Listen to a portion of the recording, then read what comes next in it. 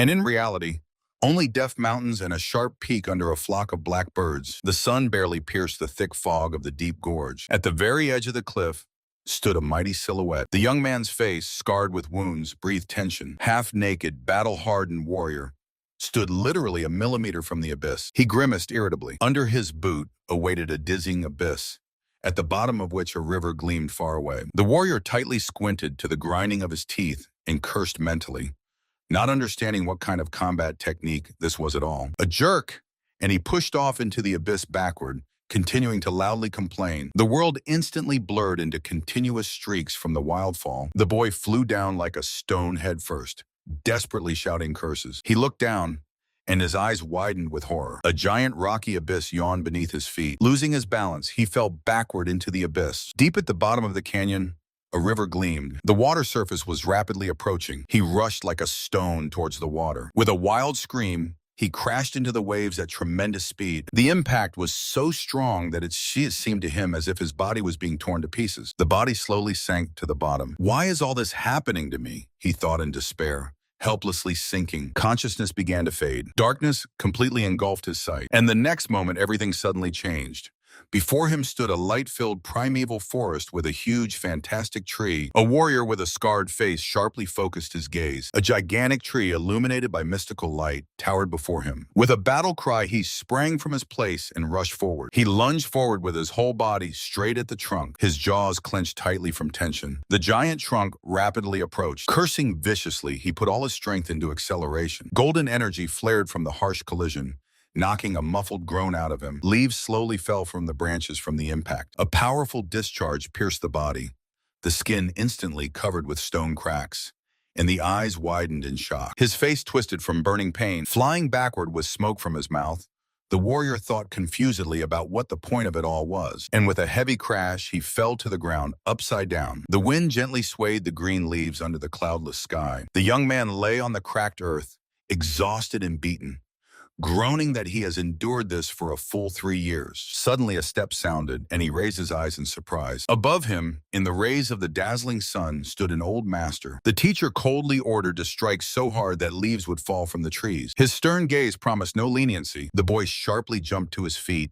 outraged by such strange methods.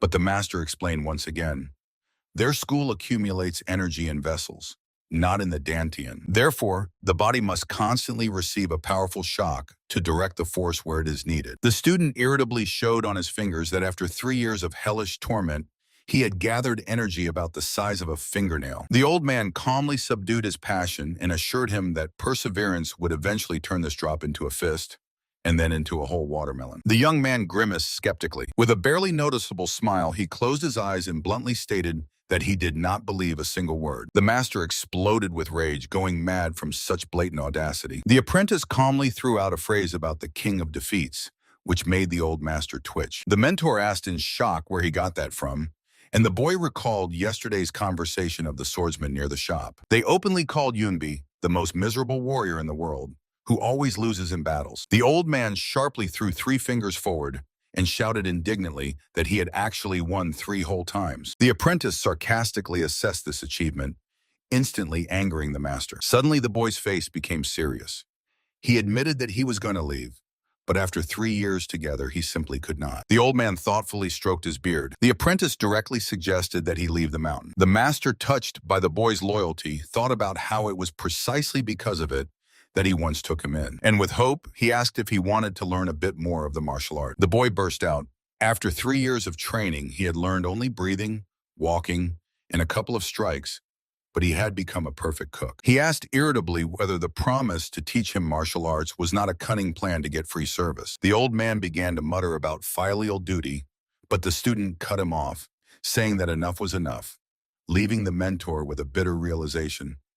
The boy had strayed from the path of the sword forever. The old man nodded sternly and coldly advised him to think carefully. A sudden poke with fingers right in the stomach released a bright flash of energy. The boy's eyes widened in horror. His body was instantly paralyzed. The master struck again, knocking the youth to the ground, and declared that he would now pass all his power to him. The student feverishly tried to understand what was happening at all. The old man explained, for years he had forced him to do only basic exercises for a strong foundation, and although he should have waited another year, there was no more time. The frozen boy mentally begged for this madness to stop. The master sat behind him and ordered him to prepare for unbearable pain. He barely smiled, confident that after the hell he had endured before, the youth would endure this too. Harshly grabbing the boy by the crown of his head, the old man sternly forbade him to faint. The youth tensed in silent anticipation. The old man exhaled thoughtfully and began. His palm flared with a blue aura and forcefully pressed into the student's back. The old man's hand flared with a golden glow. The youth froze. The master placed his palm on the boy's crown,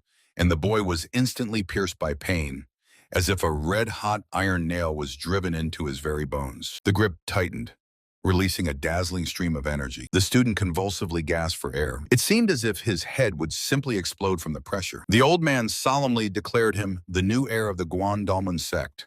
There was no more time for long training. Struggling with the pain, the youth listened to the story about the founder of the school, who once saved a Shaolin monk and received his first combat skills in return. Lightning forces struck in all directions, while the master told how these techniques had been passed down to orphans for years until they reached him. He admitted that he started his path late, meeting the teacher only at 30 years old. Because of this, even after 10 years of hellish training, his abilities barely reached those of a third-rate fighter. Sweat rolled down the wrinkled face of the mentor like hail. The matter was not only about age, but also about the specifics of the divine Gunwu technique, which with each session mercilessly drove energy directly into the blood vessels. A foreign hand tightly gripped his head, passing burning energy through the veins.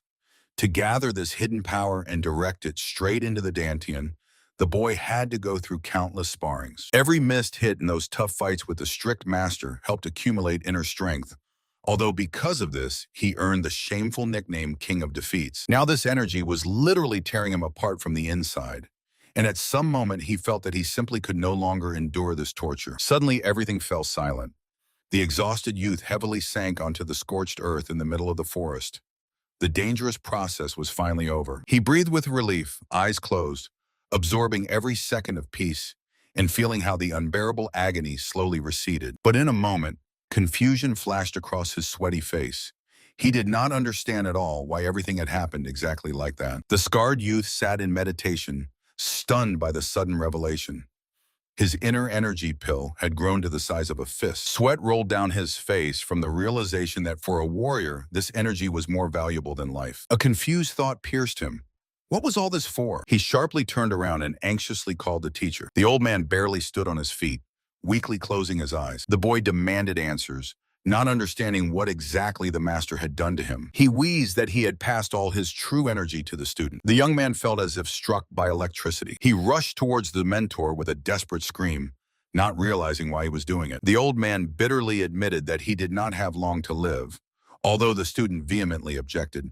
The teacher's health would have lasted another 100 years. A stern look ended the argument, and the master quietly ordered to take him home. The young man tensely remained silent, swallowing cold sweat. He lifted the wounded master into his arms and carried him away along the forest path. With pain, the apprentice realized how light the mentor's body had become. They stubbornly climbed the mountain slope. Ahead, among the trees, an old hideout was visible. The boy carefully laid the exhausted mentor on the bed. With a trembling finger, the old man pointed to the shelf and ordered to bring the box. The apprentice carefully took down the heavy stone box. Having received the order to open it, he obediently nodded. The lock clicked, releasing a soft glow outside. Inside were stored silvery pills, a bundle, and an ancient manuscript. The teacher breathed heavily but firmly declared, "From now on, this sacred artifact of the Guandalman sect belongs to him." Gathering his last strength, the old man croaked that he had one final request for the boy. The youth begged the mentor to say at least a word, ready to obey any command. The exhausted old man asked him to train for at least one more year to preserve the legacy of the Guandalman school. Suddenly, he was seized by a severe cough, spitting up blood. The master bitterly admitted that his time was running out anyway, and ordered the student to think carefully before using his right hand. Another bloody spasm shook his body at the words about the hidden power of their martial arts. The student panicked and rushed to the bed. The mentor looked at him with the warmest gaze and whispered that this meeting brought him joy, begging him only not to follow his path. The last tear rolled down from the closed eyelid. The old man's face completely relaxed. The head limply tilted to the side. Everything froze. The young man threw back his head and screamed madly in despair, choking on tears. His pain dissolved among the silent mountains. giving way to the cold, starry night. The night sky spread over the shattered roof. The gaze slid over the crumpled white sheet. The old master lay dead with a dreadful black hole right in the middle of his chest. The young man looked gloomily at the body. The teacher's words about imminent death were not a lie. But this fatal wound was definitely from a stranger's hand. So why did the old man remain silent about his enemy? The suspicion struck suddenly. The mentor feared that the student would also face this killer. The boy carefully covered the body with a blanket, promising to fulfill the last will and train for exactly 1 more year. The dead man's face now seemed peaceful. The student folded his hands in a farewell prayer, wishing the master peace in the afterlife. Later, the hut in the mountains was covered by thick winter snow. Then the first green sprout broke through the frozen ground. A whole year passed. In the middle of the quiet forest now stood a lonely grave with a stone tombstone. In front of it stood the tombstone of Shui Suyop, the 16th head of the Guandalmun sect. The young man knelt down and quietly said that the promised year had passed, and now it was time to descend from the mountain. He bowed low down to the very ground, to the teacher's grave. Slowly he stood up and set off along the mountain path. In his thoughts, the boy addressed the master, promising to show the fruits of his training. A confident smile flickered on his lips. Stopping in the middle of the forest, he took a deep breath and clenched his fists tightly. His right hand instantly flared with a dazzling blue aura. His gaze sharpened. With a sharp cry, the young man threw a powerful strike forward. Energy exploded from the devastating collision. A massive rock shattered into pieces. Although the boy cold-bloodedly admitted that he was still far from perfect, the wind lazily drove the clouds over the mountain forest. The young man stood over the modest tombstone of his master, quietly assuring that now he was able to take care of himself. Although he bitterly admitted, despite all the teacher's efforts, he remained a second-rate fighter. Looking at the grave, the boy finally voiced what he had long kept silent about.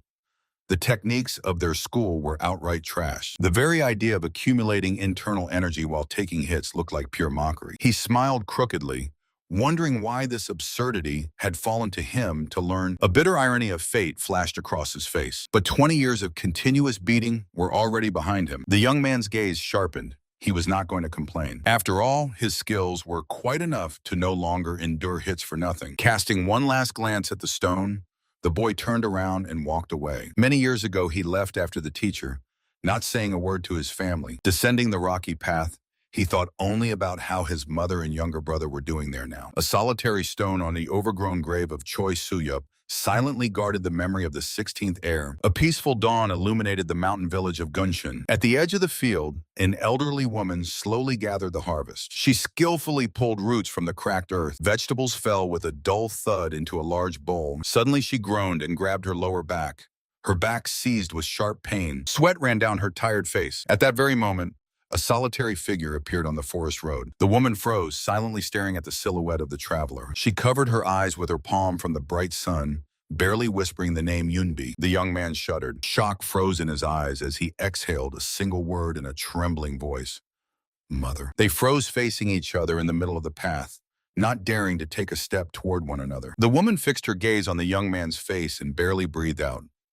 Is that you, Yunbi? He only smiled guiltily. Suddenly a slap sounded. She lunged at him with fists, demanding furiously an explanation of where he had been all these years without any news. Yumbi recoiled fearfully and muttered that at least he had returned alive. The woman put her hands on her chest and sternly cut him off. In 4 years, he had not changed at all. The boy grinned confidently. He declared that he had matured, gained strength, and now was capable of absolutely everything. Calming down a bit, she inquired about his plans for the future. The idea of becoming a hunter frankly puzzled her, but Yumbi enthusiastically added that he also knows herbs well and can earn money by collecting them. The woman sighed worriedly, and she desperately needed to find a proper job. The young man cheerfully asked what Wunsun was doing now. Hearing that he was raising money to open his own inn, he did not hide his admiration. The boy whistled with delight. What a scale. The woman moved forward and ordered the boy to go home and wait for her. But he was not going to sit idly and briskly ran after her to help. He pulled a potato bush out of the ground and asked in surprise whose field they had ended up in. The woman calmly explained, the land belongs to Jinnosi, and their fee for harvesting the entire crop is only 1 basket of potatoes. Understanding how hard she had been struggling all this time, the young man firmly promised to take all the worries upon himself. Without taking her eyes off the garden beds, she quietly asked not to bring trouble anymore, as had happened before. The boy smiled warmly and assured that the foolishness was in the past, and now he would live by honest work. A woman with a worried face begged him for a favor. She asked about his sudden disappearance 4 years ago, and the young man admitted that he had followed a stranger for a better life. The woman asked in surprise, could it be that all this time he had only learned to hunt? The boy smiled confidently.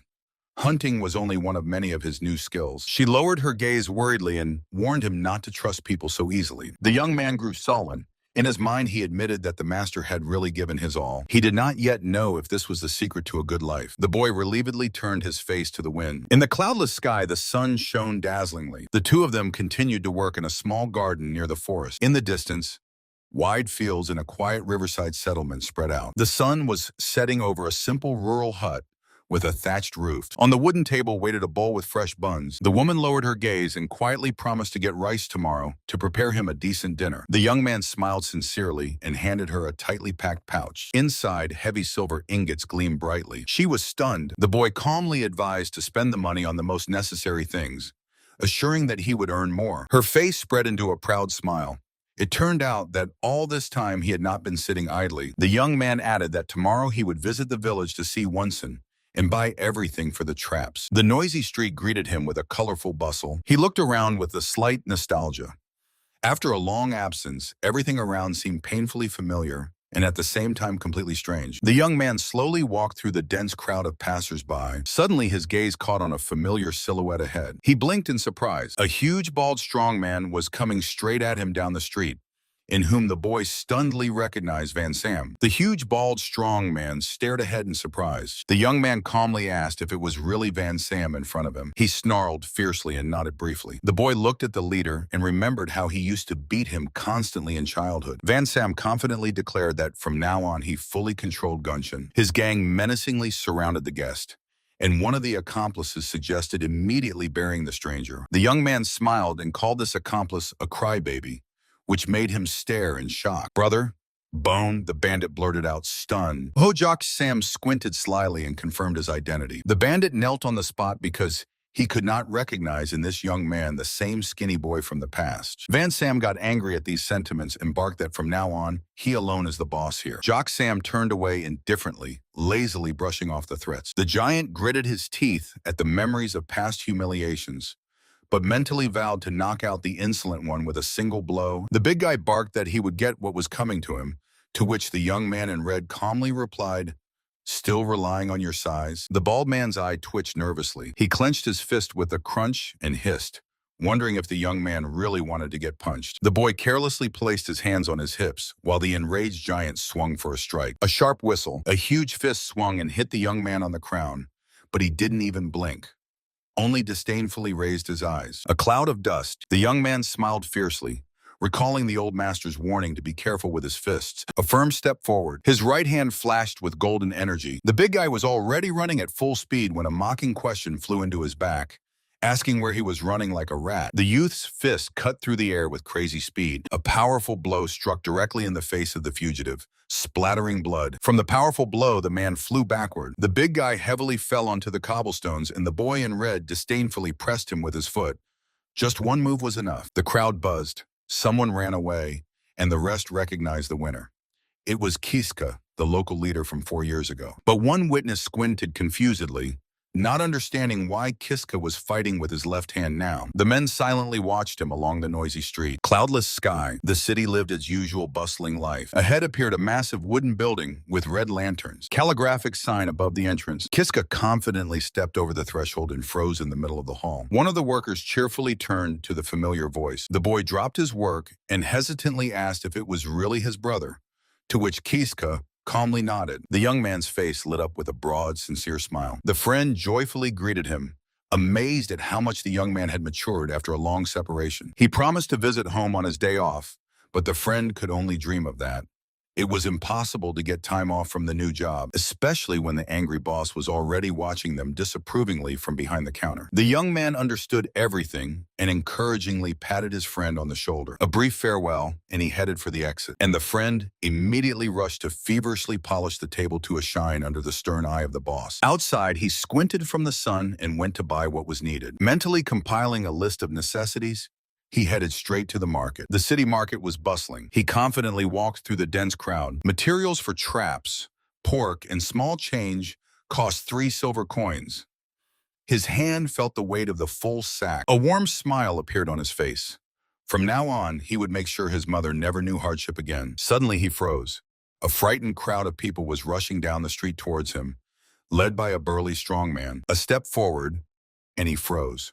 Right on the ground before him sat the same burly bald man with his accomplices. The young man asked confusedly what they were doing here. The strong man immediately dropped to his knees and pressed his forehead to the cobblestones, begging to be taken under his wing. The fat man kept whining for help, while the boy with the sacks in his hands irritably demanded some explanation. Finally, the bald man admitted that the dock sect from the neighboring village intended to capture their gunshin. At the simple proposal to fight them off, the strong man shuddered and declared that the enemy leader was a cruel butcher who sliced people with daggers. The boy frowned, directly asking if they were trying to throw this enemy onto him. The fat man only slyly spread a smile and solemnly declared the young man their new leader. The boy coldly refused to become the boss for the bald big guy who was kneeling before him. He understood.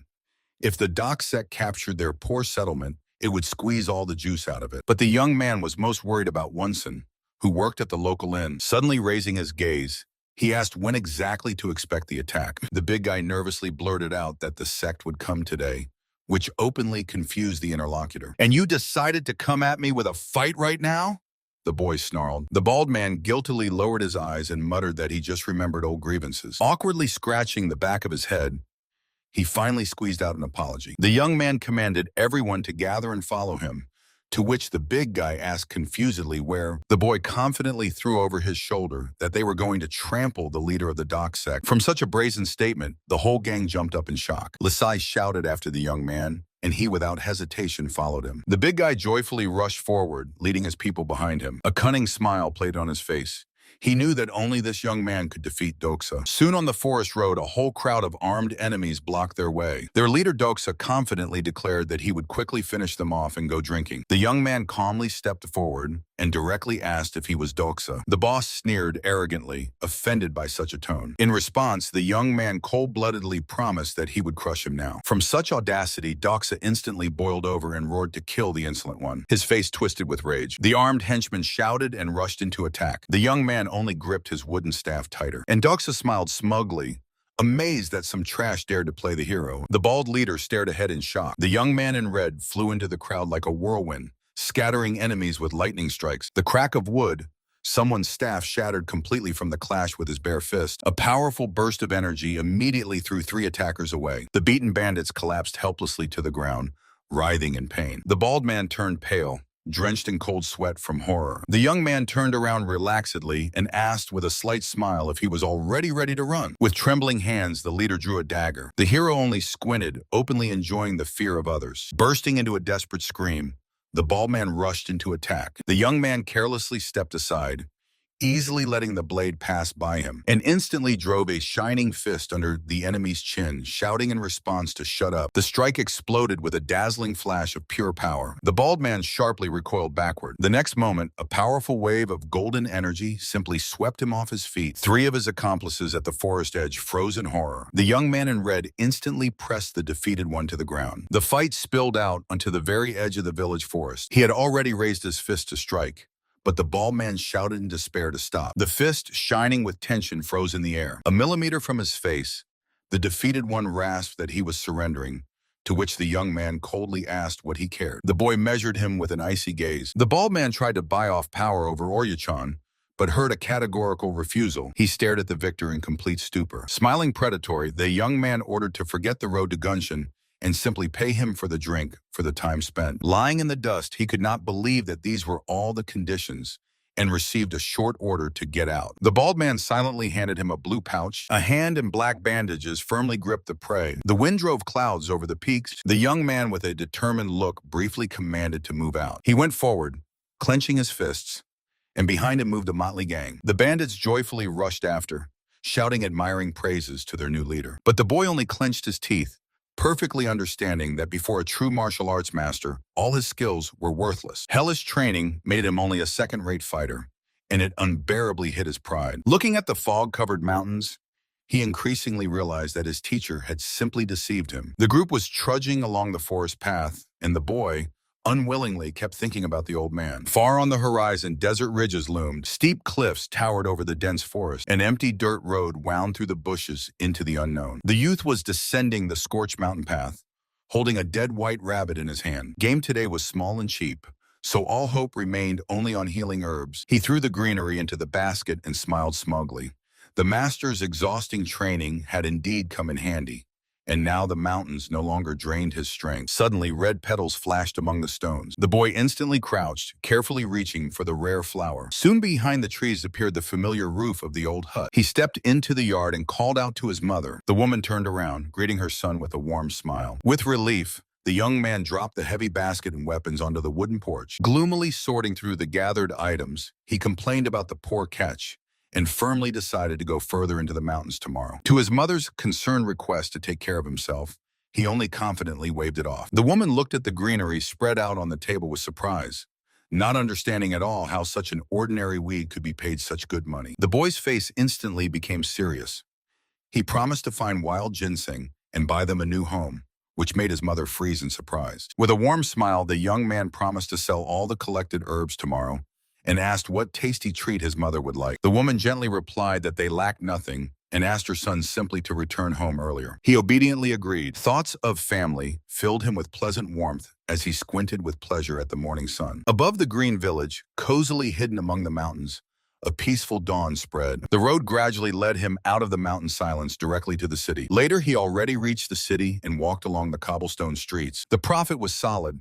The young man proudly patted himself on the armpit, where lay the 23 silver coins earned during the day. In a wonderful mood, he decided to visit the inn where Wunsen worked. Ahead already towered the massive red roofs of the required building. He calmly walked through the market crowd, approaching a group of some burly men. One of these gloomy guys suddenly glanced fiercely to the side. In a moment, the huge fat man from the gang was already holding some frightened poor fellow by the scruff, wildly growling and threatening to gouge out his eyes for excessive curiosity. On the street, the gloomy swordsman measured the young man with a ponytail with his gaze, immediately recognizing him as a martial arts master. The young man unflinchingly entered the tavern. From the threshold, he loudly ordered from a familiar waiter a fried spring chicken and duck, but he only smiled apologetically. They did not have such dishes. The young man sighed disappointedly. He wanted to treat himself at least once, so finally ordered 7 portions each of mapo tofu, fried pork, and bamboo liquor. The waiter glanced at him stealthily.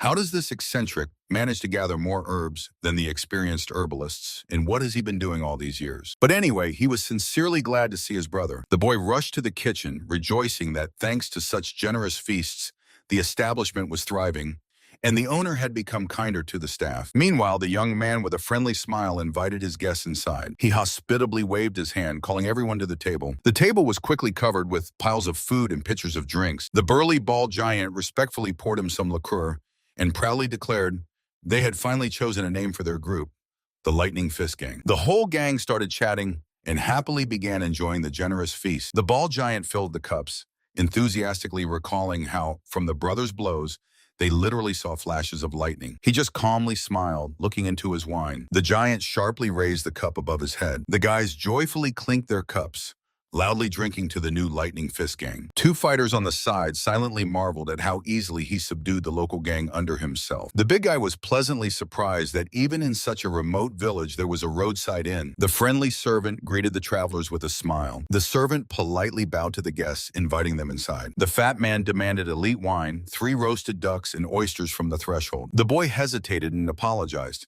Such luxurious dishes had never been prepared there. The big guy fiercely bared his teeth at the refusal, calling the establishment a dump. The warrior noticed a group of men nearby, and the big guy quietly explained that they were people from the Chilson sect. The young man frowned, repeating the hard name. The fat man covered his mouth with his hand and whispered that it was a large gang that had recently settled in the eastern estate. The warrior's gaze became sterner, and he dryly asked again about the enemy's numbers. It turned out there were about 200 of them.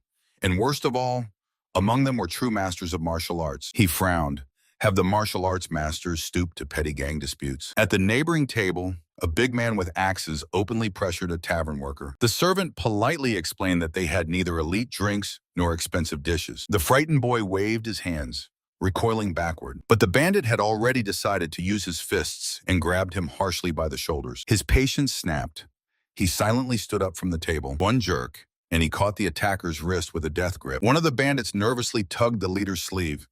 begging him not to touch the Chilson sect. He decisively blocked the way, but the leader only fiercely barked that the stranger was the first to wrong his little brother. The trio of thugs froze. The visitors fell silent, sensing that a fight was now unavoidable. The young man coldly threw, could their mighty sect have become so impoverished that it now extorts poor dive bars? The man with a beard glared fiercely, repeating the words through his teeth, while his fat partner froze in shock. The spectators around turned pale, realizing that a slaughter was about to begin. The young man in red calmly closed his eyes and mockingly suggested to spell out the name of their sect letter by letter. The fat man couldn't stand it, and with a furious scream, rushed forward, swinging for a strike. The counterfist flared with energy and mercilessly smashed into his face, knocking out blood. The big guy fell on his back with a heavy thud. At that very moment, his partner's enraged scream rang out. The tall man leapt into the air, aiming his foot at the head, but the young man didn't even flinch. The hand in the red sleeve gripped the stranger's ankle with a death grip right in midair. Calling the enemy pathetic, the young man folded his fingers, around which dazzling energy shone. Two fingers lightning fast struck the attacker right in the Adam's apple. Both enemies had already weakly curled up on the floor,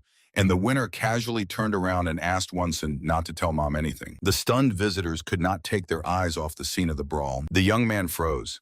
He had always known about his brother's strength, but he never even imagined that he was so powerful. Two silver ingots lay on the wooden surface with a characteristic clang. The hand clung tightly to the stranger's collar. A jerk, and the body of the insolent man crashed to the ground with a thud in the middle of the yard. The hero calmly pressed the fallen man with his foot to the cobblestones in front of the shocked gang. He looked coldly at the uninvited guests and asked why they had come to this village to cause trouble. Pressed to the ground, the fat man screamed wildly, threatening with the wrath of the powerful Chilson sect. The young man did not even blink, only dryly cut off that it was clearly not enough for him. The order to attack sounded, and he only tiredly squinted his eyes. The ball leader nervously sweated. There was nowhere to retreat. "Everyone at him!" he burst out shouting. The bandits rushed in a group to attack, but in the same second scattered from a series of lightning-fast blows. In a matter of seconds, the yard was covered with the bodies of stunned attackers. The mercenary did not have time to shout threats of revenge from his boss before receiving a powerful blow to the head. Two guys mercilessly kicked the fallen bandits. They only desperately covered their heads and pitifully begged for mercy. The beaten fat man already understood that they had messed with the wrong people,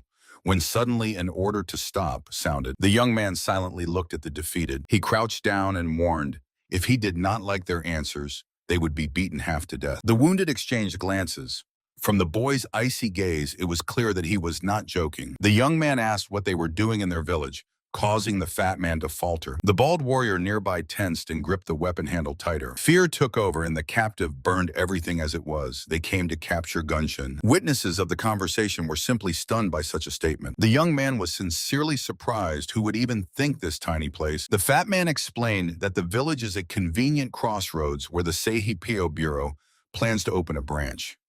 Upon hearing the name, the bald man suddenly changed his expression. The boy asked if these enemies were really that scary, to which the big man called them one of the three great security bureaus of Zhongyuan. The big man and the beaten man humbly bowed before the young man, explaining that control over new establishments would bring someone huge money. He added that inns and entertainment would open next, and the town would buzz with trade. The beaten man added that they were only the vanguard, and for the full capture of Gunshin, Dokanwi's brother was coming here. A bold smile spread across the boy's face. The foreigners decided to appropriate the business without even trying to negotiate with the locals. The big man nodded seriously, confirming that this was brazen disrespect, but he immediately broke out in a cold sweat. Conflicting with the Chilson sect was too dangerous. The beaten big man fearfully added that touching Chilson was like signing one's own death sentence. Meanwhile, two accomplices behind exchanged scornful glances, already mentally hiding the boy for raising his hand against them. The young man harshly cut off all fears. No one would tolerate disrespect, and they would show the enemies their fatal mistake. The fat man stared in fear, reminded that this Dokan V. Hyosok was a true martial arts master. The boy calmly squatted down, stating that he didn't care about the titles of the bastards who came to collect tribute from his native city. His gaze darkened with rage. He swore to crush them all. The beaten warrior with a bump on his forehead cursed mentally. This guy seemed absolutely inadequate to him. The bald giant grimly realized that there was no way back anymore. The young man in red sharply commanded to move out. He confidently moved down the street, leaving the tense accomplices behind. The fighters rushed into attack with the desperate thought that one dies only once anyway. The bald man roared fiercely, calling to slaughter all the bastards from the Chilson sect to the last. The beaten warrior grabbed his comrade by the clothes, mentally mocking, "These fools will bitterly regret it." Ahead loomed a massive gate. The entrance was lazily guarded by 2 sentries. Noticing the threat, they jerked sharply and ordered the strangers to stop. Instead of a reply, the attacker ordered them off the road and brutally drove a shining fist straight into the sentry's face. From the terrible force of the blow, the poor man was thunderously thrown to the ground. The 2nd sentry froze dumbfounded, not even managing to scream. The swordsman of the Chilson sect shouted, raging at the unprovoked attack. Instead of a reply, a devastating fist flew straight into his face, harshly knocking him off the road. The man flew back with a cry. A crowd of sectarians with sticks rushed at the youth with a single order: kill. He clenched his fist tightly, ready to show who among them would die first. His hand flared with energy, and he charged straight at the enemies. One of the attackers tried to strike with a club, but the hero's fist was faster. The blow abruptly stopped a millimeter from the fighter's face, causing him to freeze in horror. The young man calmly clarified that it was not about the right hand at all. The enemy blinked confusedly, completely thrown off. "What are you staring at?"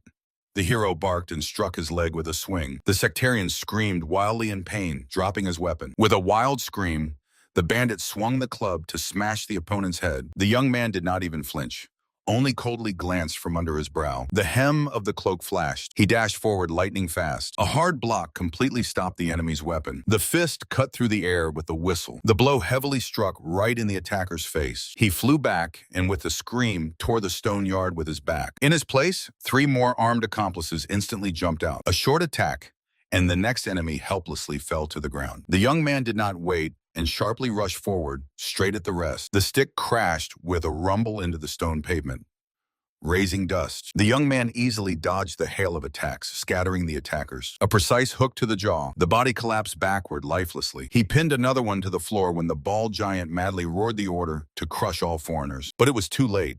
The whole gang was already sprawled on the ground. A new fighter blocked the way, tightly gripping the stick. He smiled crookedly, made a sharp lunge, and swung the weapon. At the same time, a whole crowd of his accomplices rushed into the attack. A bare hand flew up to block. The young man harshly took the blow of the stick on his forearm, simultaneously hitting another enemy right in the face. The devastating fist literally knocked him off his feet. He punched another enemy, realizing that there were far more of them here than it seemed. A heavy kick to the face knocked out Bloody Soup, and he coldly demanded to say where Dokongvi was hiding. The boot harshly struck the target, scattering the mercenaries with powerful blows.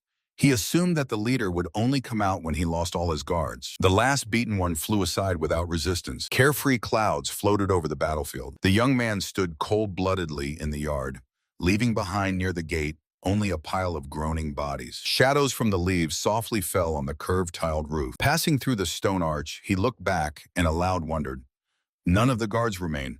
So where was the boss himself? He suddenly stopped. Absolute silence reigned around. The young man intently stared into the open doors of the main building. There, in the semi-darkness of the room, sprawled in a massive armchair, a man with an eye patch was already waiting for him. The one-eyed leader sprawled dominantly in the chair, and his henchman froze nearby, waiting for orders. Suddenly, the accomplice sharply jabbed a finger forward and barked, asking if he was the very Kistka, the local bully. The one-eyed leader disdainfully snorted, measuring the audacious stranger. The boy in red stood calmly in the middle of the yard. The enemies lost patience and issued a challenge, demanding to stop the posturing and attack. The young man only smiled confidently, playfully clapping his hands. The leader suddenly flinched. The boy advised him to open his single eye wider.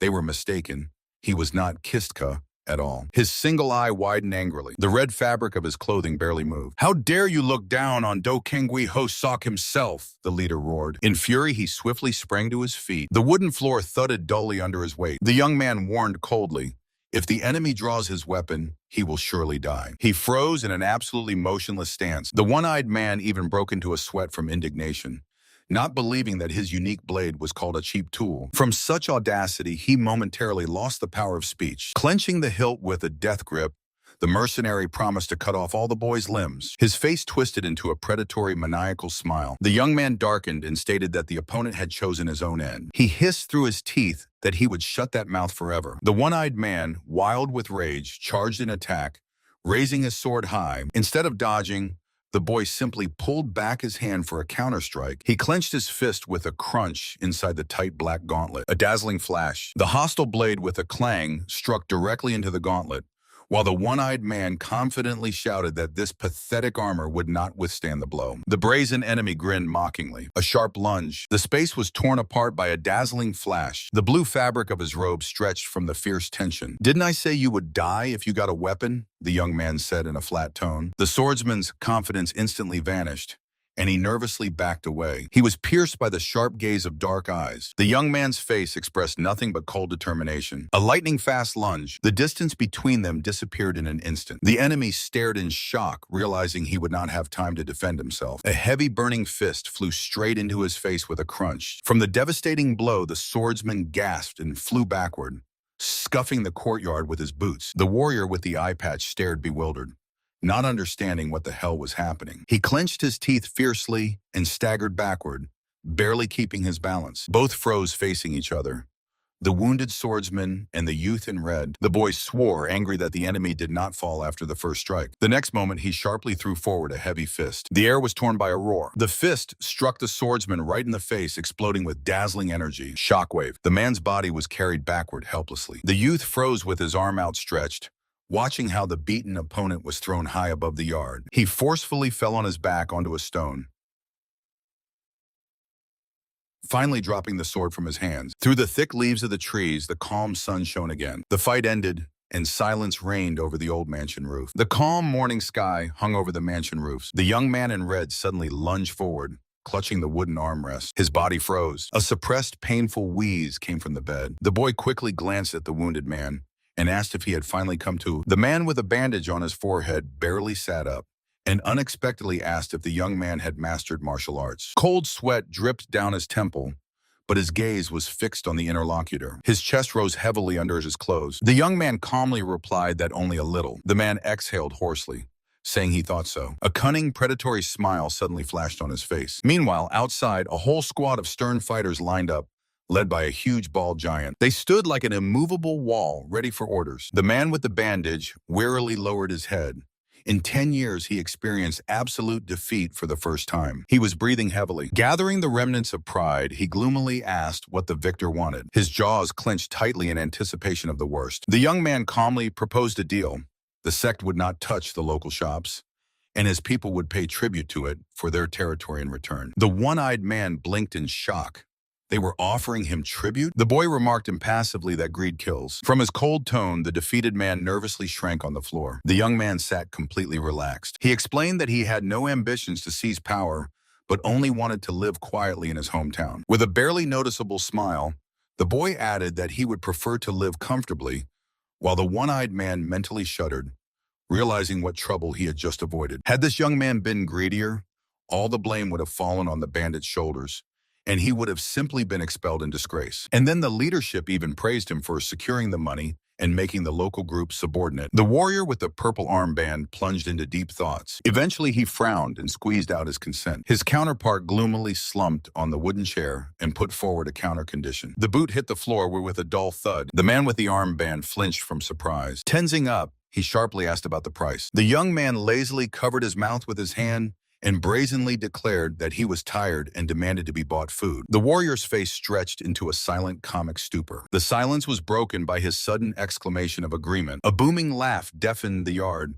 leaving the witnesses in complete confusion. A year passed. The calm river carried its waters between majestic mountain slopes. The wind softly played with the lush greenery on the shore. A loud crack tore through the forest silence. A dazzling beam of energy, lightning scarred the earth. The warrior sharply jumped back, barely dodging the attack. The force of the blow left a deep, scorched mark on the ground. He clenched his fist until it cracked. Flash! His hand was instantly enveloped by a roaring, fiery aura. With a sharp exhale, he thrust his fist forward, shooting a ball of flame. The fireball roared as it cut through the air, and immediately he rushed after it. In a high jump, he struck with his foot, unleashing a new devastating explosion. The ground shook from the impact of the foot. A fiery wave roared and spread around. He sharply threw out his leg in a sweeping strike. A loud whistle cut through the air. A lightning flash. The foot heavily crashed into the ground. Leaving a fiery trail behind, he slid across the forest glade. The boot abruptly stopped, raising a cloud of dust. Residual silhouettes from the insane speed instantly caught up with his body. Energy settled around the fighter with a hum, a short pause. He firmly pressed his foot into the grass. A drop of sweat rolled down his temple.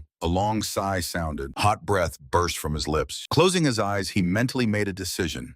The time had come to train the divine Gunwu technique. He sat down in a forest clearing, focusing on one thing: to open 7 points and unlock every pore of his body. Eyes tightly closed, breathing almost stopped. The most important thing remained: to absorb the energy of nature. He barely parted his lips. Wrinkles on his forehead revealed intense tension. Perfect silence hung over the forest. Suddenly, golden flashes tore through the air. Symbols exploded with a dazzling glow. He barely opened his eyes when colossal pillars of energy and light symbols struck straight from beneath the earth, flooding everything around. The dazzling glow instantly enveloped him. A deep breath, and he drew the golden stream directly into himself. Ancient power surged through the veins. The youth froze in meditation, wrapped in streams of golden energy. He breathed with his very skin, physically feeling the power seeping through every pore. Sweat ran down his tense face. Fresh energy greedily absorbed into the body, spreading through the reserves of chi. However, driving this power through the vessels directly into the dantian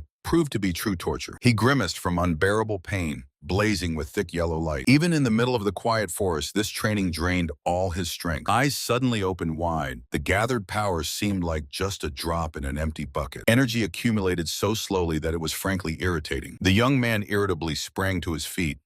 He hated forcibly pushing chi through the blood vessels. His fist clenched. He vowed not to repeat this madness until the energy itself began to tear the body apart, because a living person cannot endure such torment. He smiled with satisfaction, and then he suddenly grew serious.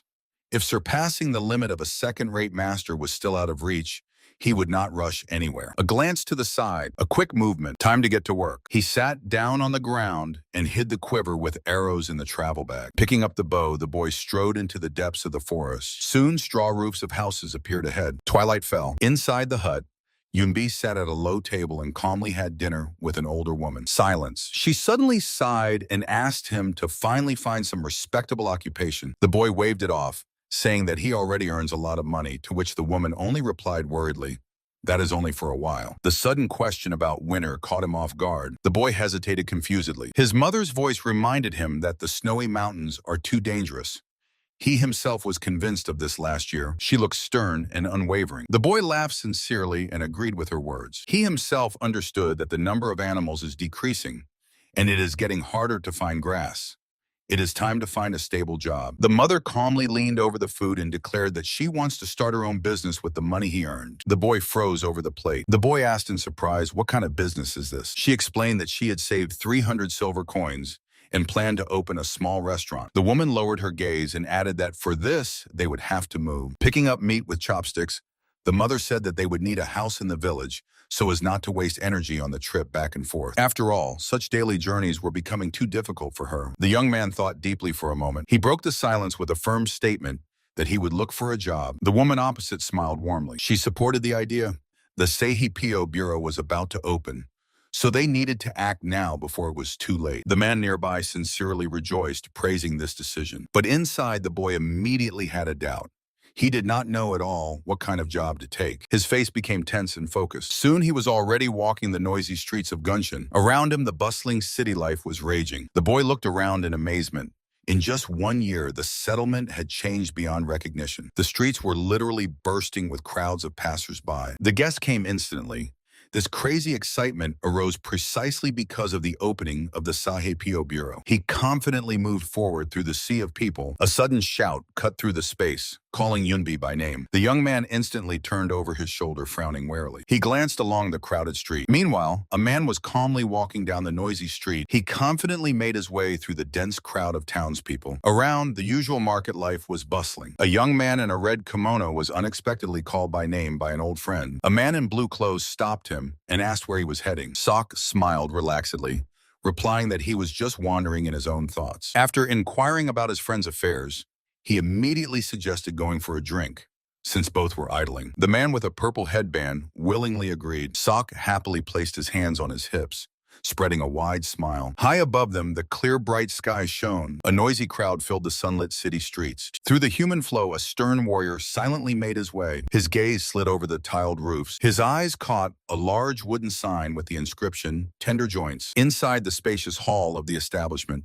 two people settled at a table. They were leisurely having lunch. Suddenly, the man with the eye patch broke the silence, confessing that he had long been curious about something. He directly asked the young man opposite which sect he belonged to. The boy froze for a moment. Taking a sip from the bowl, he calmly named the school Guandongmun, adding that hardly anyone had heard of it. The one-eyed man snorted skeptically. The name seemed to him like that of a petty gang. The young man mentally cursed the ridiculous name of his school, but firmly corrected his companion aloud. "It means mastery of the fist." Recalling the past, the boy bitterly added that there was never anything normal in his sect, to which the one-eyed man shared his own pain. Having come from the same unknown school, after 5 years of training, he had almost died in the outside world. The one-eyed man poured the boy a drink, remembering how hard that path had been for him and what the lost eye had cost. The one-eyed man silently tilted the glass. The young man lowered his gaze. He wondered who he would be without the master who promised him a better life. Probably he would still be wandering the streets like a petty bandit, but he wouldn't have to cripple himself for combat strength. With a heavy sigh, he asked his interlocutor what was on his mind. The one-eyed man noted his overly gloomy mood. A short pause hung in the air. The boy confessed that his mother was asking him to quit hunting and find a normal job. The man immediately offered him to work together. The one-eyed man confidently raised a finger, but the youth cut him off. His mother can't stand such matters. Once his father was beaten to death by street bandits over gambling. The interlocutor thoughtfully rubbed his chin. Now he understood why the boy handed the Lightning Fist gang over to Van Sam. A short agreement was voiced. The one-eyed warrior directly asked the youth about his future plans. He quietly replied that he had not decided anything yet. Short pause. The boy desperately blurted out that he had never finished anything before, so now he was completely confused. The man suddenly asked if he knew how to fight with a stick, and received an uncertain admission that he knew a little. The young man remembered how the former master forced him to try different weapons while learning the basics. The warrior cut in that it was all decided then, making the boy blink in surprise. The one-eyed man smiled smugly and told him to go work for the Alliance of Martial Arts. At this loud name, the young man stared in shock. The warrior clarified that the Dirim district branch was just looking for gate guards. Hearing about the job as an ordinary gatekeeper, the boy nervously broke out in a sweat. The man explained that true masters were too proud for such a role, so even a third-rate fighter would be welcome there. He slyly squinted and poked his finger right at the young man. The job had just found its hero. The fist clenched tightly. The young man admitted that he had long since cast aside the pride of a warrior, ever since he learned the shameful nickname of his teacher, the King of Defeats. The mentor never spoke of honor, and with his current skills, the boy had nothing to boast about. His gaze became firm. An acquaintance suggested arranging for him to join the external department, and he agreed without hesitation. He had to refuse a cooler offer to work together because his mother would not have approved of that. The one-eyed mercenary nodded. He promised to send a letter of recommendation to the branch on his behalf. The vast Dirim district sprawled at the foot of the mountains. The tiled roofs gleamed in the sun. The boy stopped in front of the gates of the local branch. Finding himself in the middle of a spacious training yard, he understood. A single letter from Hosok would not be enough. The stern examiner with a stick in his hand immediately ordered him to prove his strength in practice. He gripped the stick more firmly. A short agreement sounded. He was ordered to strike the training log with this weapon. The boy sharply raised his head. Fingers clenched the smooth wood tightly. The target was an old log covered with deep dents. The young man smiled confidently, preparing to strike. He aimed at the post. The burly man opposite silently waited. His gaze instantly focused. A loud whistle tore through the air. With a fierce snarl, he put all his strength into the swing. The club with devastating force struck the target. Fingers tightly gripped the wooden handle, and the weapon was enveloped in a dazzling golden flash. With a whistle, the club cut through the air. A powerful blow with a crack shattered the top of the training post. The young man squinted from the bright glow of his own energy. Sweat appeared on his face and his jaws clenched tightly from tension. It seemed Sok was not lying after all. A calm voice sounded. An experienced warrior in scaled armor rubbed his chin with satisfaction, evaluating the strike. He mentally admitted that he hadn't seen anyone so useful in a long time. Looking at the fighter's back, the examiner finally decided this guy would perfectly fill the open vacancy. A sly, self-satisfied smile spread across his face. Without unnecessary delay, he announced that the boy was hired, offering 30 silver per month and 5 days off. The man, businesslike, raised a finger, preparing to talk about the preparation of papers. But the young man only confidently smiled and directly asked when he should start work. The stern officer ordered to take the pass in the morning, and the boy respectfully bowed. "I got a job in the very alliance of martial arts," he triumphantly thought. His lips stretched into a confident smile. The next morning, the sky was clear and calm. The boy decisively stopped in front of the massive gates of the headquarters. Inside, there was a relaxed atmosphere. Two mercenaries were soundly sleeping on the floor. Another four were lazily sipping tea at the table. The idol was disturbed by the arrival of the newcomer. The mustached man with a red band immediately suspiciously frowned. His neighbor silently crossed his arms on his chest in armored bracers. The fighter with a blue ribbon in his hair barely noticeably and boldly smiled. The man in the brown bandana calmly closed his eyes, maintaining complete composure. Someone nearby shifted impatiently. The sharp-haired young man fixed the guest with a piercing gaze. The last swordsman in blue coldly measured his profile. The team arranged tense, quiet inspections of the stranger. Two warriors entered the hall, and the elder immediately introduced the newcomer to the team, 21-year-old Nin Yunbi. The officer meaningfully cleared his throat, scrutinizing the recruit. An awkward silence hung. The attendees silently stared at the newcomer. The elder smiled slyly, entrusted the boy to their care, and left the room. Yunbi bowed clearly and reservedly to the new comrades. To the direct question about combat experience, the boy calmly replied that he had certain skills. The mustached guard grinned with satisfaction and immediately assigned him to the L team. Yunbi thanked reservedly, not lowering his serious gaze. Mustachioed introduced himself as the chief guard, Choi Hyunman, and pointed to three other fighters, Jin Chil, Angon, and Wee Jason. The entire squad was just sitting relaxed around a wide wooden table near the teapot. He mentally repeated the hard names, Jin Chil, Angon, Wee Jason. The face remained impassive. The mustachioed head of the guard began the briefing. The guard is divided into 4 teams with 2-hour shifts. The schedule is simple. 1 work shift and 3 rest shifts, and at night, 2 stand watch while the 3rd sleeps. The commander nodded at 2 fighters on the beds and assured that night shifts are divided equally, so there will be no hazing. They were sleeping a deep sleep. Outside the barracks walls stood a calm, clear day. The officer added that the newcomer would work in a team with Angenon and Wee Jason in order to learn everything from them. The young man straightened up. "At your command, Chief of the Guard," he responded clearly and bowed briefly. The gaze was focused. Suddenly a boy turned to him with a wide smile and happily introduced himself as Anhan. The scaled armor on his shoulders quietly clinked. The green-haired warrior called himself Vi Jason and suggested the younger youth simply call him brother. He calmly agreed. The sun rose higher above the tiled roofs of the estate. 3 guards with wooden sticks set out on a patrol. Jason reminded the newcomer that they were the face of the Alliance of Martial Arts, so the uniform must fit perfectly. While another guard smiled kindly, the youth listened carefully to the instructions. The commander ordered to march as precisely as possible, holding the weapon on the right shoulder and the left hand raised with energy. The boy firmly gripped the shaft. He stamped his agreement, and Jason commanded to start the training. Lightning-fast movement. The young man instantly assumed a flawless stance, sharply imprinting every detail of the pose. Jason concealed a smile.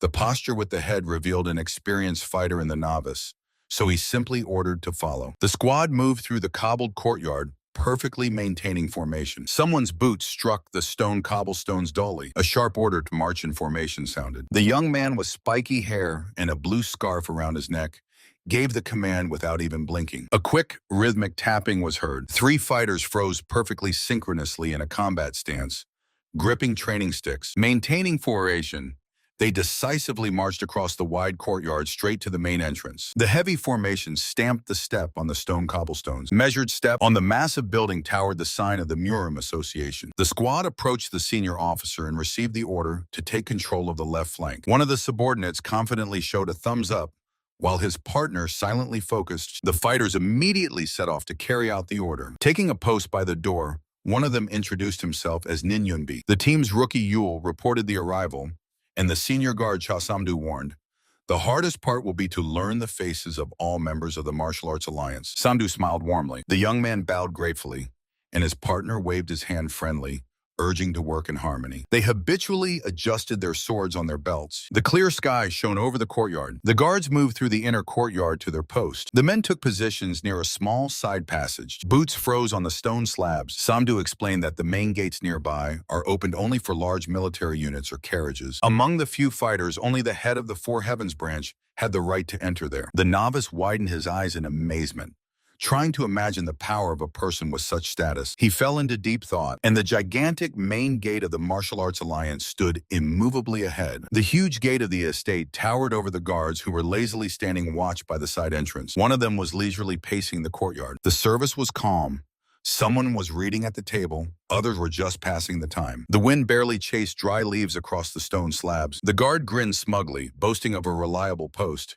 Better to be bored here than to go to the outer wing and become cannon fodder. The guard smugly leaned on the spear shaft. He was sure that a quick death made no sense, and second-rate fighters were not respected anyway. Suddenly, he flinched at a panic scream. Main gate! The space was torn by a deafening roar. A powerful wave shook the roof above the gates. Straight there at a mad speed flew a horse-drawn carriage with a tense coachman. Everything around merged into a solid blur from the rapid movement. The guard only managed to stunnedly raise his head to the gates, looking for the threat. He tensed and clenched his fist tightly. His palms pressed against the heavy wood of the gates. The muscles in his arms trembled from excessive effort. With a strained creak, the massive gate began to slowly give way, letting in bright light. Only now did he realize why masters of martial arts were needed for this job.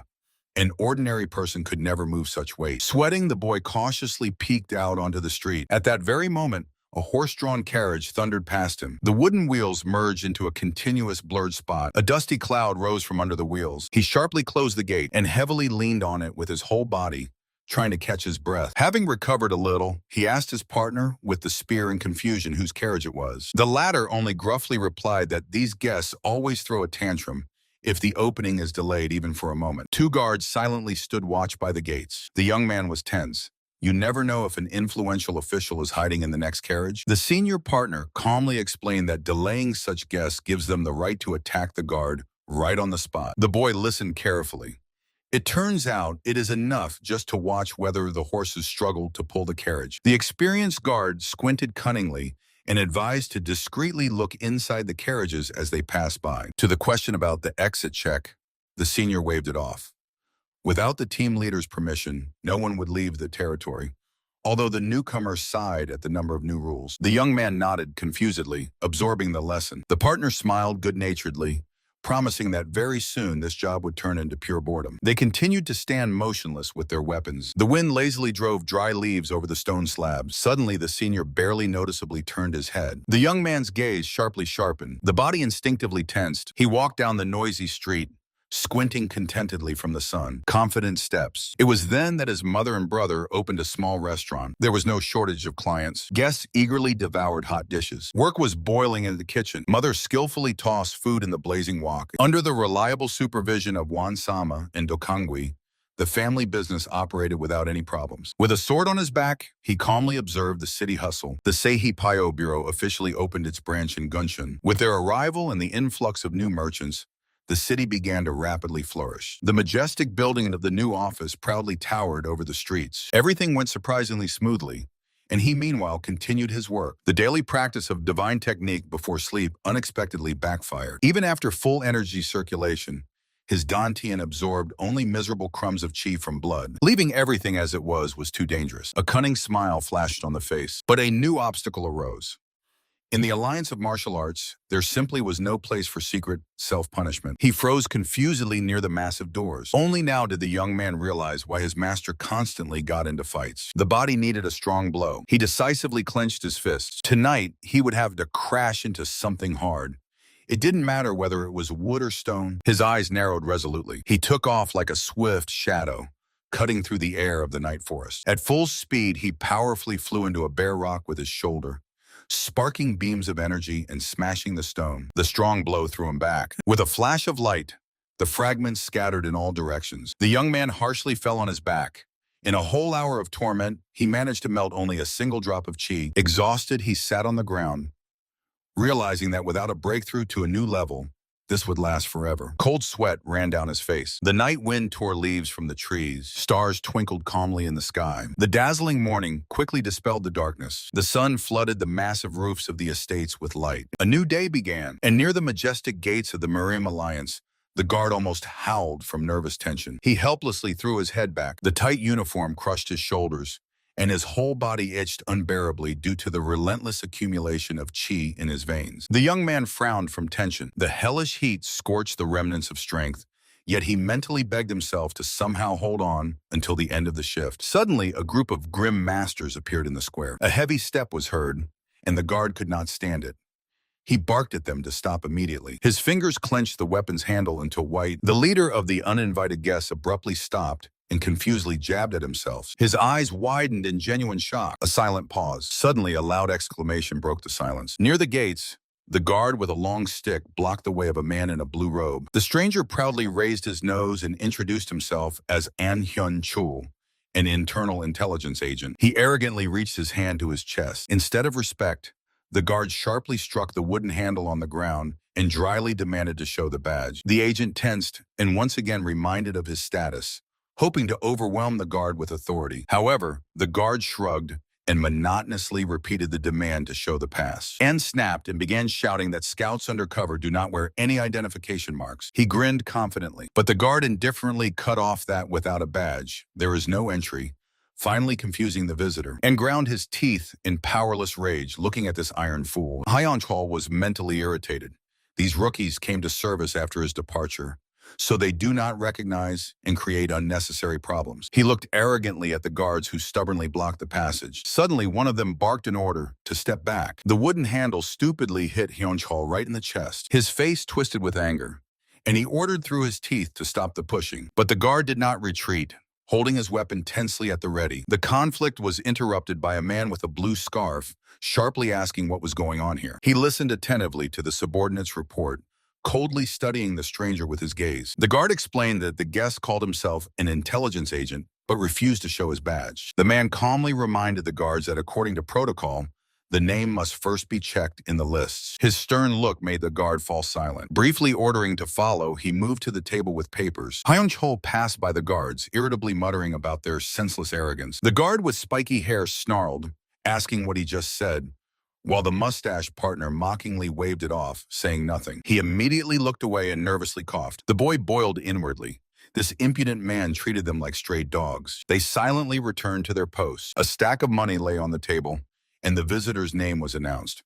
In Hyonch Hall, intelligence agent number 73. The young man checked the book and let him inside, while the mustached man mentally cursed the extra trouble from the newcomers. Later, the elder set out on patrol through the yard together with another watchman, armed with a baton. Suddenly, he broke the silence on the move, asking if the other had heard them. The boy calmly replied that they just had to do their job. His palm pressed more firmly on the weapon at his belt. The mustached man snarled fiercely and, deciding to teach the insolent one a lesson, charged at his shoulder with a battle cry. The air was cut by a sharp swing, but the young guard effortlessly caught the stranger's hand midair. The young man stood with his eyes closed and smiled carefreely. The enemy struck him sharply right in the chest. The enemy's blow did not cause harm, but on the contrary, it cleared the boy's vessels and a pleasant freshness flowed into his dantian. After such a reception, he should have been spitting blood, but instead he broke into a wide smile. The young man felt great, but his opponent was already twitching from tension. The man clenched his teeth fiercely. He was sure that he was being brazenly mocked. The enraged enemy sprang from his place,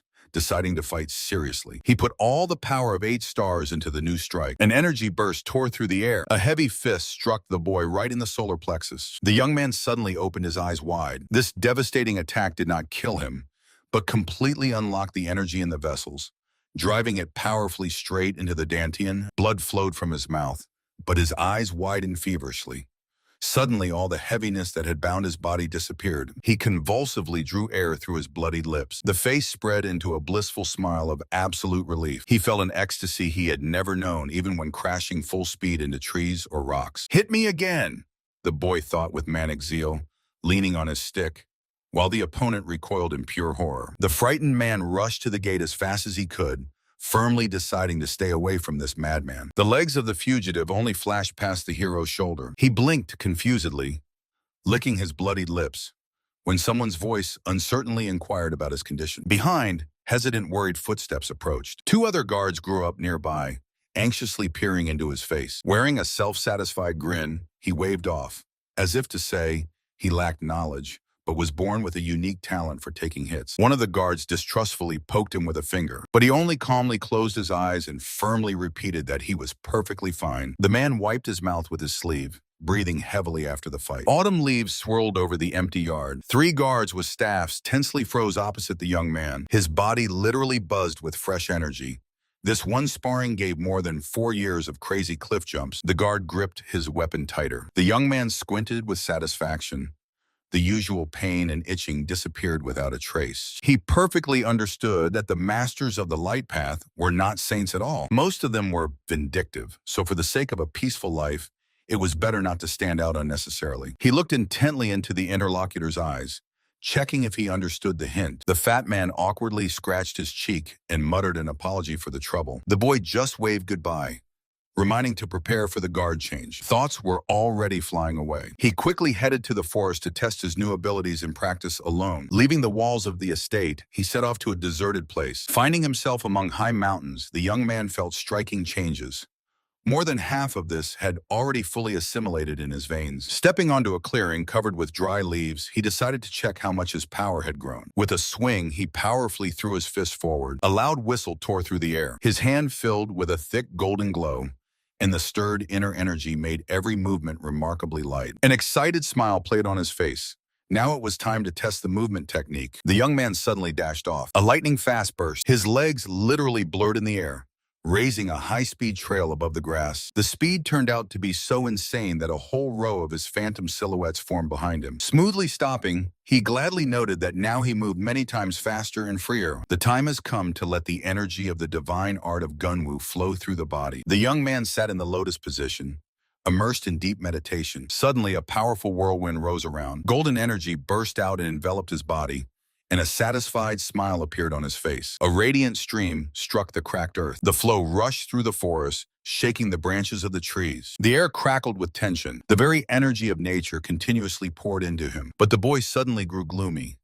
The power still wandered uncontrollably through his veins. He tightly squinted from pain, covered in cold sweat. The energy went out of control, tearing the earth around with a crack. The young man bent in half and grabbed his stomach, interrupting the technique while golden whips wildly struck the ground. Later, the forest was covered by the night silence under the light of the full moon. The exhausted boy stood up, irritably noticing that after this circulation, his whole body itched unbearably again. He stomped the dry earth with his boots, catching himself thinking that the circulation of energy had already become a reflex. In his memory, the same Manhwa call emerged. His gaze sharpened. After the clash with him, his inner strength noticeably increased. Walking through the dense forest, the boy finally understood the mechanics.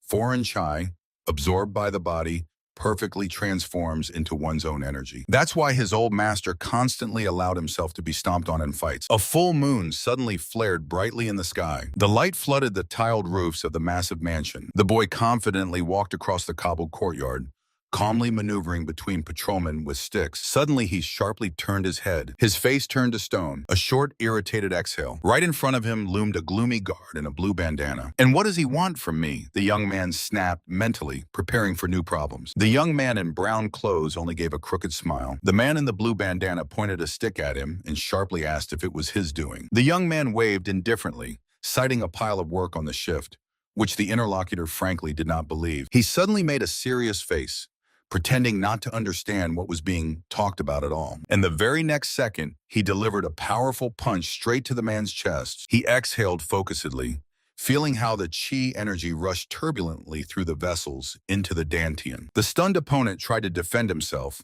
but the young man easily blocked the swing and drove a new blow under his chin. A heavy, heated exhale. Blood flowed from the corner of his mouth, but a predatory smile played on his face. The beaten man froze in a cold sweat, finally convinced that the rumors were not lies. Before him was a real madman. The young man clenched his fist tightly, enjoying how each strike destroyed internal blocks and filled his body with wild euphoria. He relaxedly rested his chin on the crown of the oppressed enemy, and to the pitiful question of why all this was happening to him, he only playfully winked. The man in the blue bandana shouted irritably about a terrible failure. The long-haired warrior with a scaled shoulder pad walked away. A surprised question was heard: why he was behaving so strangely. The guard uncertainly asked the warrior if he was all right. He sharply wiped blood from his lips. The guard was stunned. How was he even standing after such a brutal blow? 2 guards stood confused in the middle of the yard. In the guard's mind, the puzzle did not fit. The boy's fists seemed soft as cotton, yet hid powerful internal energy, and this weirdo was even brazenly smiling. He squinted tensely. The guard commander rubbed his chin in confusion, because after the beatings, the subordinate's face looked only fresher. In the silence, satisfied heavy breathing was heard. The beaten guard grimaced horribly and drooled, finally convincing the commander.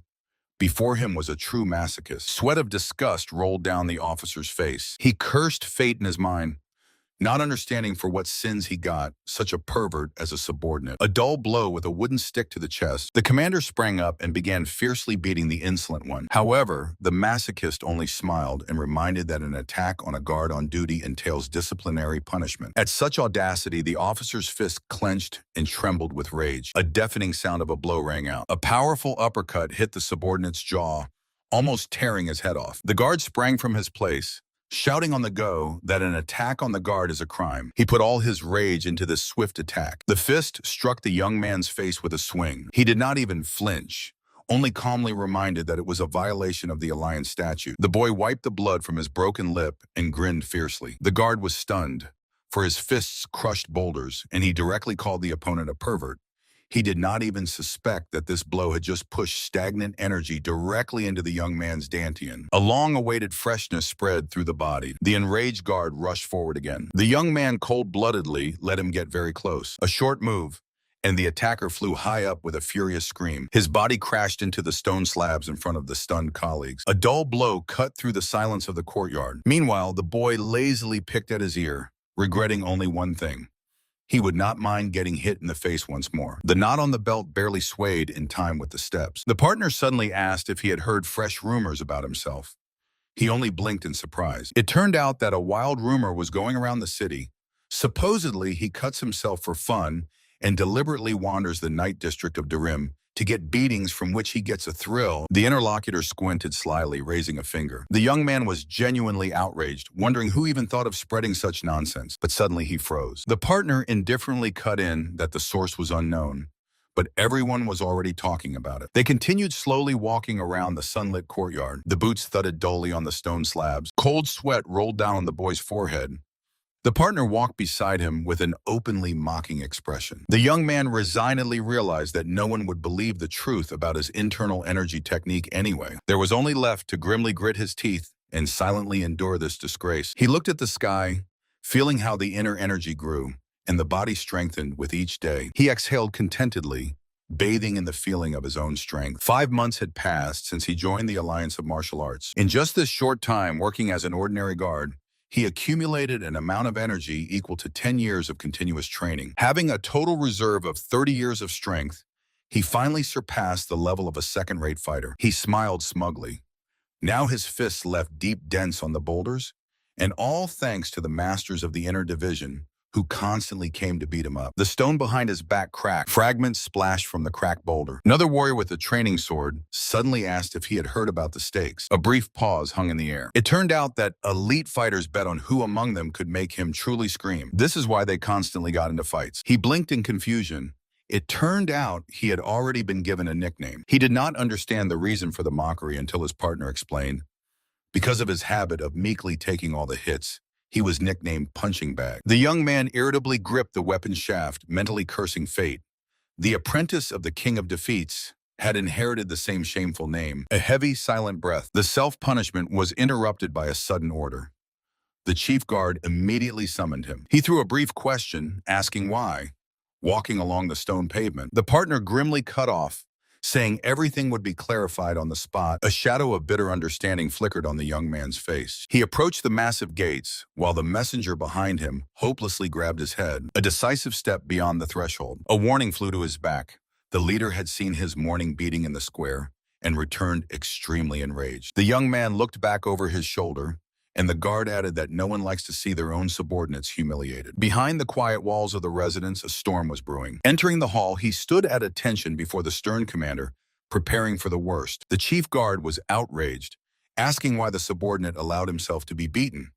The leadership could not simply turn a blind eye to this, but the young man calmly argued that his martial art was somewhat unusual. He even stated that the harsh attacks of the inner court warriors had benefited him. The commander skeptically retorted that he knew iron skin techniques, where the body is tempered by pain, but training through absorbing enemy strikes with internal energy was complete nonsense. The young man stood in the middle of the room and confidently argued that during his service, his own energy had rapidly increased. He attributed this success to the ardent support of his tormentors, which finally confused the commander. The chief's face suddenly tensed as he recalled some very unpleasant rumors. The boy himself voiced his suspicion about masochism, and the commander only briefly nodded. The young man laughed awkwardly, trying to reduce everything to a simple misunderstanding. He began to justify himself, saying that he groaned from the blows not for pleasure, but because of intense relief. This is exactly how he feels the moment when the hidden chi in the vessels is released and flows powerfully directly into his dantian. The commander covered his mouth with his hand, mentally deciding that it still sounded like a diagnosis. The boy's gaze sharpened.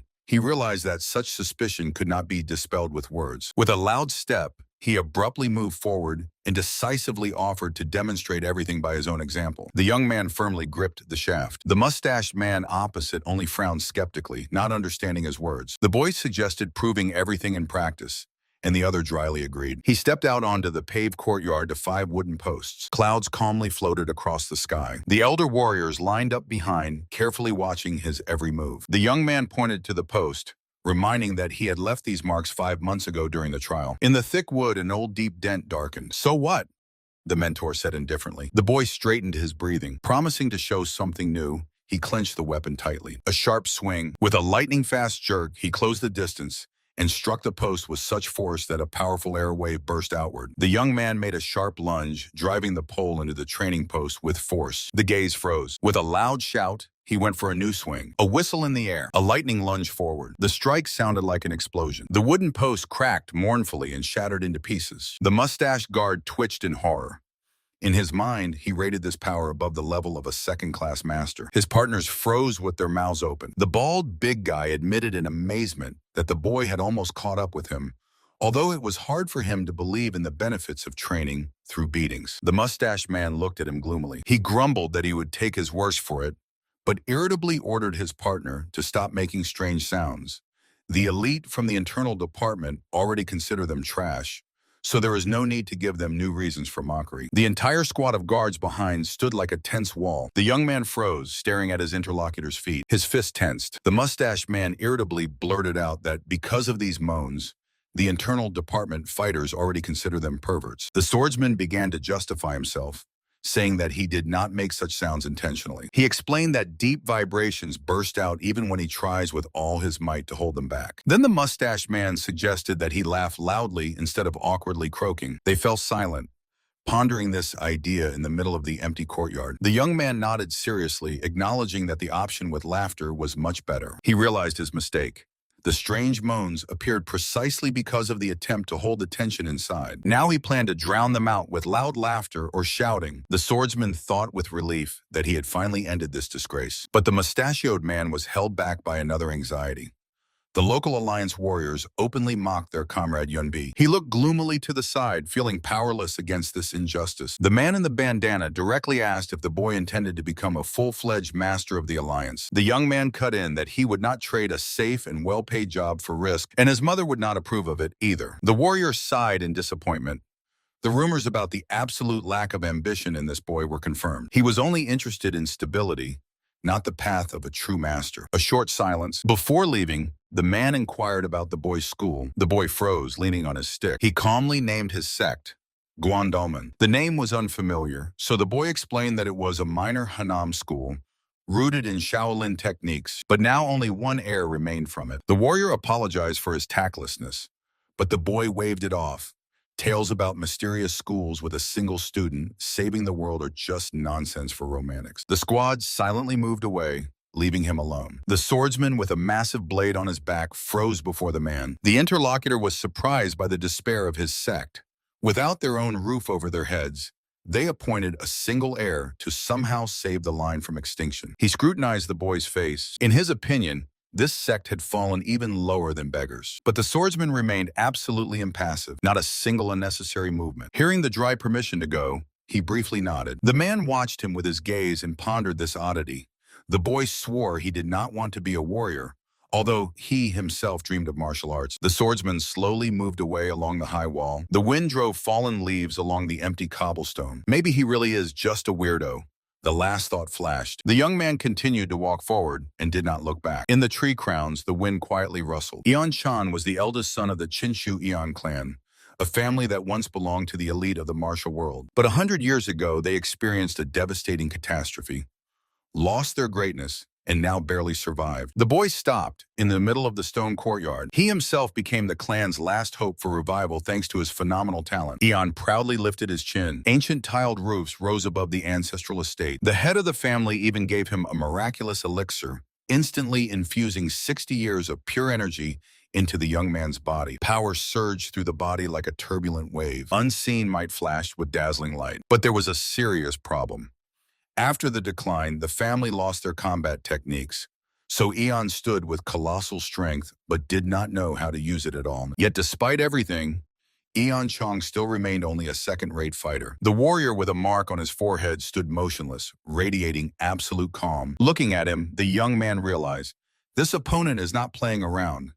He is set to be as serious as possible. He calmly responded with a brief request. Instead, the fat man respectfully folded his hands and unexpectedly asked to be struck. A sincere misunderstanding flashed across the young man's face. Suddenly, the air vibrated loudly. The body of the strange warrior was instantly enveloped in a heavy purple aura, and a dazzling yellow energy flared in his fist. His eye gleamed fiercely. A sharp jerk. "I attack!" he shouted, and lightning fast sprang from his place, thrusting a shining fist forward. The space was torn by a powerful golden flash. A bare fist harshly blocked the sword blade, sparking a shower of sparks. A short laugh. The young man lightning fast struck Eon Chun right in the chest, releasing a powerful burst of energy. He calmly asked how that felt. Eon Chun stared at his opponent, frozen in shock. The victor thoughtfully scratched the back of his head. The physical strength of this boy was worthy of a first-class master. However, the overall level barely reached the second due to terrible control of internal energy. Eon Chun awkwardly remained silent, covered in sweat. Finally, the young man decided not to choose his words and tell the truth. He directly stated that the enemy's attacks were too straightforward, and this was clearly evident even in how his energy penetrated the body. Both froze facing each other in the sunlit courtyard. The young man recalled his old fight with the master of the Gondan sect, who tore his body with 7 different streams of power. Then his muscles burned with hellish pain. But Eon Chun's strikes turned out to be so soft, as if he was not hitting, but simply carefully transferring his energy. The young man smoothly released the opponent's multicolored sleeve. The big guy with the mark on his forehead silently brooded, hiding his confusion behind a drop of sweat on his cheek. He finally awkwardly blurted out what he should do then. The man tensed, awaiting a hint. The young man measured him with a steady gaze. He recalled his master's instruction. Book techniques are only good for training, but in a real fight, energy must first be tamed, then sharply released. His face remained impassive. Any martial art is just a base that must be adapted to a real confrontation. The big guy froze in the middle of the yard, silently digesting what he heard. Then the boy took a short step forward. This cannot be explained in words, so he decided to show everything with a live example, modestly calling his move third rate. He took a stance, waiting for consent. The man nodded seriously, telling him to show it because he would not miss a single movement. In the clear blue sky, light clouds drifted peacefully. The young man approached the training post and with a carefree smile warned that he would now strike just as he does in regular sessions. His interlocutor silently stood behind, watching attentively. The smile instantly disappeared from the boy's face, changing to cold concentration. He aimed at the target, deciding to invest 80% of his internal energy into the attack and combine explosive power with spiral technique for real combat. A deep dent remained in the massive wood from his test strike. He caught his breath, entering a battle trance. The young man sharply retreated backward, adopting a tough fighting stance. His feet dug firmly into the stone slabs. A lightning-fast lunge forward. A sparkling trail burst from under his soles due to the insane speed. He threw a fist, around which golden rings of concentrated energy instantly flared up. The devastating blow struck the pillar, shattering the wood into splinters under a dazzling flash of light. The observer shuddered at the scene power and stared in shock, barely holding back a shout. The fist struck the pillar, smashing the wood into splinters. Eon Chun asked in astonishment if the usual amount of energy was really enough for this strike. He understood. Such destructive power is the level of a grandmaster who cannot be found even in the inner courtyard. The mentor calmly confirmed this and added that with the right technique, the young man would be able to strike even stronger. Eon Chun doubted, pointing to the teacher's gigantic internal reserves.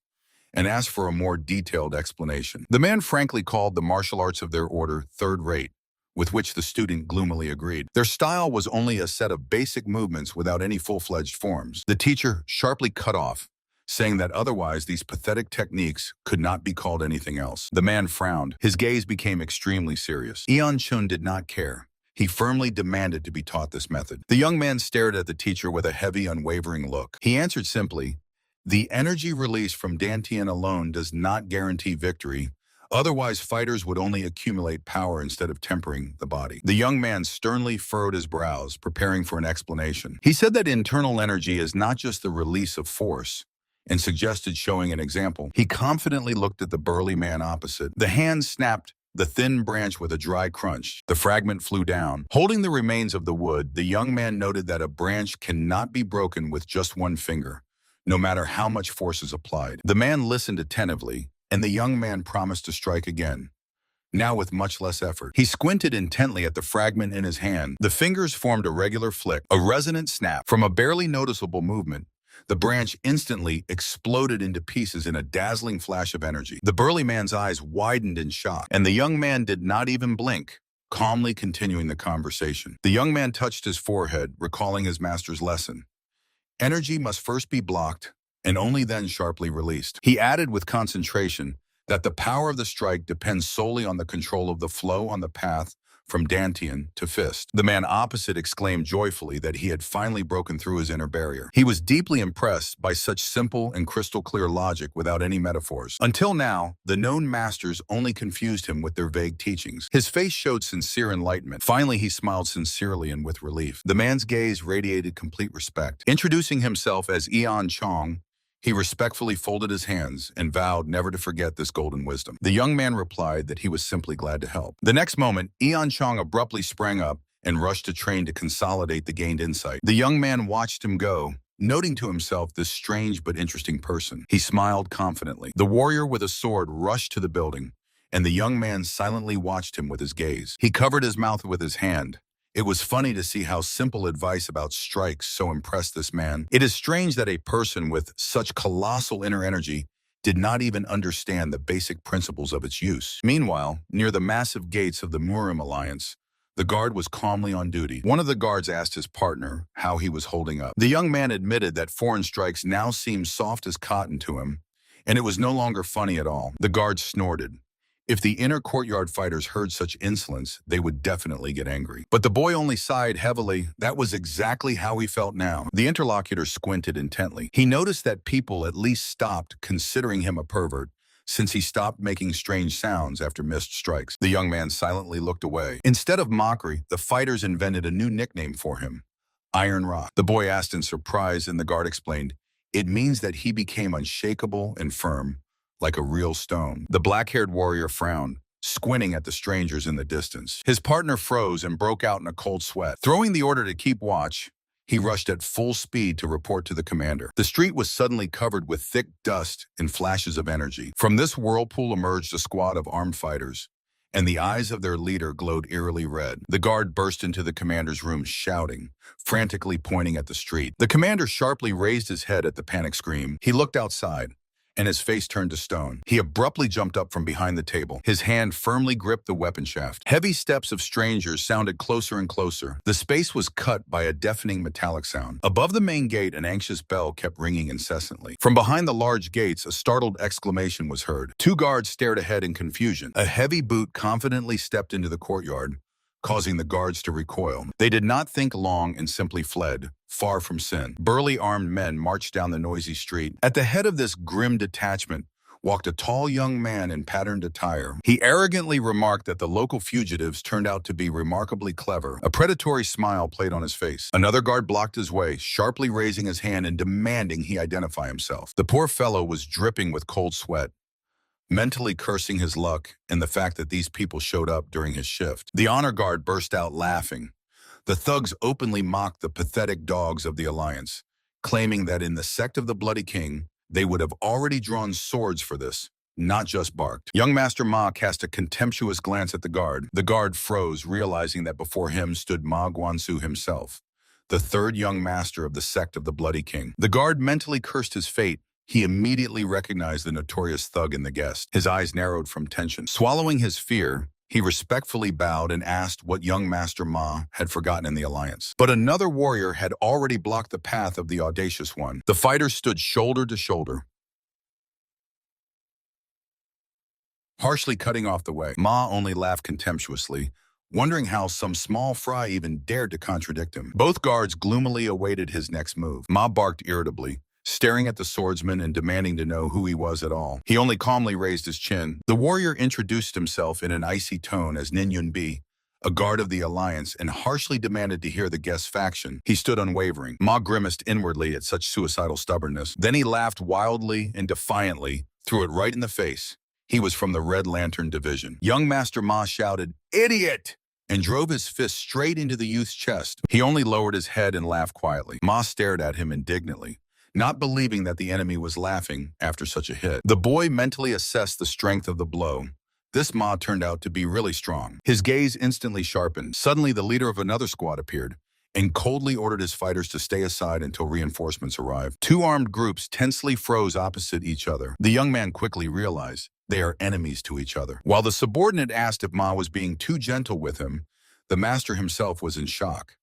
He put half of his internal energy into the strike, but the boy didn't even blink. The master's face darkened. He decided to abandon games and use deadly black energy for the next attack. A confident, predatory smile played on his lips. A sharp whistle cut through the air. The man in patterned armor shouted a threat and furiously rushed into attack. He clenched his fist with a crunch. At insane speed, the hand blurred in motion. But the young man struck first. His fist harshly hit the attacker's chest. The enemy flew back, forcefully pressing his boots into the ground. At that very moment, an outraged shout rang out, demanding an explanation of what the hell was going on. The young man's hand gripped the stranger's collar with a death grip. He pulled the opponent towards himself and fiercely hissed that they had become completely insolent and lost all limits. The fingers clenched the fabric even tighter. A flash and a sharp crack accompanied the new devastating blow. From the powerful strike, the enemy flew back with a groan. His face twisted painfully from the fall. Three guards instantly drew their swords and rushed to attack, shouting to save the third young master. The young man coldly glanced at the steel in their hands. He warned directly, "Anyone who raises a weapon will become dead," and suddenly sprang from his place. The enemy struck simultaneously, but the boy, lightning fast, slipped through their ranks, clutching only fragments of a broken stick in his palms. A blue trail of the blade cut through the air. One of the swordsmen fiercely swung to decapitate him. A dull thud. True steel clanged into ordinary wood, sparking, but the stick withstood the pressure. The youth effortlessly blocked the attack, and with a wide swing went on the counteroffensive. He sharply lunged forward, instantly closing the distance. A hard strike hit the opponent right in the neck. A dull groan. The next enemy attacked with a halberd from a swing, but the youth did not even blink. A lightning-fast block, and the heavy blade rang as it bounced off his stick. The fist clenched with a crunch. A powerful counter-strike knocked away the weapon and broke through the defense. The air trembled from the release of power. The attacker's ribs cracked under the crushing pressure. With a furious scream, he flew backward. The hero immediately rushed after him and brutally finished him off while still falling. The enemy's body hit hard and plowed the ground with his back. "You are all corpses," he roared, lunging at the remaining guards. A golden aura flared at the fingertips. The next moment, he flew into the crowd, sweeping away enemies with a series of devastating blows. Someone desperately charged with a death scream. The man with the bandage fiercely swung his sword, but only cut through a terrifying shadow with burning eyes. The young man threw back his head and burst into wild laughter. Malicious swearing flew after him. The enemy was covered in cold sweat, watching the boy who calmly walked to the gates. Suddenly he stopped and gave a fierce glance over his shoulder. With fierce swearing, he closed the distance in one leap and struck the attacker hard in the chest. The attacker screamed wildly, begging for mercy. The defeated one crawled pitifully on the cobblestones, trembling before the looming figure of the youth. Blood dripped from the broken mouth, and the eyes were tightly shut from pain and fear. The fight ended. The boy sighed wearily, lowering his weapon among a dozen fallen bodies. One of the guards asked anxiously if Nin was all right, to which he calmly replied that he was fine. The rest of the guards whispered in shock, not believing that this incredible fighter was their ordinary private. The commander admitted that although he had seen everything with his own eyes, he still could not comprehend how one warrior had taken down more than a dozen enemies and sent Nin to rest. Nin silently moved past him. Meanwhile, the guards began to tie up the prisoners. The attackers were harshly restrained right on the stone floor. Suddenly, Nin stopped and sharply called to wait. He pointed to an important detail. The weapons the enemies came with belonged to them. The commander stared in confusion. A greedy thought flashed through his mind instantly. If the hostages are just a bargaining tool, then the weapons are real money. He businesslike covered his mouth with his hand and authoritatively declared that the confiscated blades rightfully belonged to the reserve squad. Waving his hand, the chief brazenly suggested dividing the loot equally. At such blatant mercantilism, Nin's face twisted in displeasure. The man calmly closed his eyes and nodded. He decided to retreat and give up the loot. The other's skill was too obvious, and their squad had hardly participated in the fight. A barely noticeable smile flashed across his face. Meanwhile, fingers in a scaly glove firmly gripped the sword hilt. Above the spacious yard, the sun shone dazzlingly. The young man was looking satisfied at the acquired blade, watching the fighters in blue uniforms silently leaving the square. He remained standing by the table. In front of him lay a whole arsenal of trophy weapons, and the warrior began to interestedly sort through the luxurious sheaths. A worried partner approached him and asked about the wounds, and upon hearing excuses, insisted on an examination. His gaze remained tense. The comrade sharply approached and carefully examined the torn fabric on his friend's clothing. The wounds turned out to be superficial, and the bleeding had already completely stopped. So both sighed with relief. Above the tiled roofs of the estate spread a calm, sunny day. He handed over a heavy bag of coins. The commander was surprised, to which the young man calmly replied, "These are the money from the sale of trophy weapons." The chief raised his eyebrows. Why is he being given the profit from the blades of the Blood King sect? The guy had a clear plan. He kept half for himself and brought the rest to the commander and his team. The latter appreciated the gesture, noting that despite his cold appearance, the guard truly cared about his own. After saying goodbye, the young man bowed his head. He sharply turned toward the door. Approval from the commander sounded after him. The commander approvingly watched him go. The door closed. Walking through the sunlit yard, he recalled an old rule. If you take all the money for yourself, you will inevitably make enemies. A slight smile flashed across his face. The laws of survival here were the same as in dark alleys, but now he was worried about something else. He clearly remembered how his back was slashed. So why had the deadly wounds disappeared without a trace? He felt his shoulder, blinking in surprise. After the energy practices, there were almost no scratches left on his body. The wounds were healing at a suspiciously fast rate. The young man guessed, the divine technique Gunwoo heals his body only so that he does not die from hellish pain during training. Jumping over the wall, he was finally convinced that this art has nothing to do with the usual techniques of the Alliance. Softly landing, he just snorted. Who would have thought that such a day would come? Meanwhile, in the barracks, another guard clicked his tongue with satisfaction, recalling the reward of 10 silver coins. Comrades happily gathered around. Colleagues joyfully examined the plump pouch, calculating the monthly profit from weapons and bonuses. The guard Nina was friendly, hugged on the shoulders, anticipating how well they would spend this money. He quietly smiled. The savings had grown decently, so getting hired here was an extremely successful decision. With a habitual movement adjusting the collar of his uniform, he returned to reality. A call to get to work sounded. 3 guards confidently stepped into the corridor, taking their shift. Near the massive gates, the usual bustle was boiling. People were incessantly bustling through the stone courtyard. The young guard smiled contentedly. He was already well accustomed to this job. Now the guy could distinguish couriers, food suppliers, and scrap collectors at a glance. Most of them were regular visitors, so he only had to carefully watch about a dozen newcomers. Suddenly, he sharply opened his eyes. The air was cut by a heavy rumble. A huge bearded man in armor burst into the yard, causing the crowd to instinctively part. Each of his steps echoed with a thud. The guard instantly grew gloomy. Such guests always bring nothing but a headache. He tensed, preparing for trouble. The sentinel nearby was covered in cold sweat, horrified, wondering who this giant even was. The giant suddenly stopped. The young man suddenly froze. The path was blocked by a stern, bearded guard. On his chest was visible a massive scaled armor. The boy stepped back a step, while other people hurried past the gate. His hand involuntarily clenched into a fist. A firm step forward. He stopped right in front of the guard. The young man calmly measured the massive figure of the warrior with his gaze. The tension between them thickened to the edge. The guard barked, asking about the purpose of the visit to the Alliance of Martial Arts. And the boy's bold answer only angered him. The guard frowned and demanded to name the name. They stood close to each other. Hearing the response, the bearded man sharply exclaimed that he was Hirikto, the mighty blade. The bearded traveler confidently moved past the guard. The dark-haired youth sharply stopped him with a command to halt. He added that he had never heard his name, calling it an ordinary nickname. A drop of sweat appeared on the boy's temple from tension. The bearded man turned with a complaint, but the guard steadfastly demanded to show the badge. "Don't you recognize me? I am the mighty blade, the stranger barked indignantly. The youth waved indifferently and coldly repeated the demand to provide documents. The blade's teeth ground in fury. The warrior's fingers tightly gripped the scabbards. The right hand sharply lay on the hilt. With one jerk, he drew out a massive cleaver with a dragon embossed on the steel. Steel flashed with a cold gleam. The air was cut by a bright arc of blue energy. A huge blade with a dragon pattern sliced through the air in a dazzling flash under a piercing scream. The young man froze in shock. The body reflexively curled up. He flinched at the loud clatter of metal and shouted in confusion, not understanding where the weapon had come from at all. But he hesitated only briefly.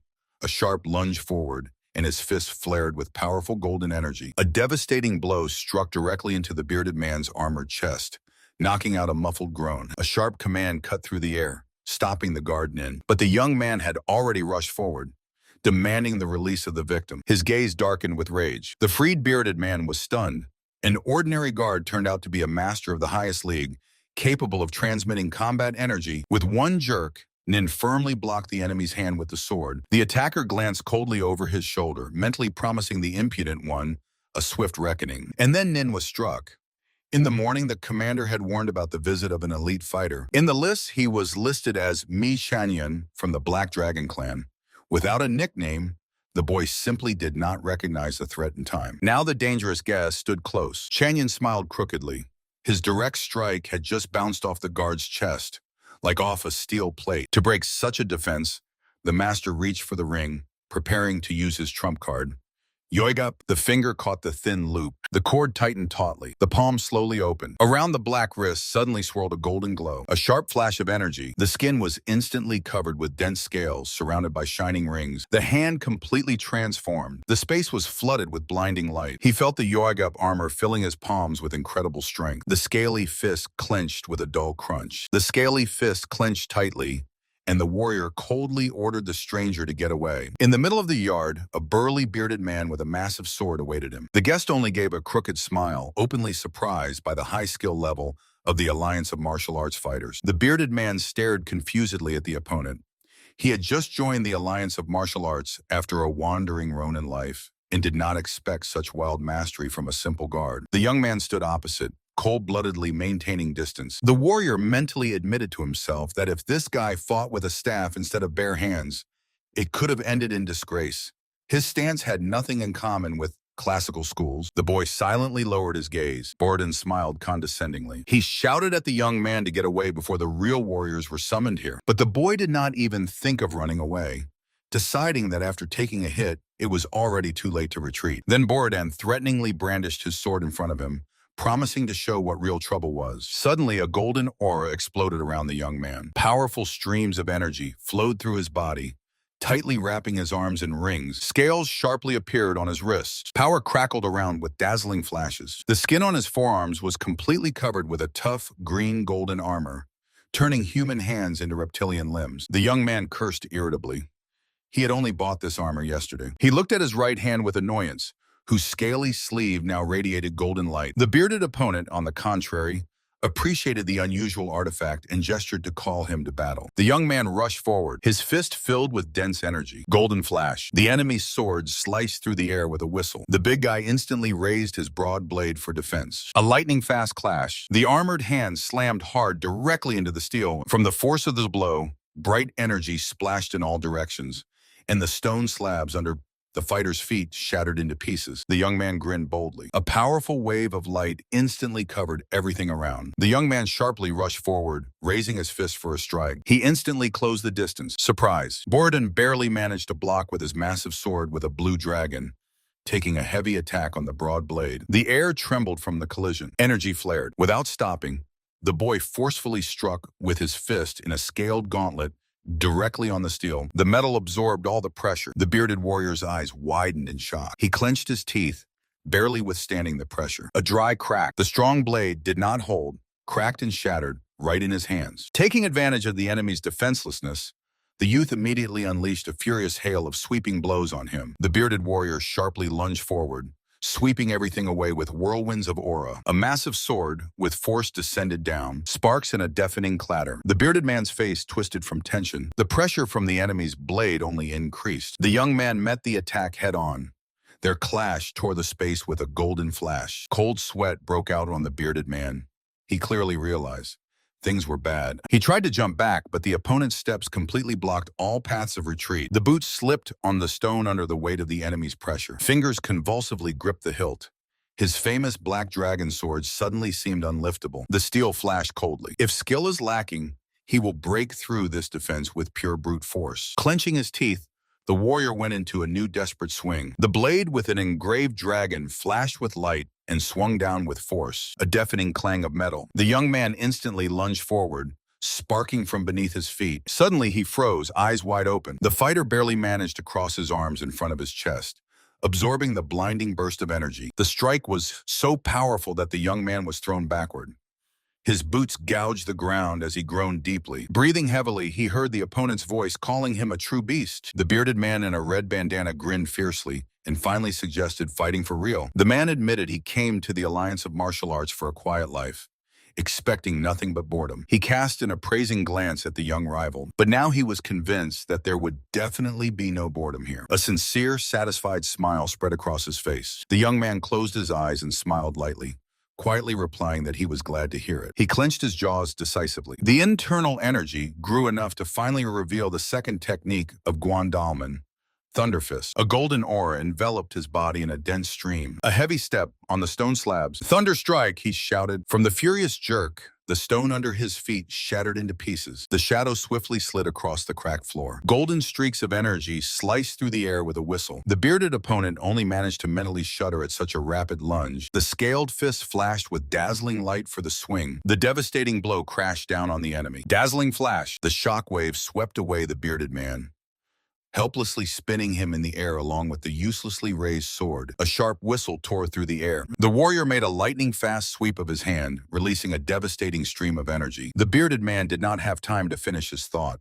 His eyes widened in shock, because this simply could not be. A muffled blow shook the ground. The young man thrust his fist forward, which suddenly flared with a golden scaly aura. The bearded man tensed, feeling cold sweat on his cheek. The next moment, a new rumble sounded. Golden energy, rings made him jump high, barely managing to draw his sword for defense. The young man coldly watched the wall of force rising right before him. The space was cut by a ringing sound. A sudden blue whirlwind knocked down the bearded man, helplessly spinning him upside down in the air. A dazzling glow momentarily obscured the view. However, mid-flight, the man managed to regroup and fiercely thrust his dragon-patterned sword against the energy gale. The blue energy blade sliced through the air with a whistle. The young man cursed through his teeth, but smiled defiantly. A gigantic phantom dragon struck from above, forcing the boy to block the attack with crossed arms. Golden light burst from beneath his feet. A rumble? Energy crackled and scattered to the sides as he held back the devastating pressure. Suddenly, the sleeping fury in his veins wildly boiled and burst out. He spread his arms, dispersing the remnants of the enemy attack, a predatory excitement flashing across his face. The bearded opponent stared in surprise, realizing the boy was openly enjoying the fight. The old man's face grew sterner. "I'm coming!" shouted the young man and dashed forward like lightning, leaving sparks behind him. The bearded man froze before the inevitable clash. The bandaged hand rose for a powerful strike. The foot struck the ground sharply. With burning fists, he swiftly closed the distance to the swordsman. The enemy instinctively tightened his grip on the weapon. A powerful sweep sent a blue wave of energy across the stone. An explosion sounded. Through the thick smoke, a crimson eye flashed fiercely. The phantom dragon opened its jaws. The silhouette of the beast finally appeared behind the fighter. A huge blue serpent burst upwards, scattering dust. Gathering all the aura, the warrior threw out his hand and brought the monster down on the enemy. The dragon's snout lunged into attack shoulder to shoulder with the shining fist. A dazzling explosion engulfed the space. The scaly beast absorbed the blow and roared wildly in pain. A powerful burst of energy forcefully threw the warrior back. He, running at full speed, tore the stone floor with his back. His face twisted from a sharp pain, his eyes closed. The bearded opponent immediately rushed to him, running and fearfully asking if he was okay. The defeated lay unconscious, blood dripping from his lips. The bearded man carefully felt his hand, tightly covered with greenish scales. He exhaled with relief.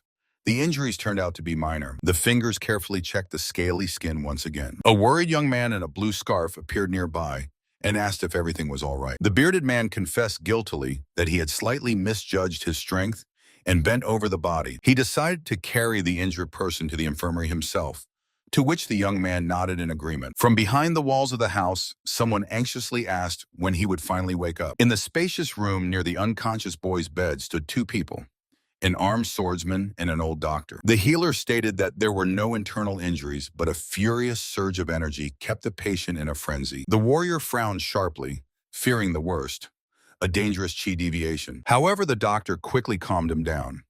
The meridians were clear, and the unstable pulse was only a consequence of deep exhaustion, which could be treated with a sound sleep. The swordsman sighed with relief, introduced himself as recruit Mi Chanyon, and took full responsibility for the young man's wounds. The swordsman assured that he would not spare the best medicine, so there was nothing to worry about. He guiltily leaned over the bed and quietly wished him a speedy recovery. Above the quiet courtyard of the estate, the sun rose high. Behind the paper doors, a hoarse, painful groan sounded. The boy regained consciousness and realized with horror he had truly exhausted his own strength in battle, but the pulsating energy now tearing him from within did not belong to his body at all. He lay motionless in bed, listening as the strange energy spread through his body and gathered in the 8 meridians. The divine Gunwu technique greedily drew an external power, which no longer stagnated but rapidly filled the Dantian. He was enlightened.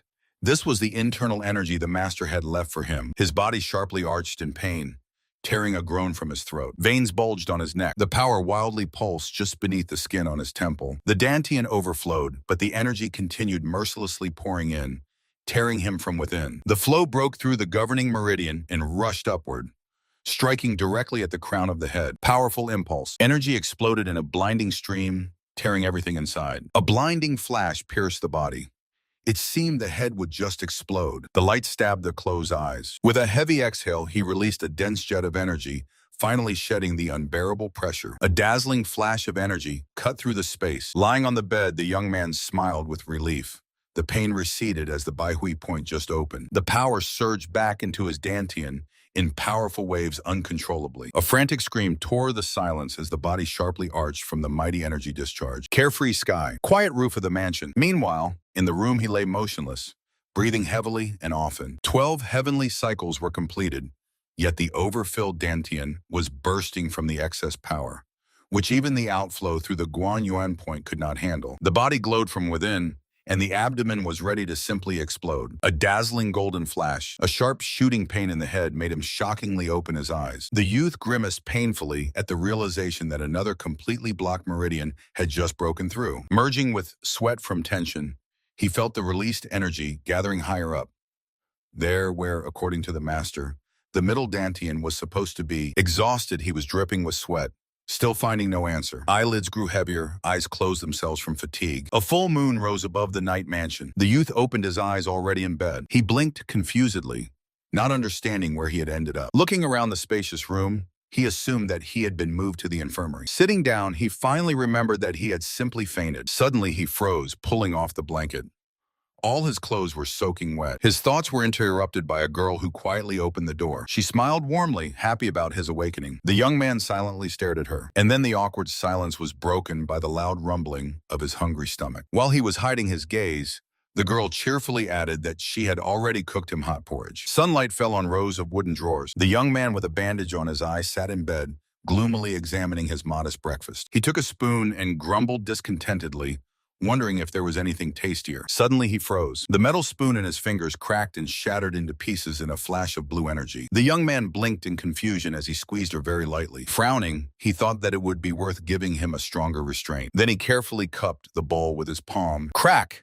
The ceramic shattered into pieces with the same energetic impulse. The boy stared in shock at the spilled food, not understanding at all what was happening to his body. A sharp rustle, a puddle of spilled dish spread among the shards. Someone stepped heavily and confidently onto the floor of the room. He walked toward the door, marveling at the unusual lightness in his whole body. His hand reached for the massive door ring. Now he only wanted normal food instead of the tiresome porridge. Crash! The metal shattered in his fingers like fragile cookies. He stared in surprise at the torn-off handle. Only now did the young man realize that his Dantian was overflowing with internal energy.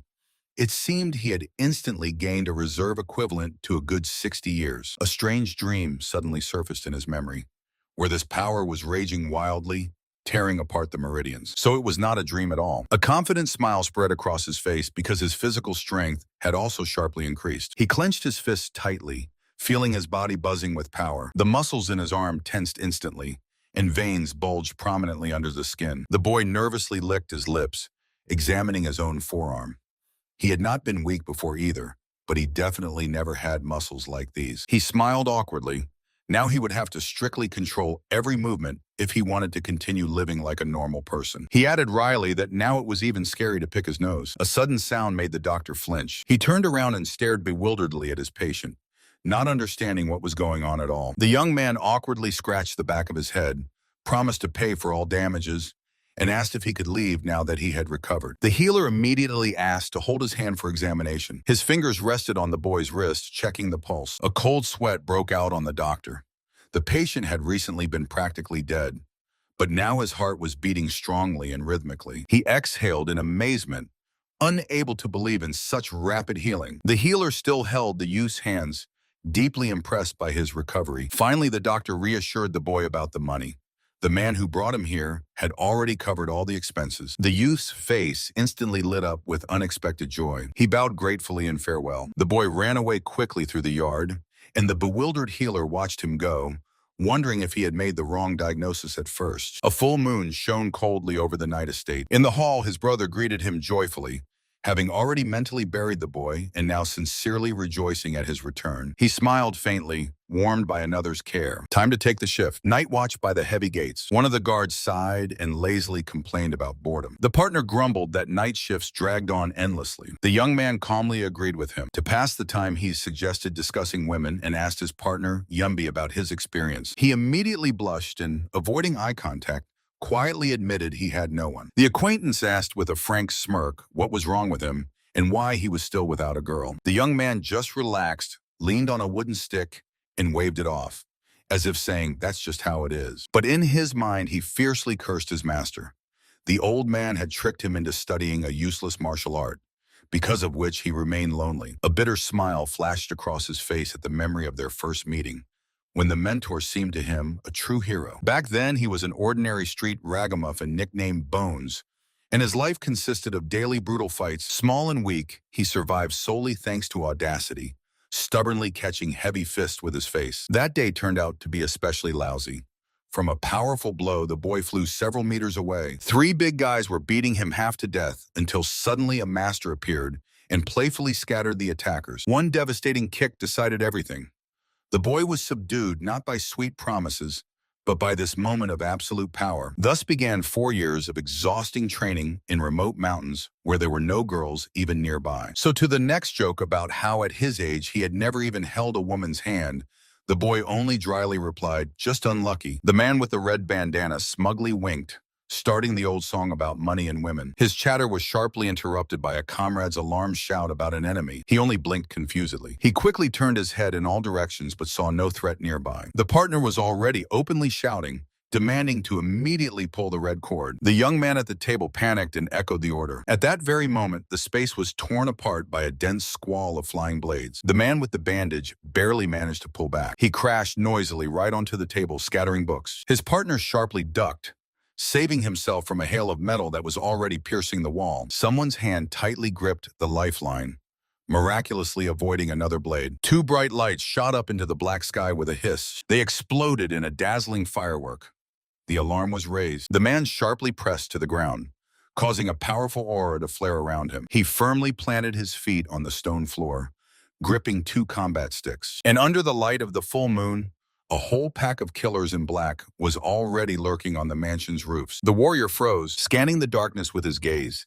He mentally counted about 40 enemies. 2 guards, meanwhile, panicked and rushed to the open gate. One of them shouted for everyone to quickly get inside. And at that moment, the courtyard was pierced by a dazzling barrage of energy strikes. The warrior sprang from his place and swiftly flew through the door. Enemy attacks continued mercilessly pounding the gate. Armed with clubs, he jumped right into the line of fire, covering the retreat of his people. The guard pressed hard on the doors and slammed the heavy door shut with a crash. But from outside, cutting through the air with swords, dozens of assassins were already jumping at them. He smiled crookedly. realizing he would have to fight again. Meanwhile, in the night courtyard, three guards lamented why the enemies attacked during their shift. A terrifying figure loomed before them from the darkness. One of the guards turned pale, not understanding what to do next. The young man sharply commanded him to run inside and wake the warriors. The guard rushed to the door at full speed. The killer jumped after him, aiming the sword straight at the fugitive's neck. A ringing strike. The young man managed to block the blade with a wooden stick, which greatly surprised the attacker. He only grinned defiantly, challenging the opponent to a real fight. The enraged killer cursed and rushed forward. The young man swiftly dove under the enemy's blade. The attacker's eyes widened in surprise. Yumbi struck the opponent with a wooden stick with a swing. The killer in black flew back onto his back with a groan, dropping the sword. With the order to kill him, two more mercenaries rushed forward. Yumbi calmly caught two sticks, waiting for the enemies to approach. Lightning strike. The next attacker fell onto the cobblestones with a loud crunch. Yumbi froze in surprise. He realized that these fighters were actually very skilled. The last enemy jumped at him with a fierce scream, swinging two blades. Yumbi harshly took the blow on his crossed weapons. Sparks flew from the furious barrage of attacks. Suddenly, someone called his name anxiously. Yumbi reacted instantly and threw a stick straight at the killer. The killer in black rushed into the attack, but the young man did not even flinch, loudly invoking his artifact. His right hand was instantly enveloped in pulsating energy. Dazzling flash. Directly over the skin grew strong, scaly armor. The metal quickly crawled upward, securely encasing the forearms. A dense golden aura swirled around the body, and a confident smile played on the face. The attacker suddenly braked, stunned, staring at the unknown weapon. "This gauntlet will blow your head off," the boy shouted and swung his fist forward. A shining lunge cut through the air with a roar. He snarled fiercely, anticipating an easy victory. Suddenly, the wooden gate shattered into pieces. A whole crowd of new armed ninjas burst into the arena. The gray-haired partner behind cursed desperately. In a second, the young man found himself in the center of a deadly whirlwind, forced to fend off dozens of blades at once with his scaly hands. The young man deflected the enemy's swords with his scaly bracers and laughed eerily. The ninja in the black mask glared indignantly, not understanding why he was laughing like a madman. A moment, and the killer sharply jumped back. He landed right on the blade of his own sword, sliding it along the cobblestones. But the opponent continued to cackle, sparking as he accepted new attacks on his armored arm. Each collision worked at his advantage. The chi energy rapidly flowed from the blood vessels directly into his dantian. With a shout of "Die!" the warrior thrust his fist forward. His hand was enveloped by a dazzling golden lightning. The ninja was confused when the glowing fist broke through the defense. A crunch, and the bones of his forearm shattered into pieces. The enemy screamed wildly in pain as the powerful discharge pierced his body. From the direct hit to the chest, a wave of energy exploded, and the young man laughed maniacally again. The broken killer fell heavily face first onto the stone slabs. A ninja in black leather lunged from above, shouting about death, but the young man managed to react. A sharp clang of metal. The young man gasped from the weight of the blow, taking the deadly blade right on his arm. The killer instantly spun in the air for a new, even more powerful strike. And again a dull thud. The boy only snarled fiercely. Under his clothes gleamed strong scaled armor. The shining blade swooshed downward. Sparks flew in all directions, but the defense held without a single scratch. The killer fiercely cursed his weapon when he realized he could never break through this obstacle. But this skirmish was only a warm-up before the real fight. New trials awaited ahead, and he was ready to meet them with a daring smile. In the night courtyard, a battle raged. The young man fought off killers, feeling how the furious pace made his inner energy boil and almost tear his chest apart. He smiled crookedly. His side was already unbearably aching from constant dodging. Suddenly, a harsh order to retreat sounded from the darkness. The ninjas instantly froze and obediently lowered their weapons before the elder. A heavy step cut through the silence. The stranger declared that he would deal with everything personally. The young man measured him with a glance, immediately realizing that he was a local boss. A plan instantly ripened in his mind.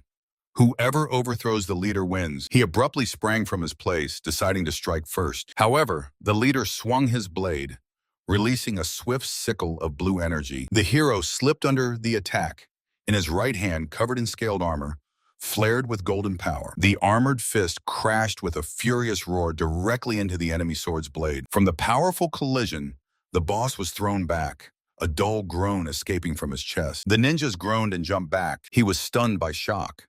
Some ordinary guard withstood his strike at the peak of his inner energy. Meanwhile, the yard was shaken by the stomping of dozens of feet. Armed warriors were rushing to help. The young man exhaled with relief. The killer hissed fiercely that the boy had ruined their plan. His blade dangerously gleamed along with the promise to take the guard's life. Figures of other ninjas with drawn swords instantly appeared on the wall. The young man only sneered contemptuously and called them miserable thugs. He calmly asked if they really thought he came here to die. The leader of the killers flinched, openly offended by the word thugs. The guards snapped at the shout. True masters do not arrange vile ambushes at dawn like cheap street kids. The ninjas fell silent. The boy boldly straightened up, finishing off the enemies by pointing out that these cowards even brought makeshift tools with them. The killer in the mask stared in shock at the blade, not understanding what some tools had to do with it. The young man snarled fiercely, suggesting to see who among them would survive this fight at all. His hand instantly became covered with strong scales, flashing with energy. The enemies sharply realized that before them was far from an ordinary guard. The mercenaries even flinched. Before them stood anyone but a regular watchman. The mercenary tensed, feverishly thinking about how to save at least something so as not to pay with his head for the failure. The leader fiercely thrust his sword forward, promising to finish the boy on the spot. Suddenly, the killer jerked sharply, sensing danger. Clenching his teeth, the leader bitterly admitted defeat. Because of this upstart, they had only to flee. Fleeing, he shouted a promise to meet again, to which the boy indifferently threw over his shoulder that they were not even friends. A sharp order to retreat sounded. Black silhouettes, one after another, took off from their places, rapidly dissolving into the night sky. The young man lowered his gaze to the abandoned weapon and practically judged that the trophy would go to pay for medical expenses. The next moment, he carelessly but powerfully hurled the sword, driving it firmly into the trunk of an old tree. He stood alone against 5 armed swordsmen. The enemies rushed at him, demanding he stop immediately. No way, the young man snapped mentally. During a sudden jerk, a burning pain pierced him. He grimaced and sharply grabbed his ribs. His clothes were soaked with blood, but the mortal wound had already closed. The divine Gunwu technique had indeed saved his life. Suddenly, a dignified man in yellow robes appeared in the square with his retinue. He coldly asked if anyone knew the origin of these killers. The young man only raised his eyebrows in surprise. Do they really think the attackers wore masks just for decoration? One of the guards handed the lord the blade left by the enemies. The man assessed the rare steel and realized that the owner of such a weapon was an exceptional master. He thoughtfully lowered the sword. He couldn't comprehend how elite warriors with expensive equipment managed to lose to an ordinary guard. The man thoughtfully weighed the double-edged sword in his hand. Ordinary guards wouldn't handle such a weapon, so he immediately understood who attacked them. These very blades were the trademark of the bloody killers from the Blood King sect. They came to rescue their third disciple, who was captured a few days ago. The officer silently shifted his gaze to the guard before him. Negotiations with the sect are tomorrow, and to corner them, he desperately lacked evidence. He asked if the boy was the same guard named Iron Rock, but the youth replied that he heard the name for the first time. His face showed no emotion. Then the officer asked directly if he was the one who captured their disciple. The boy nodded affirmatively, and the man introduced himself as Chong Yi-Su, leader of the Azure Dragon Squad, admitting that the night attack was definitely the sect's doing. He ordered the youth to immediately call the chief guard. At that very moment, a breathless guard rushed to them. Chong Yi-Su left his squad to guard the main gate and ordered the rest of the soldiers to return to the barracks. A short, "Yes, sir," sounded, and the subordinates set off to carry out the order. The night silence enveloped the estate. The guards gathered around the massive table, and one of them anxiously asked the young man if he was wounded again. He anxiously asked again if the boy had been hit again. He just calmly waved it off. Ordinary ointment will fix everything. The man opposite sincerely smiled and thanked him for saving his life. Another partner added, if not for his timely shout, they would have all fallen there, understanding nothing. He recalled that the boy was hit by a blade in the side and suggested examining the wound. Strange hands tightly bound the cut waist with a tight bandage. After examining the side, the comrade sighed with relief. The blade only grazed the skin, not piercing through. The young man sat with his back to the conversation and gloomily thought about the fact that he had been hired here for a safe job. What safety? The last days had turned into a massacre with night killers. The thought flashed to quit everything, but he sharply stopped himself. He just needed to become stronger than these freaks. His combat skills had indeed grown insanely. He managed to fend off 4 swordsmen alone, who already possessed this energy. He closed his eyes tightly. The problem was that, like Yon Chun, over a cup of tea, Yunbi pondered about 60 years of inherited internal energy. Once he fully masters this power, there will be nothing to fear. Moreover, the job turned out to be surprisingly easy, and his new nickname, Iron Rock, sounded much cooler than the shameful title of Master. He looked at his comrades with a smile.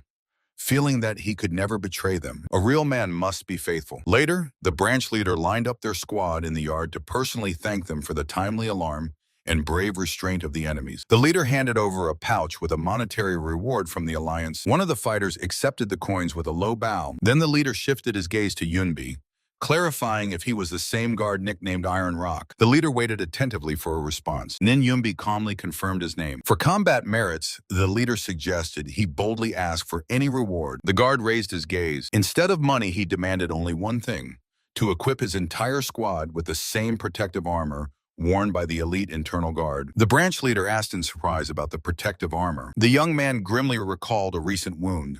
A light steel cuirass would definitely have saved him from a blow to the side. The request was fulfilled instantly.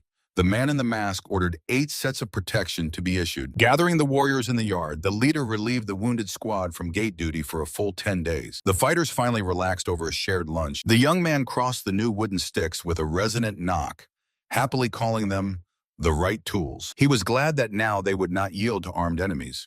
But his comrade was frankly surprised by such a term. The boy's face darkened. He explained that in dark alleys they fight with fists, and those who take up tools are considered cowards. The interlocutor squinted, directly asking if he came from those same slums. At the table, the spiky-haired young man slyly noted that his interlocutor had the look of a true hooligan, and he easily admitted his youthful pranks. The man confusedly placed his hand on his chest. He awkwardly scratched the back of his head and laughed sincerely, asking if he really looked like that. The companions nearby cheerfully agreed, calling Yunbi the embodiment of loyalty. He proudly lifted his nose, not hiding his pleasure at such words. The warrior with the red headband raised his glass high and called to drink tonight as long as the legs hold. The whole company together pushed the cups closer over the table. The cups clinked loudly over the table amid friendly shouts. The boys greedily drank the liquor. Yunbi also took a sip, relaxedly closing his eyes. Someone had already drained the glass to the bottom, croaking with pleasure. The carefree laughter of 6 comrades loudly spread across the spacious stone courtyard. A stranger in blue attire approached the group,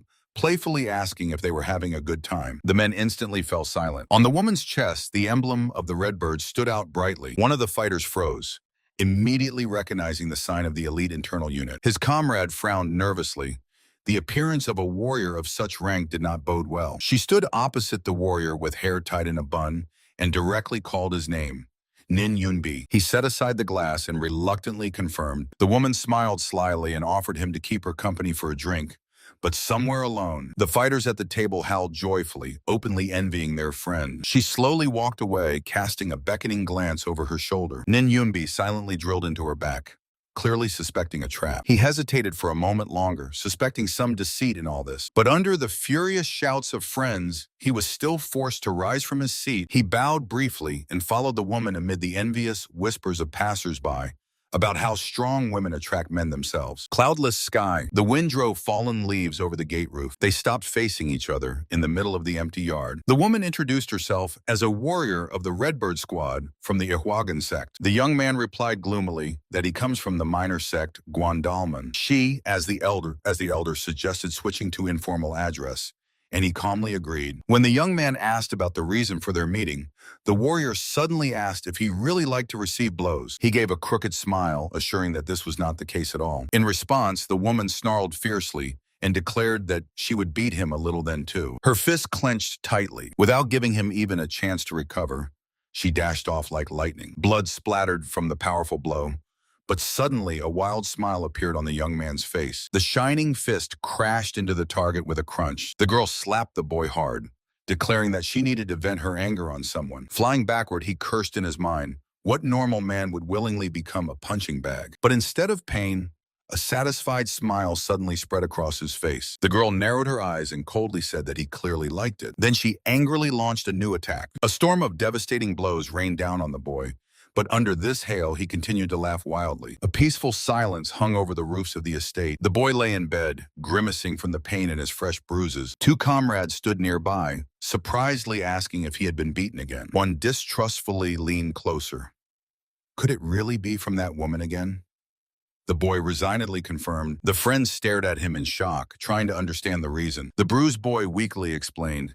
She was just in a bad mood and decided to vent. Lying broken in bed, he pondered about his master's past. He had endured beatings all his life, and now it made him bitter. The comrade nearby frowned, not understanding the reason for that girl's anger. The boy just grimaced.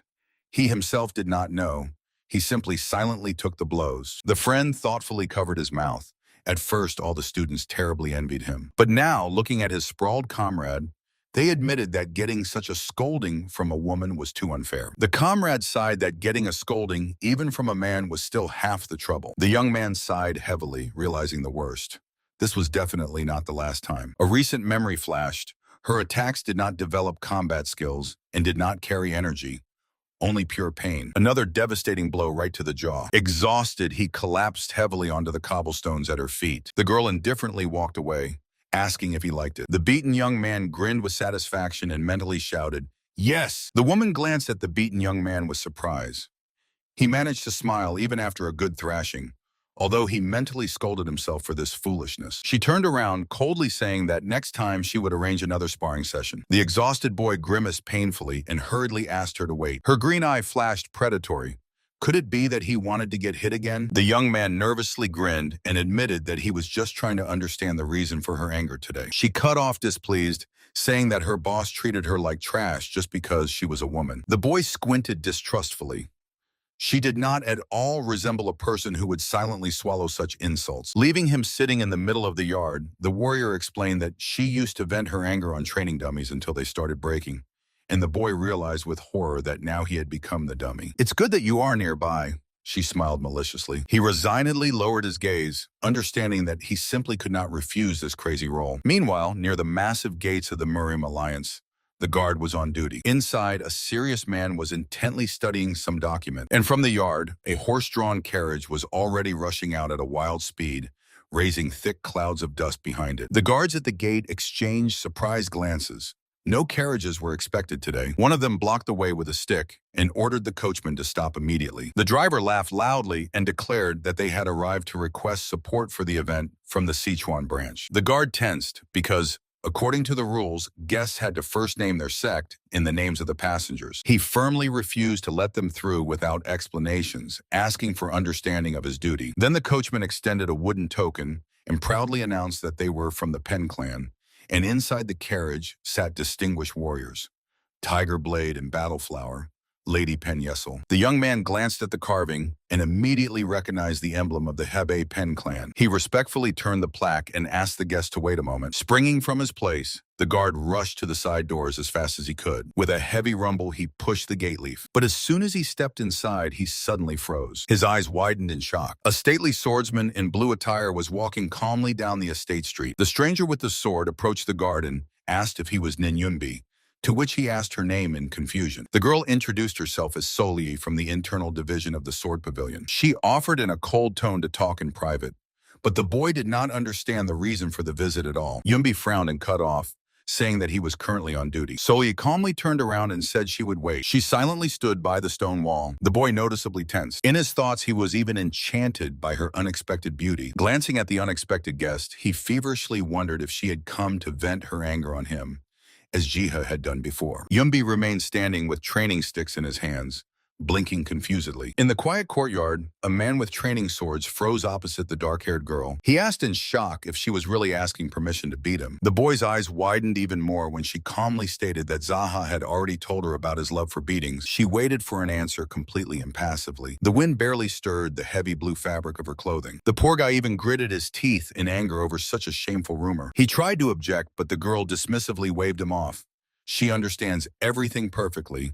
There is nothing to be ashamed of here. The warrior woman calmly admitted that she herself sometimes enjoys the blows received in sparring. A predatory, confident smile played on her lips. While he tried to digest what he heard, she coldly added, "Life here is oppressive, and a good fight perfectly relieves stress. But since destroying Alliance property is forbidden, she categorically asked for permission to beat him up whenever sadness overwhelms her." Her icy gaze clearly made it understood that this was not a proposal but a fact. White strips of fabric tightly crossed on the blue kimono with a red emblem. A female voice calmly stated that this deal is beneficial for both of them. The girl towered over the boy and extended her hand in reconciliation. He hesitated, muttering that it was not about that at all. The girl looked at him intently and quietly asked him to agree. The boy lowered his gaze, hiding a smile.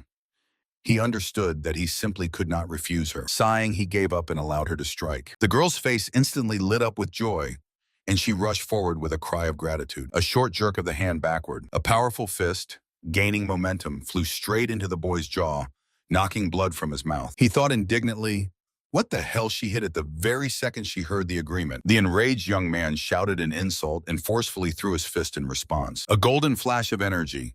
His heavy blow mercilessly struck her right in the stomach. The flash from the strong blow cut through the air. Just not there, he croaked, suddenly freezing in shock. His face was twisted by silent agony. He curled up on the floor in the fetal position, pitifully excusing himself, saying he was just thinking about someone else. The girl apologized confusedly, but immediately reproached. If he was daydreaming, then why did he hit her at all? Glancing at the trembling opponent, she innocently inquired whether it really hurt him that much. Clenching his teeth, he straightened up, forced a fake smile, and promised to be more careful from now on. Her lips stretched into a satisfied smile. She continued to ask whom he was thinking about, and the warrior grumbled irritably that there was one such acquaintance. The girl moved forward, turning her back to him. Watching her go, he thought in despair why he constantly acted like a magnet for such unbearable women. The dazzling sun flooded the cloudless sky. Heavy wooden gates slowly opened before the guardsman. The guard's job seemed quite bearable to him.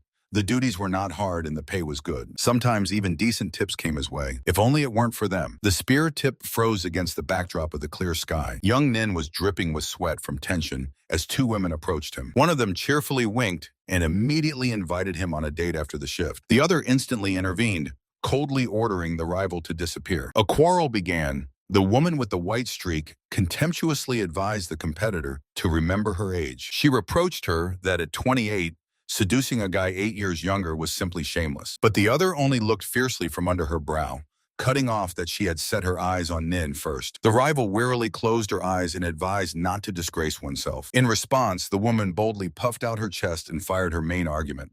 Hers were bigger. The other silently crossed her arms, measuring this stunt with an icy gaze. The woman in blue mockingly told the rival that boasting about male attention was simply pathetic. In reply, the other only defiantly grinned. At least she did not look so desperate. A man passed by them gloomily, mentally going crazy with envy. These beauties were desperately fighting over someone else. The argument lasted, and in the background, a completely exhausted young man frowned indifferently, a firm step on the stone. The women sharply turned to the voice, which politely but firmly asked not to disturb the patrol. Before them stood a stern guard with a long battle staff. The fire of the beauties instantly faded, and they obediently promised to come later. The second beauty also snorted that she would definitely visit another time. Snorting, both turned around and quickly left the yard. The exhausted young man sighed heavily, openly choking with envy, toward the guard. He calmly headed to the gate and waved off. Women come here only to vent their anger, so there is nothing to rejoice about here. But the boy still sadly muttered after them that the attention of such girls is already a great victory. He sighed heavily, barely restraining the desire to quit this job right now. However, the partner with the spear cheerfully remarked that with his appearance on guard, it had become much more interesting. Had to awkwardly justify that it was just a bad joke. Lowering his gaze, the guard mentally admitted he had never expected so many problems because of women. Their conversation was interrupted by a question about the next assembly convening. Dry leaves swirled above the tiled roof. The wind drove it past the massive wooden sign. Meanwhile, in the manor, two respectable men discussed over tea the unyielding order from the leadership. Holding the assembly of the Dragon and the Phoenix during the sharpest crisis with the non-Orthodox alliance seemed like true madness. One of them sincerely feared that such a provocation would turn into trouble for their young talents. The interlocutor opposite slowly sipped his tea. Lowering the cup, he grimly cut in. No one would allow canceling the traditional tournament just because of a tense atmosphere. The man in the yellow cloak fell silent heavily. A cautious question was heard, asking if the matter was about him again. The man with hair gathered at the nape of his neck frowned irritably over the tea bowl. He reluctantly confirmed. The debtor justified his actions by saying that he only pays once every 3 years, so stopping him was simply impossible. The tea bowl with a quiet clink was placed on the table. No one even imagined the scale of his current debts. The bearded man opposite sighed heavily. The old man mentally complained about the female influence. The great lady's appetites grew daily, driving them into an even deeper financial pit. His eyes narrowed with displeasure. Organizing the assembly of the Dragon and the Phoenix just to cover these expenses was true madness. He loudly declared that holding such an event during the escalation of the conflict with the non-Orthodox alliance was deadly dangerous. The bearded man just shrugged, citing the leader's order. while the old man mentally cursed the powerful master who allowed his wife to manipulate him like that. However, the interlocutor defended the boss, reminding that past rulers had almost destroyed the alliance with their own corruption. This had to be agreed upon. Despite all shortcomings, the current leader remained an honorable man. The guest openly stated that he follows their leader solely out of respect for his personality. Borodon agreed to send the talents of the Sichuan branch to the upcoming assembly, but immediately reminded about the mandatory monetary contribution. A cunning smile played on his face. The guest calmly replied that exactly 20 fighters would leave from them, 100 neon for each. It amounted to a considerable sum of 2,000, which should definitely please the head of the alliance. Borodon listened silently, comfortably resting his hands on the table. The guest's gaze suddenly darkened. If the leader arranges such a circus again, just to pay off his own debts, Sichuan will leave the alliance forever. A heavy silence fell. The threat of a split hung in the air. The corners of Borodon's lips slightly lifted, and he confidently promised to convey everything. He forcefully leaned his palms on his knees. The guest sharply turned around and headed for the exit. The tea on the table was cooling. Already at the threshold, the messenger bowed low and loudly threw his last warning. Beware of the unit leaders. The man with thick eyebrows sharply snapped at the shout. The fabric of his purple mantle twitched from tension. Meanwhile, 4 faction leaders calmly sat at a round table in a spacious hall. A clear task was announced. Each had to select 5 students under the age of 30 to participate in the Assembly of the Dragon and the Phoenix. The head of the Black Turtle was the first to announce the names of his candidates. A stern, bald warrior with an eye patch listened attentively as he listed the rest of the fighters. Next, the gray-haired leader of the White Tiger calmly named his top 5. The head of the Blue Dragon did not delay and instantly put forward his own students. The woman from the Red Bird closed the selection, loudly declaring Zahu and 4 more warriors for the tournament. As soon as the participants were sorted out, the initiative was again taken by the browed leader, shifting the conversation to deadlines and budget. He emphasized that the youth needed reliable support, and the woman immediately suggested sending combat instructors with them. She confidently added that for veterans, this would be a perfect opportunity to pass on their rich Zhonghu experience to the new generation. Hearing this, the man smiled slyly and contentedly. The man in dark purple attire smiled faintly. The subordinate with a blue armband addressed the branch head and directly asked about the total cost of the trip. The bearded leader in a hat estimated the need to hire 3 coachmen when he was interrupted by a question about the timing. He added that they would have to rent 2 more large carriages for the whole company. He laid everything out clearly. The journey to the Martial Arts Alliance would take 2 months round trip, and another month would be spent on the assembly itself. A brief order was given to continue the report. The assistant quickly gave the figures: 240 Nyan for carriage rental, plus 150 for exclusive drivers. The bearded man leaned on the table and added the heaviest expense item, 1,100 silver just for food and lodging. The total sum was frightening: 1,490 silver Nyan. The leader noticeably tensed. He asked hopefully if there was at least some way to cut these crazy expenses, but the man in the cloak immediately cut him off. It is impossible. To the indignant request to explain the reason, he simply replied, "These kids are used to squandering money, and their habits will be expensive." The bearded treasurer began to balance the budget. Food and lodging for the fighters for 2 months would cost at least 740 silver coins. A pause hung over the table and the branch head frowned in surprise. "Isn't such a solid amount enough?" The treasurer retorted harshly. He suggested the boss himself spend a month on plain rice without a drop of drink in a cramped cart. The question was rhetorical, so no one intended to cut the funding. People won't last long on rice alone. The fighters need to be given drinks and proper snacks sometimes. So the leadership gave in and finally scheduled the performance in 10 days. The branch head raised his hand, giving the order to all commanders to prepare for the Dragon and Phoenix Assembly without any mistakes. The dazzling sun flooded the green crowns with light. The weather over the estate was cloudless and calm. The young man leisurely sprawled on the bed, enjoying the long-awaited rest after a hard shift. He lazily crossed one leg over the other. The idyll was interrupted by the door that suddenly slid open. 2 grim men appeared on the threshold, outraged by his relaxation. Despite the formidable appearance of the armed visitors, the boy only plaintively asked if he could skip class today. One of the men entered the room, sharply cutting off, saying that martial arts are not a snack for the mood, and without constant training you achieve nothing here. His face was stern and tense. However, the young man was not moved. and he stubbornly declared that today he had no desire to strain himself. He confidently looked at the man while he irritably reminded him that he himself had spent 2 years and 100 silver nyan on this knowledge. Losing patience, the mentor turned away, disappointed, and headed for the exit. Realizing he had gone too far, the student immediately jumped up and began hurriedly putting on his shoes, agreeing on the fly with the man who demanded at least a drop of gratitude. 2 guards by the door grumbled something discontentedly under their breath. The young man with the wooden sword sighed mentally. This man always made a big deal out of everything. The hand firmly lay on the hilt. He decisively moved down the corridor. His footsteps echoed loudly through the empty passage, and he left the room. The fabric of his uniform quickly flashed in the air. A familiar senior warrior remarked with a smile that it had become too quiet lately.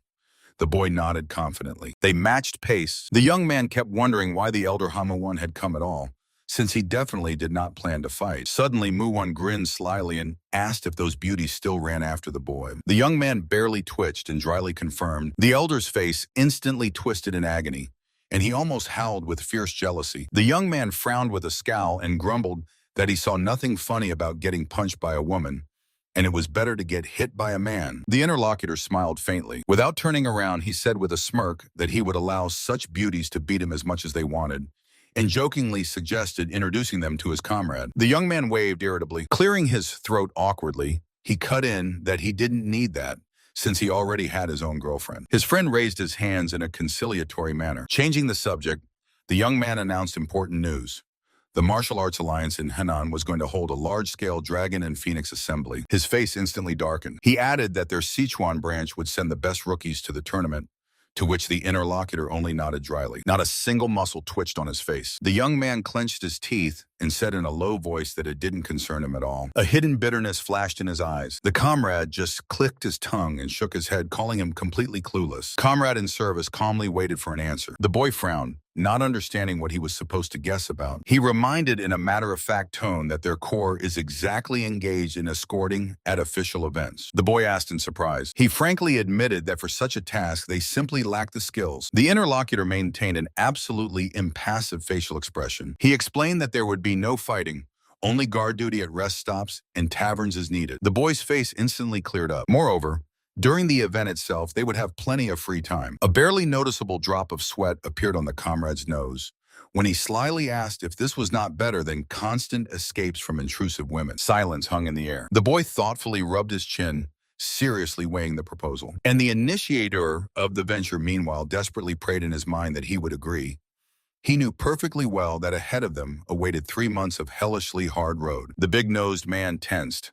A drop of sweat rolled down his temple. The young man with a scar calmly called him an idiot, reminding that the gathering of the Dragon and Phoenix is an event of enormous scale. The man instantly exploded and began poking him with his finger, shouting about the crowd of influential guests. Spitting saliva, he shouted that their branch leader simply could not make such a senseless decision. Spat saliva scattered in the air. The boy calmly wiped his face, understanding that meeting those women at the tournament would turn into pure pain, while his interlocutor meanwhile cursed in his mind.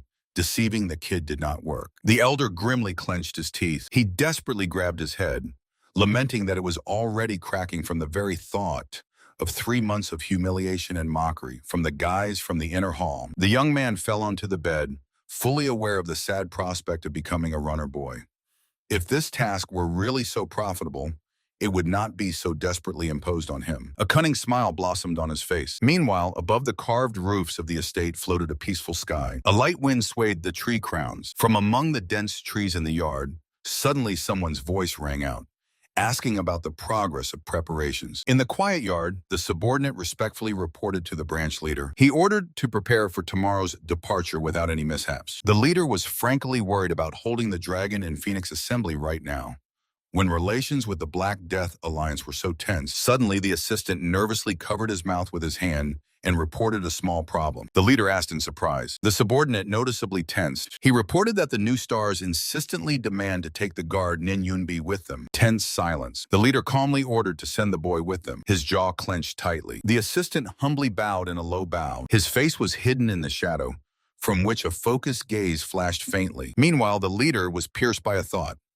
Why did the new stars cling so desperately to this particular guard? 2 men were walking slowly through the yard, discussing the unexpected petition from Zaha and Solri from the Redbird unit. The man in purple laughed, recalling rumors that these girls were avidly chasing after the guard Nin. A brief pause. The interlocutor in blue added that Nin was already openly hiding from their aggressive attention. The elder smiled slyly. This guy clearly had considerable talent. First, he caught the offenders, and now he had become the target of the two main hooligans of the unit. The servant respectfully agreed. They quickened their pace, moving further along the high wall. Suddenly, the silence over the building was cut by a sharp shout.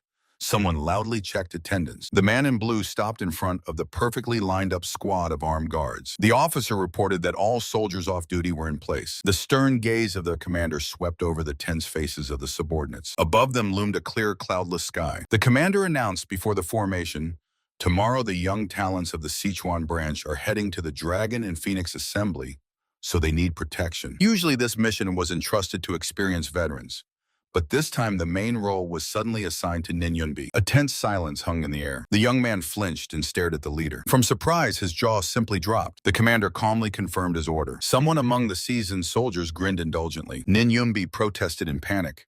This was his first escort mission, and he had no idea how to handle it. The comrade behind carelessly waved off and promised to quickly teach him everything. The leader smiled encouragingly. He suggested discussing all the details later in private, and the confused young man resignedly sighed in agreement. The commander turned back to the squad to announce the rest of the instructions. The guards froze in silent anticipation. Above the peaceful courtyard of the estate, the leaves rustled quietly. The guard squad lined up in a row, stern, focused, and confident in their abilities. The leader in the blue robe announced new orders.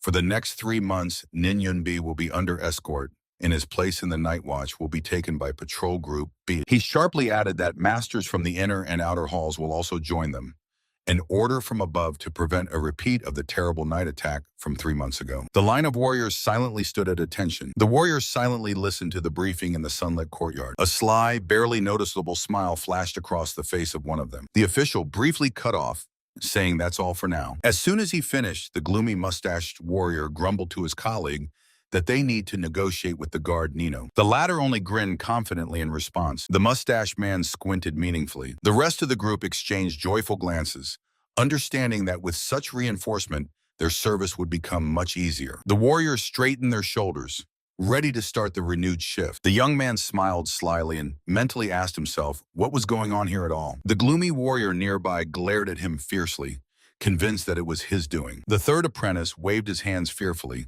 proving that he had nothing to do with it. The man in blue silently turned around and walked away. The warriors watched him warily with their eyes. The young man intently stared at his back, and then he suddenly clenched his fists, mentally cursing his terrible bad luck. Footsteps echoed dully on the cobblestones. The figure in blue melted away around the corner. A dazzling light struck his eyes. The huge mansion was drowning in the greenery of trees. The young man blinked in shock and breathed out only one thing. Why me? He tensed up stiffly. The elder at the table announced that Instructor May personally recommended the young man, having taken a considerable liking to him. The boy noticeably tensed and cautiously asked if women would be traveling with them. The prospect of spending 3 months on the road with these two furies seemed to him worse than hell. He froze tensely. The interlocutor shuddered. The man cut in that he was only in a supporting role in this mission, so no one gave him the list of the assembly participants. He awkwardly coughed into his fist. Everything will be clarified only tomorrow, directly before the departure. The elder sharply shifted the conversation to the details of the task. A cunning smile spread across his face. He calmly straightened up. The work turned out to be surprisingly simple. The young man was entrusted only with managing the money for the trip. Travel expenses? The boy asked in shock, not believing his own ears. The young man suddenly grew sullen. His thoughts were in a turmoil. He was promised an escort mission, but in reality, he was just made to count the budget. Something was clearly wrong here. He anxiously touched his lips, suspecting deception. A stranger's hand calmly rested on his sleeve, and a voice stated, "The elders, it seems, had not told him a single word." The stern man opposite snorted and began to explain everything from the very beginning. He took a deep breath. The steward at the table calmly explained this problem to the guard, who stood straight before him. A short pause. The guard asked why not delegate this task to the martial arts instructors. The steward looked at him heavily from bottom to top. He explained that they lived too luxuriously and earned huge amounts of money, so they would instantly squander the entire travel budget. The man's face grew serious. That is why the money is entrusted to ordinary guards, people who know how to economize and understand the value of every penny. The warrior did not give up and asked if it was possible to find someone else instead of the guards. But the interlocutor sharply cut him off. Everyone else in the alliance are ordinary old laborers who simply would not endure the exhausting journey. Hearing this, the guard had to reluctantly agree with such logic. Finally, the steward added one more duty. On the road, the guard must take turns with the coachman driving the carriage. The warrior silently lowered his head, finally resigning himself to this thankless job. The young man confusedly lowered his gaze, admitting that he had no idea how to drive a wagon. The commander calmly cut in, saying that the coachman would teach him this craft right on the road. The boy cursed inwardly, realizing that he had to carry everything on his own again. Instead, the boss promised a substantial bonus and a long vacation in case of success, ordering him to come to the inner hall in the morning. The man heavily patted his subordinate on the shoulder. The young man dryly confirmed the leader's order, although he already felt that this mission smelled of big trouble. A full moon rose in the sky, and at dawn, the estate came to life. In the yard, work boiled. Grooms and loaders hurriedly prepared the caravan for departure. Men one after another carried heavy boxes on their backs. A young man with a massive field box on his back appeared before the manager. His foot firmly stepped on the stone stairs. An order was given to collect the money, a solid sum of 10 banknotes of 100 silver lions each, 4 gold, and another 300 silver. The man in the blue robe handed a heavy sack to the boy with the luggage. The young man stunnedly weighed it in his hand, overwhelmed by such wealth. The mentor quickly put it down on the ground. The supplies will disappear unnoticed, since in Henan the rising stars will cover their own expenses. The man squinted sternly. He set a strict limit, a maximum of 8 silver per day for food. Otherwise, problems will begin on the road. The budget is calculated for 2 months of travel. Drinking occasionally is allowed, but expensive taverns are strictly forbidden. The leader barely smiled. He explained the main trick. All savings on the road will become the boy's personal money for a whole month in Henan. The young man nodded respectfully, and in his head, a greedy calculator clicked. The more he saves, the richer he will become. Fanatical determination to save every possible penny flashed in his eyes. A cunning smile played on his lips while the support department leader continued the briefing.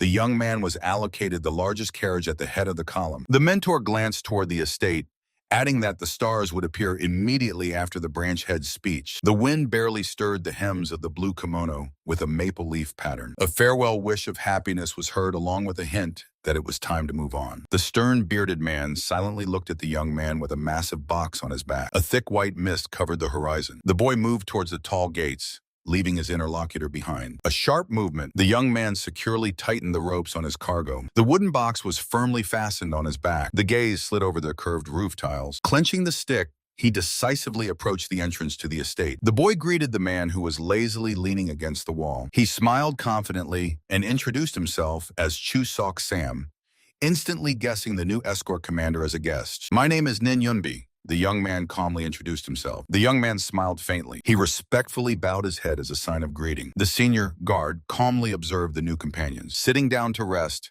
the old man waved off the courtesies.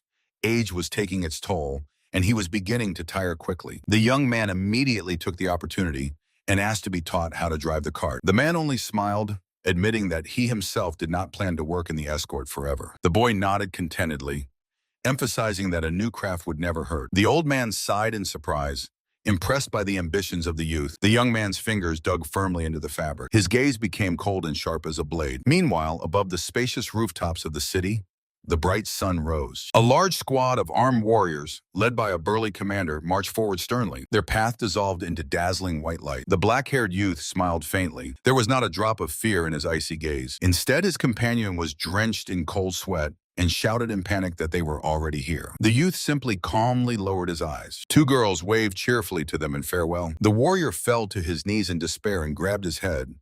He realized he was completely stuck. Boots stepped onto the cobblestone. The sun struck dazzlingly from the sky. The wind picked up the fallen leaves. A horse-drawn carriage set off on a long road through the forest track. The wheels rhythmically clattered on the stones. On the shafts, next to the sullen coachman, sat our panicker. He resignedly closed his eyes, fully accepting his fate. The coachman anxiously asked the boy if everything was all right, because he looked completely drained. The young man was covered in cold sweat, ashamed to admit that he was simply trying to stay as far away from the companions as possible. The coachman clicked his tongue sympathetically. He closed his eyes, hoping that at least in the carriage he would be left alone. A brief moment of silence. The carriage suddenly jolted, and the boy wondered where they would spend the night today. The man pointed ahead to the settlement of Bonchon and the youth quietly resigned himself to this decision. For him, this stop meant not rest, but only additional time for others' mockery. A heavy, doomed sigh. The youth wearily lowered his eyelids. He bitterly cursed the master for teaching him such a dirty martial art. The gaze sharpened again. The carriage slowly continued its way toward the golden sunset. Far away, among the mountain forests, spread a large, noisy settlement. The sun bathed the wooden roof of the local inn in warm light. Carts slowly moved along the cobbled street. The trading caravan under guard finally reached the stopping place. Someone among the mercenaries sighed heavily that this day had turned out too long. The young man in the scaled armor only smiled defiantly. The burly bearded man nearby laughed heartily.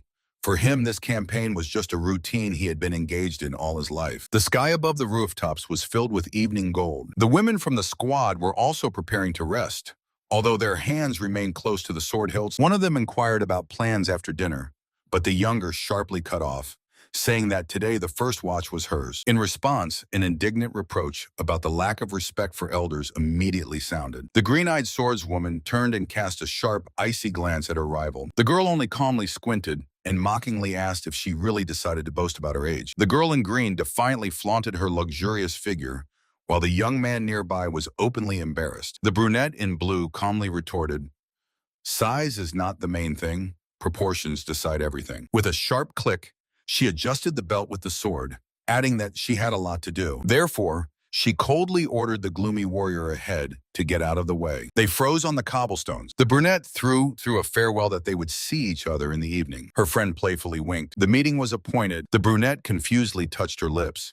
If these two smile so kindly, then why do they plan to vent their anger on her? The gloomy warrior, meanwhile, only sighed heavily. He turned around and silently headed up the stone stairs. As soon as the boy stepped over the threshold, he was stunned by a loud greeting. In the noisy hall, a joyful man with an extraordinarily wide smile was already waiting for him. Two girls, together with companions, entered the spacious hall of the inn. The squad leader loudly announced to the host that there were as many as 32 of them. The innkeeper stared at him with eyes wide in surprise. But instead of a lavish banquet, the warrior cold-bloodedly ordered food for the whole crowd for only 3 silver nannies. With a barely noticeable smile, he allocated 7 more coins for drinks and snacks, making the host mentally curse such a miser. The warrior warned that any additional orders would be paid for individually and asked to allocate only 5 rooms for all of them. He abruptly looked back over his shoulder. A tall girl brazenly raised her finger and began demanding separate apartments for herself. Her companion immediately picked up on this.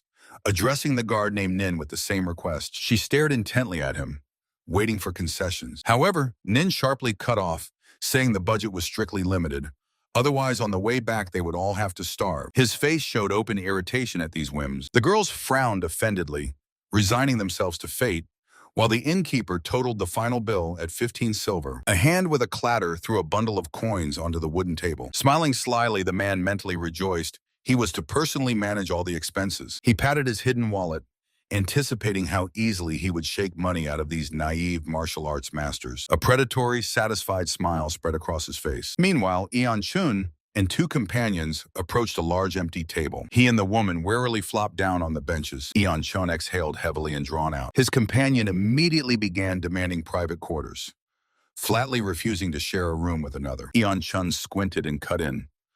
Government funds are strictly allocated, so she would have to pay for comfort out of her own pocket. She protested that it was too expensive, to which she received a brief and cold piece of advice, then endure the roommate. Lowering her gaze, the woman reluctantly gave in. Their argument was interrupted by guard Nin, who politely asked permission to sit nearby. But no sooner had he sat down on the bench than the same swindler, with the predatory smile, abruptly and uninvitedly settled next to the woman. He realized that the masters of the inner hall had avoided Mr. Yon the whole way, and that was why he sat down to dine with him, not with the others. The young man clenched his jaws in displeasure. To despise a person only because of the decline of their clan. The thought flashed as he looked at the motley company ahead. His gaze slid over the expensive scaled armor and silk robes. Meanwhile, the girl in green openly mocked the chubby warrior, condescendingly advising him not to get fat enough to become a pig. A self-satisfied, predatory smile played on her lips. Suddenly, words were spoken that the great hero Yan possessed significant inner energy. The young man glanced sideways in surprise, listening to the conversation. The young man with the spot on his forehead sincerely thanked the guard Nino. It was thanks to him that he was able to break through to a new level of mastery. His gaze slid over the patterns of his clothing. The woman asked in surprise, Could it be that the young hero Eon also defeated him? She looked intently at the young man across the table, but he briefly denied it. His face instantly became serious. The woman continued and confessed that it was the guard Nin who showed her the right path. Eon listened to these words with a self-satisfied smile. The whole group of 4 gathered around a wooden table outdoors, and the woman confidently stated that Nin was too confined in the position of an ordinary guard. Eon gladly agreed, but Nin himself glanced at them confusedly, completely not understanding what this conversation was about. Nin frowned and cut in that he was completely satisfied with his service in the martial arts alliance. He barely smiled at the corners of his lips. The woman only looked at him warmly. While others shout about their miserable crumbs of skills, Nin remains remarkably modest and never boasts. Lady Solri gently but persistently advised the guard to cast aside excessive modesty and believe in himself. The blue-eyed girl nearby smiled ironically and asked if they kept her after all the praise as just a regular training mannequin. Nin lowered his eyes and quietly replied that he was not that outstanding. He raised a heavy gaze. The boy directly stated that he did not possess great techniques. His only talent was to take a hit, and the job of an ordinary guard suited him perfectly. Another companion frowned discontentedly. A real man should not live without ambitions. The blue-eyed beauty only smiled warmly. This was the trait she liked about him. But in a moment, her gaze suddenly darkened. She liked everything about him except this one flaw. Solri put an end to the conversation, firmly saying that it was better to rejoice in who you are, as greed had destroyed many lives. She calmly settled down at the table. Nin barely smiled, mentally agreeing with every word of Lady Solri. Meanwhile, the guest opposite hid his smile behind his hand, openly envying Nin, who had attracted the attention of such beauties. And the simple man in the corner of the room only watched them good-naturedly. The servant walked steadily, carrying a tray with lunch. He approached the table and informed the students that the food was ready. One of the swordsmen was already impatiently waiting in his place. The warrior in the green robe silently began to slurp hot noodles. The day quickly faded. In the night sky above the estate, the full moon shone. The corridors plunged into silence. Only the shadows of the trees lay on the cold stone slabs of the courtyard. It was there that the girl in blue stopped the young man's path. She sharply fell into a fighting stance and proposed to start the duel. He hastily held out his palm and asked to wait, which frankly surprised her. His gaze darkened. The boy declared that today he would tell her the whole truth. She tensed and sternly ordered to continue. The wind slightly tousles strands of dark hair. Nin stands frowning and honestly admits he cannot stand receiving blows. The woman in blue doesn't even turn around. Then why was he smiling in battle? The warrior calmly explains that he only smiles from truly correct strikes. He grins defiantly. Her attacks lacked inner energy, so it was ordinary pain, not a challenge. She covers her eyes, finally understanding. He was disappointed that she held back her strength. A sly smile appears on her face. Turning around, the woman eagerly promises to hit fully from now on, causing Nin to panic and raise his hands. She sweetly squints, considering it a trifle, while he desperately tries to stop the misunderstanding. Losing patience, Nin bursts out shouting, he simply doesn't like being beaten by women. At such a statement, she blinks in surprise. He sighs irritably and asks what normal man would get pleasure from that at all. The woman suddenly becomes serious, coldly says, "Is that so?" and takes a decisive step forward. He stood unshaken, hiding tension under dark armor. The warrior thought happily. After his harsh words, she definitely would not come back here anymore. The hand habitually lay near the waist. Suddenly, the girl calmly asked permission to hit him again, making the warrior shudder from surprise. He asked in shock, and she only covered a sly smile with her hand. Her gaze suddenly became piercing. She directly admitted that he had held himself wonderfully all this time. The girl asked to endure just a little longer, although it seemed completely absurd to him. They froze facing each other in the leaf-covered yard. She looked away and confessed that she was already getting tired of hitting him. Under the full moonlight, the girl once again asked him to simply accept and endure it. The warrior clenched his fists tightly. He tensed and asked with open distrust if it was true. The girl turned around and softly replied that thanks to him, the wound in her heart had finally almost healed. Looking at the night sky, she frankly admitted how hard it is for a woman with voluptuous forms to survive in the world of martial arts. To fend off constant advances, she had to adopt rough male habits. But this only caused a new wave of mockery, which unbearably wounded her soul. A bitter smile. He listened, realizing how much pain she was really hiding. A brief silence. He calmly replied that he understood her. In his eyes, no pity, only firm determination. The girl clenched her fist, gathering energy, and sharply said she was ready to start. He focused. With a battle cry, she dashed forward. Her shining fist, gaining momentum, flew straight into his chest, sparking a dazzling flash of power. Stepping back from the blow, He accepted it with a smile and mentally acknowledged the remarkably powerful strength of his opponent. She lunged forward, unleashing a hail of lightning-fast strikes on him. He clenched his teeth, taking the punches to his face and mentally ordering himself to hold on just a little longer. In a sharp leap, she turned around and drove him into the ground with a heavy downward kick. The heel mercilessly struck right into the chest. A burst of power tore through the air. The boy was thrown all the way to the walls of the pavilion. Later, the fight subsided, and they froze facing each other in the middle of the quiet night courtyard. Under the moonlight, she broke the silence with a question.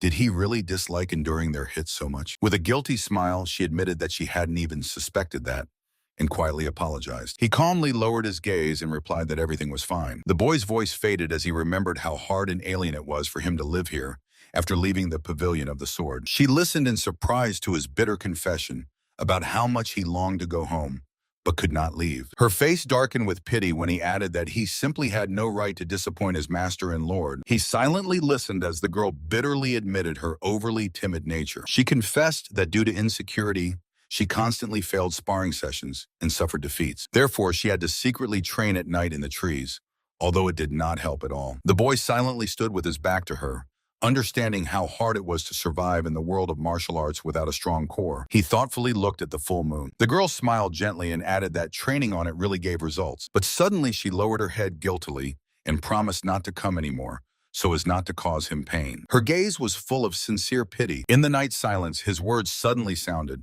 "Let her hit him as much as she wants." The boy proudly puffed out his chest and struck himself with a fist with a swing, pretending to be an unshakable hero. But already in a second, he realized with horror what a terrible nonsense he had just blurted out. He swallowed nervously. However, the girl did not laugh, but only gratefully thanked him for understanding her. She smiled broadly and confidently, clenching her fist with excitement. The young man mentally admitted defeat. He was not destined to avoid another beating. Nervously swallowing saliva, he barely audibly announced the start. A predatory, piercing smile blossomed on the girl's face. The air was torn by the crack of lightning-fast swings. She sharply closed the distance, and with a hail of sweeping blows, forced him to retreat. Inner energy came into play, turning each of her attacks into a dazzling flash. The pain became so unbearable that the young man felt himself going mad. He grimaced painfully, barely enduring this hellish pressure. Final deafening blow. The dazzling sun rose high above the clouds. The second day of the journey came. The lively city streets filled with merchants and carts. Their covered carriage slowly rolled over the cobblestones under the watch of the escort. The young man smiled confidently. From the side, his skill was approvingly noted. The senior companion cheerfully remarked that martial arts masters somehow always turned out to be excellent drivers. The boy felt every movement of the horse through the reins and mentally admitted that the mentor's tough training did make sense. He focused and took hold of the leather straps. If only he weren't beaten every day, life would be perfect. The boy resignedly lowered his gaze. A loud rumble spread under the bright sky past the wealthy estates. A horse-drawn carriage swiftly rushed through the city. The wheels heavily clattered along the road. The cart drove onto a wide, bustling market street. Meanwhile, the sunlight flooded the inaccessible mountain cliffs with gold. There, on the very edge of the precipice, stood a majestic estate, securely hidden behind dense greenery. The carriages stopped in the sunlit courtyard of the inn. In the crowded hall, travelers closely surrounded the long tables. Loud smacking sounds filled the air. A company of stern warriors greedily pounced on the meal. They chewed quickly, with their mouths full. Someone silently washed down the food from a small bowl. The men did not take their eyes off the plates, skillfully wielding chopsticks. Suddenly, Lady Zaha frowned in displeasure, offended by the meagerness of the served dishes. The young man opposite dryly reminded about the strict budget. Otherwise, on the way back, they would have to spend the night on the street. Their stout companion waved it off, saying they would think about it later, and now the main thing was to eat. He reached for the plate and suddenly admitted that he even envied Zaha's bold straightforwardness a little. A cunning, self-satisfied smile played on his face. The warrior woman did not understand the other's envy. Many were frankly irritated by her masculine manners. Her gaze became sharp and cold. She admitted that she really lacked femininity. The whole problem lay in the cursed martial art that had caused her so much trouble. The young man opposite calmly chewed his portion, thinking that everyone has their own burden. He smiled and called her truly amazing. In response, the woman noted his ability to soberly assess his own strength against the local braggarts. The woman fell silent for a moment, weighing his words. Slightly bowing her head, she called him the bravest warrior in the entire alliance. Suddenly, a firm and unexpected confirmation sounded. A soft smile played on the lips. From such compliments, the boy blushed deeply, awkwardly grabbed the back of his head, and muttered that they were making him blush. He grinned widely and confidently. The interlocutor was not stingy with compliments. Praising the reliability of Nina's guard, he feigned a dismissive wave but squinted his eyes with satisfaction. Next to him, the sleeve of a gray-patterned robe flashed. The host of the Daya Inn bowed low at the threshold, inviting new guests. Two burly men with battle axes at their belts stepped over the threshold. Some young man barked for them to get out of the way and charged into the ball giant. Strike! The young man bounced off the stranger as if from a stone wall and with a thud fell on his back. The man in the patterned robe looked intently at the arrivals and quietly muttered that they had finally been found. The bald man and his partner exchanged glances and grinned fiercely. The whole group of four at the table froze over the food, tensely watching the big men with their eyes. Those two indifferently bypassed them and silently moved further into the hall. The trio froze, tensely staring ahead. A predatory, insane smile spread across the man's face. His bald partner grinned in response. A vein on his forehead bulged from the tension. They abruptly pushed the door aside and went outside. The heroes met them with heavy, wary silence. Outside, the mercenaries exchanged confused glances, openly calling these two crazy, but their mustached leader only calmly sipped tea, recognizing old enemies. But suddenly he shuddered from surprise. The silence was shattered by a powerful rumble. A crowd of axe-armed fighters burst into the yard, led by a grim commander in heavy armor. A dazzling flash, someone delivered a lightning strike. The commander's eyes widened in sudden shock, but in a moment his lips stretched into an icy, confident smile. A squad of stern, armed men advanced threateningly. Heavy footsteps echoed on the boards. Someone recognized the arrivals with horror. The tavern visitors froze and sharply turned to the entrance, pointing at the strangers. They were fighters of the gates of the Fire Dragon. The girl quietly told her companion that this brutal gang from the outskirts of Shanxi belonged to the Dark Alliance. The young man grew gloomy, well aware of their sad fame. The enemies used the energy of Yan and mercilessly chopped everyone with axes. The leader in a leopard cloak brazenly surveyed the silent hall. Their heated blades not only broke bones but also left terrible deep burns on the body. The old warrior at the table turned pale with fear. No worse meeting could be expected. Suddenly, a massive axe crashed into the tree, scattering chips right next to someone's dinner. From the metal handle carved with a dragon, hot steam burst out, muscles tensed to the limit, ready for a lightning-fast lunge. A dead silence hung. The man suddenly froze, noticing danger. Fingers dug forcefully into the fabric of the clothing. A gloomy warrior blocked the way, holding forward a simple wooden handle. The bearded man grabbed the staff with a battle grip and fiercely barked at the uninvited guests. A calm voice ignored the question. They were informed that they had come to teach the newcomers from the Alliance a lesson. A man with slicked back hair emerged from the shadows and grinned fiercely, calling himself their elder in Jianghu. The bearded man frowned in confusion. The enemy's gaze became dangerously sharp. The air thickened with silent tension. The stranger smugly declared that it was his direct duty to teach the youngsters the local rules. When asked what these rules were, he cynically replied, "The weak perish. It's simple." "Shut your trap," thundered the response. Three enraged fighters drew their swords and charged. A hand tightly gripped the wooden chopsticks. A crowd of grim men with axes and spears burst into the hall. They drew their weapons and surrounded the visitors in a tight circle. The young man lazily complained that in such a hostile atmosphere, even a piece wouldn't go down his throat. He sharply slapped the table with his chopsticks. His companion tensely glanced at the uninvited guests. The ring of enemies tightened closer. A stocky leader stepped forward, threateningly holding his hand on the sword hilt. The boy immediately felt something was wrong. Street fights usually started with long swearing. These same bandits sought no excuses and came to kill without unnecessary words. The young man slowly put down the chopsticks. Narrowing his eyes, he calmed the girl and quietly promised to protect her. Instead, the woman from the enemy camp only smiled fiercely. A firm promise to protect Nina's guard was heard. The blue-eyed woman sharply spoke up, ready to take the blow herself. The man with a mark on his forehead smiled gently, assuring that he himself would become her shield. Watching them, he judged that these masters were perfectly capable of standing up for themselves. He calmly leaned on the table, clasping his hands together. His gaze slid over the enemies who had already drawn their weapons. He disdainfully thought that real men fought with their fists. The bandits, on the other hand, gripped their massive axes and swords tighter. He gave a crooked smile. These mountains of muscles relied on steel like frightened girls. Meanwhile, his dinner was cooling on the table. Suddenly, a rough shout rang out. One of the attackers demanded to be told the name. A bearded giant in armor grimly introduced himself as Cho Dal, owner of the Axe of Mad Blood. He looked down arrogantly at his opponent, but the latter only calmly replied, "Mei Chan Yan." From beneath thick eyebrows, the bearded man burned the enemy with his gaze. He radiated raw power. The man in the leopard cloak snarled fiercely, Finally, a worthy opponent to have a good fight with. With a wild scream, he lunged forward and swung the axe from the air. Sparks flew to the sides. The heavy blade struck with terrible force directly into the sword's scabbard. The bearded man easily withstood the onslaught and only smiled contemptuously. A moment, and golden energy flared up. A lightning-fast spinning kick struck the attacker. A dazzling arc cut through the air. The man with the axe was sharply thrown backward. He barely kept his balance, digging his boots into the ground. A fiery symbol burned out in the space. No trace of his smile remained.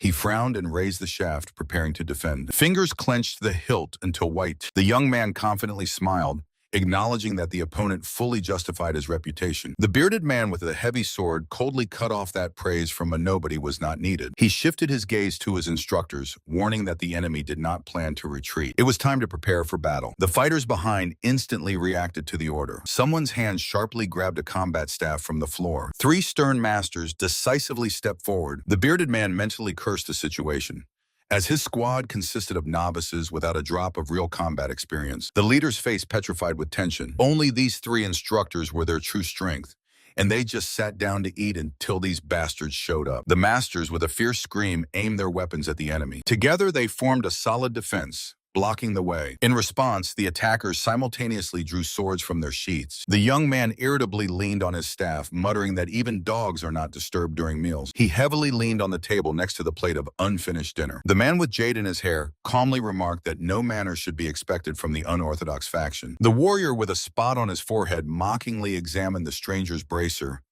wondering if it was also a weapon. The young man flared up indignantly. The best weapon is the one that fits comfortably in the hand. The woman nearby smiled fiercely, gripping the wooden shaft. Her companion with a cold glare drew a blade.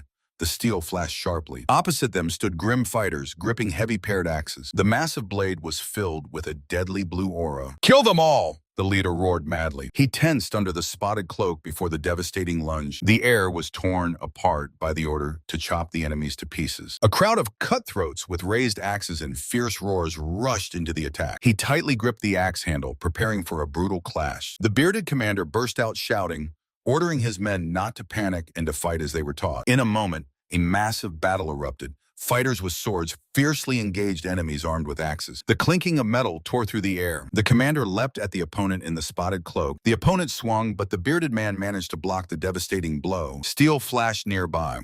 A precise sword strike knocked down another enemy, drawing a hoarse cry from him. The young man deftly ducked under the attack, simultaneously knocking down the attacker behind him. Blades crossed in a dazzling flash. The hand sharply grasped the hilt. Another enemy groaned and fell to the floor. Fresh blood thickly flooded the wooden boards. The attackers pressed from all sides, forcing the fighters to fend off under desperate cries to hold the defense. A lightning-fast move, and the sword blade clanged, blocking the attack. At that moment, the dark-haired warrior sharply thrust his hand forward, releasing a whole volley of throwing knives. The weapons sank into the attackers' bodies with a dull crunch, instantly knocking them off their feet. The surviving swordsman sweated in confusion, and his companion behind him exclaimed indignantly, asking why these enemies were so pathetic. It was hard to believe that these same people had recently been so arrogantly proud. The hero stood unmoved with a cold and focused gaze. He sighed resignedly and cursed inwardly, because until the last moment he did not want to get involved in a bloody fight with weapons. The woman in blue impatiently grabbed the staff,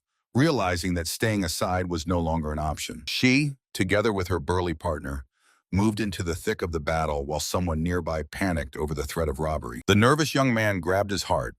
He flatly refused to give the robbers his 1,000 nyans. Greed instantly overcame fear. He snatched 2 sticks that brightly flashed with golden energy. Meanwhile, the attacker in gray was confused when a staff suddenly appeared right in front of his nose. His accomplice only snarled fiercely. A flash, and he received a devastating blow of light right in the face, wheezing in pain. The bandit with an axe roared and lunged at the woman, but she accepted the heavy blade on her shaft without a trace of fear. The weapon bit into the wood with a dull clatter. The enemy roared that he would die now, pressing all his weight on the axe. The woman sharply moved the blade aside, causing the giant to stagger and lose balance. The next moment, she snatched a sword and delivered a lightning strike, slicing the attacker. The man shouted and brought down a blow of the shining staff on the opponent, but the fighter in black gloves easily blocked the attack and immediately landed a hook to his jaw. A young man rushed to help with 2 sticks, fiercely shouting that he would smash their heads. His weapon cut through the air with a blue flash. With a bundle of sparks, he harshly took on the attack of two axes at once. The first enemy grimaced painfully. The second also flinched under the furious pressure. From the strong blow, the troublemaker flew head over heels and heavily crashed to the floor. The next big guy swung his axe, but the young man swiftly dived under the blade. A deafening crack. He knocked the attacker off his feet with a golden flash of energy, shouting indignantly, why the hell they started fighting right during their lunch. His partner with a dot on his forehead also did not waste time. A heavy fist in a black glove mercilessly smashed into the face of another loser. The tavern turned into a mess. From the blows of the stick, people scattered in different directions, screaming. The leader in a leopard cloak irritably clenched the axe handle. Meanwhile, the young man with tied-back hair struck down another enemy with a powerful overhead blow. The leopard-clad snarled, mentally cursing this dirty coward. Hearing the curse, the boy coldly looked back. The leader's eye filled with blood. The young man lunged forward again, sweeping away two more bandits in his path. The leader barked to block him, and they rushed forward with axes. Losing patience, the leopard-clad charged into battle himself, roaring that he would crack the scoundrel's skull. The boy smiled fiercely and wished him to burn in hell. The bandit swung furiously, shouting how this freak dared to call himself a master. But the young man easily deflected the blow and said, "Idiot, do I look like a master?" The big guy froze in confusion when the boy indignantly added that even the lowest scoundrels don't stop people from eating. The young man's jaws clenched with a crunch. He was truly furious over the ruined meal. A big guy in a leopard cloak stared bewilderedly at the young man, not understanding what kind of monster stood before him. The latter calmly towered over the beaten bodies and sincerely got indignant, calling himself an ordinary guard. Although the bandit contemptuously asked again about some kind of watchman, the leader's face twisted. The words about the simple guard hit the boy deeply, and he began feverishly to prove that defending the alliance was a worthy cause. With disgust, he threw that guards were at least not some shameless bandits. The big guy barked for him to shut up and rushed forward, swinging a huge axe. The young man calmly took the devastating blow on his wooden stick, calling the attacker an idiot. Nimbly jumping back, the boy cursed in his mind because this bandit with his chatter reminded him too much of a martial arts instructor. The enemy went mad and with a furious scream, rushed into a new attack. The axe with a swing struck the place where the young man had just stood, but he had already leapt into the air. The heavy blade shattered the stone floor into pieces. Hovering in the jump, the boy sharply spun, gathering golden energy. With a bright flash, he swiftly struck downwards with his legs. The floor cracked and shattered into pieces from the powerful blow. The fighter in burgundy quickly jumped back from the epicenter. His opponent tensed up. At that very moment, the young man launched into a swift counterattack. He stepped hard on the boards, gripping his sticks tightly. The enemy barely managed to block with a massive axe. The wood crashed and flashed as it hit the metal. From the next lunge, the floor beneath the attacker broke through. Raising a cloud of debris, he mercilessly continued the assault. A confident smile played on his face. The big guy retreated, feverishly blocking the strikes. "Guard!" he shouted, holding back the storm with his last strength. Suddenly, the young man's foot sharply slipped on the cutting boards. The air trembled from a powerful flash of light. The man in the leopard robe flew back with a muffled wheeze. The weapon whistled as it cut through the space. Two wooden sticks crashed with a crack right into his face. From the hellish pain, he clenched his teeth tightly and fell heavily face down. It was all over. The enemy lay among the room's debris, surrounded by silent witnesses. The bearded spectator stared wide-eyed and breathed out in admiration that it was incredible. The girl joyfully jumped to the fighter in scale armor. She gently placed her hand on his shoulder. He didn't even smile, only praised the guard Nin for his work in a calm voice. And Nin himself, meanwhile, frowned discontentedly, finding himself squeezed between two girls. Someone's palm lay on the blue silk of the garment with an embroidered red emblem. The young man sighed wearily, blinking from the unexpected praise of his incredible progress. Two girls carefully lifted him under the arms and led him away through the shattered hall. He only blushed awkwardly. The bearded leader sincerely thanked him for the victory without losses, to which the boy shyly scratched the back of his head. The commander squinted thoughtfully, mentally admitting his own mistake regarding these problematic rookies. They turned out to be true talents, but now it was necessary to urgently block the prisoner's chi energy. The bearded man frowned sharply and purposefully moved toward the defeated. A lightning jab in the back. Another sharp blow. Hard hit. He swiftly went over all the fallen enemies,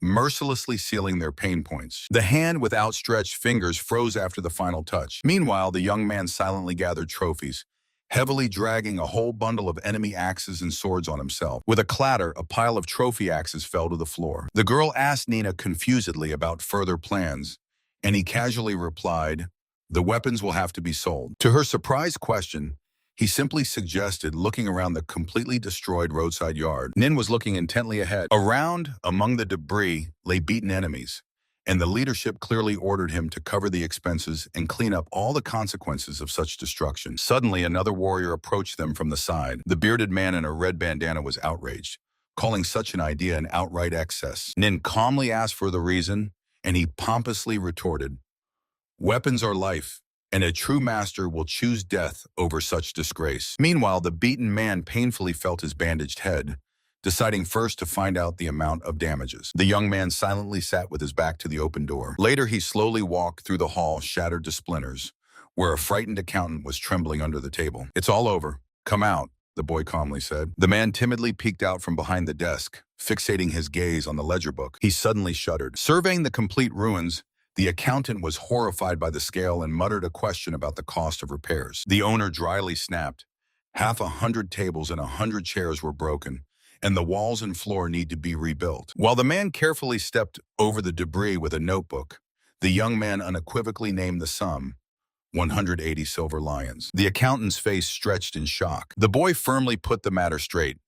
The crazy price includes not only repairs and drinks consumed, but also compensation for the downtime of the establishment. In response, he only gave a crooked smile. He ordered his subordinate to call a doctor for the wounded and calmly let him go. Then he turned around and moved through the broken boards to the fallen leader. Stopping over him, the victor directly asked about the money, which finally confused the enemy. The young man frowned irritably and repeated the question. The beaten bandit snapped fiercely that he did not have a single kopeck. Then the warrior stated in a matter-of-fact tone that he would simply sell his weapon to cover the cost of repairing the inn and treatment. The bandit's eye twitched nervously. The victor carelessly kicked a pile of abandoned axes. At such insolence, the leader simply boiled over, shouting about an unheard-of insult. The young man only blinked in surprise, not understanding the reason for the hysteria at all. And the defeated suddenly knelt on one knee and delivered a pompous speech about how a weapon is part of the master's body and his spirit is unbroken. Shouting, Joe Dowell swore that he would never allow his honor to be sold for a handful of coins. His accomplices in the background silently sweated,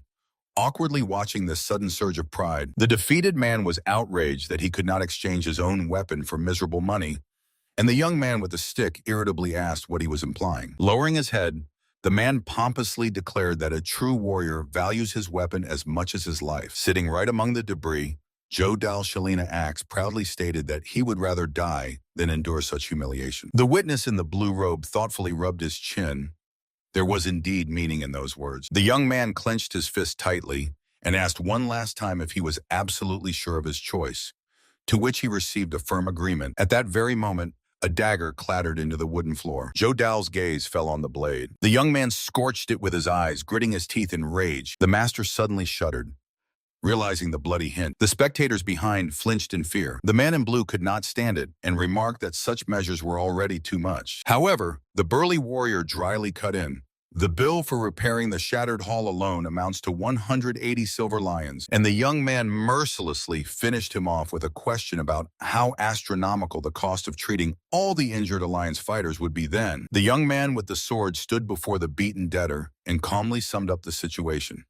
He destroyed everything around, but brazenly claimed he had no money and would not give up the weapon. His older companion held his chest and complained that the enemy himself had offered to kill him for the weapon, so he ordered him to die. The young man frowned disgustedly. He coldly cut in that true warriors do not tolerate humiliation, so it really was time for the debtor to die. His gaze became icy. The swordsman moved toward the enemy and irritably ordered him to finish this quickly because he wanted to rest. The beaten debtor became drenched with tension, pitifully convincing himself in his thoughts that enduring humiliation for the sake of future revenge is a trait of great people. Closing his eyes in horror, he desperately shouted for help to his own. The young man instantly turned to the trio of spectators.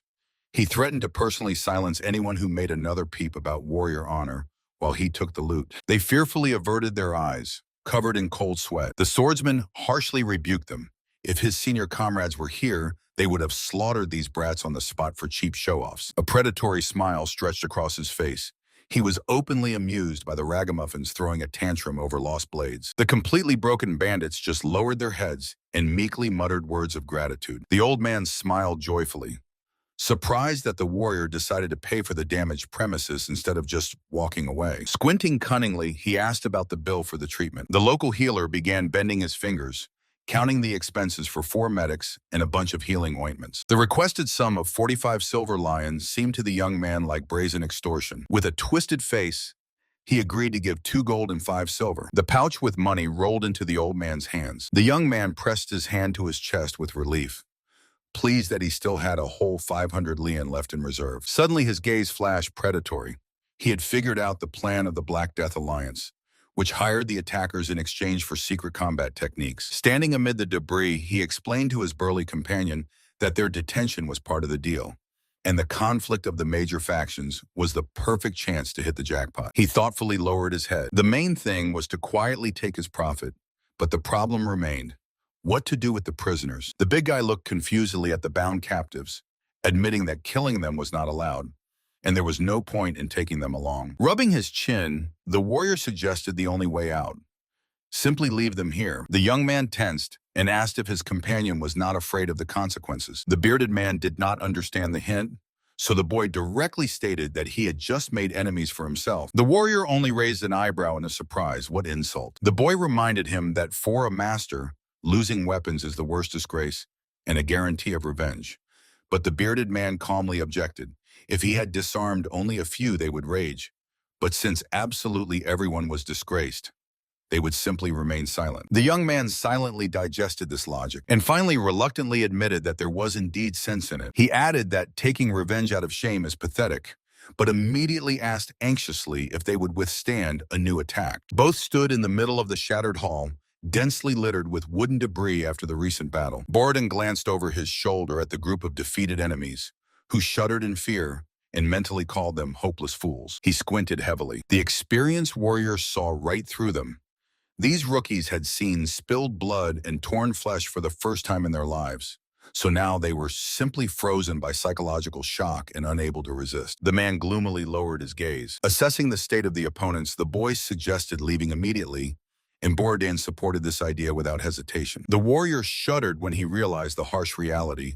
The wounded would have to be left behind. 3 beaten fighters barely held onto their comrades and still could not continue walking. The bearded leader dryly commanded to prepare to move out. A bright full moon rose over the quiet estate. In the yard, the squad was already lined up by the loaded wagons, waiting for orders. The youth handed the commander a heavy pouch of caltrops, metal spikes. To the surprised question of when he had managed to prepare all this, the boy responded with a focused look. The leader grinned smugly, weighing the bag in his hand. A brief pause. To the direct question about his past, the young man only awkwardly scratched the back of his head and called himself an ordinary hunter and herb gatherer. Other fighters curiously twisted the bizarre quadrangular iron pieces in their hands, which in case of danger were thrown right under the enemy's feet. The young man calmly continued the briefing in the middle of the yard. His tone became serious.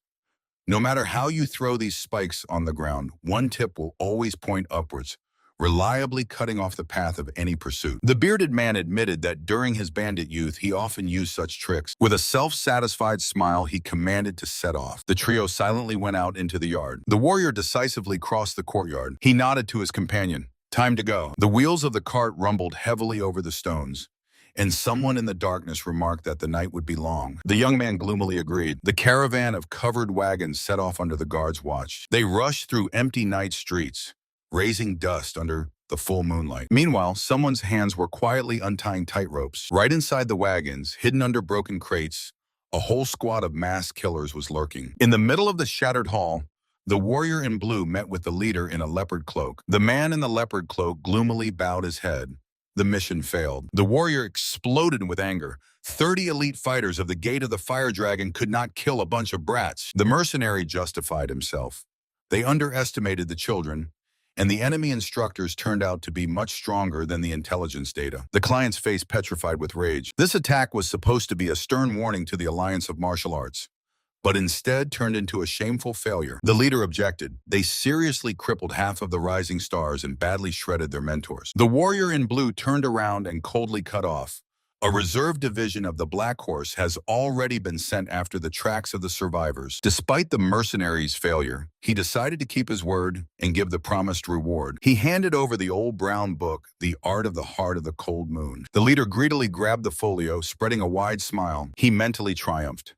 The yin energy from this manual tames his destructive firepower and will save him from inevitable madness forever. The man in the leopard cloak looked at the book with a smile, rejoicing that long times of disappointment were finally behind. Previously, due to an excess of internal energy, they could not control their anger and would lash out at people over trifles, but now they had a chance to live normally again. He clenched his fist tightly. Meanwhile, under the light of the full moon, a caravan was moving quickly along a silent forest road. The young man on the goats impatiently asked if they were going too slowly, to which Uncle Chu reprimanded him. For 2 horses to pull 7 men with luggage was already a real miracle. The old man sternly reminded that it was now deep night and ordered not to babble nonsense, as any danger could be waiting ahead. The boy fell silent. He admitted the old man's correctness, rejoicing at least because there was no sign of pursuit behind them yet, but the mention of enemies ignited him again.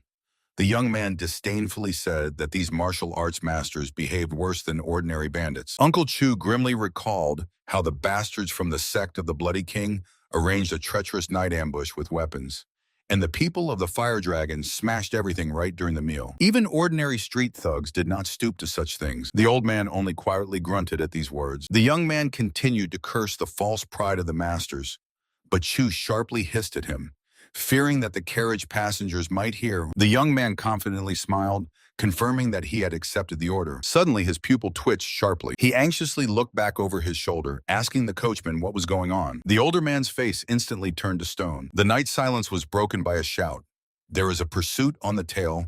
We must urgently drive forward." The young man leaned out of the carriage, raising alarm among the caravan. One of the guards tensed sharply. Another coachman turned pale, covered in cold sweat. Alarm instantly rolled like a wave. The boy commanded Uncle Chu to drive at full speed, and he grimly replied that things were bad. Fingers clung tightly to the leather whip. The young man frowned, realizing throughout their long journey this had never happened before. With a sharp whistle, Uncle Chu whipped the horses with all his might, tearing the cart into a mad gallop. The whip's sharp strike harshly urged the horses on. The animals neighed wildly and dashed with their last strength. Hooves thundered heavily on the dry ground. The cart desperately rushed through the night forest, leaving behind a thick trail of dust. The heavy pounding echoed under the full moon. A whole squad of killers in black was already flying in pursuit. "Throw the spikes!" the bearded man barked sharply. The man in blue instantly leaned out of the window and hurled a handful of metal back. Sharp iron hedgehogs clattered and scattered across the road. The ground behind was already trembling from the approach of the pursuers. The enemies rushed forward in a solid avalanche,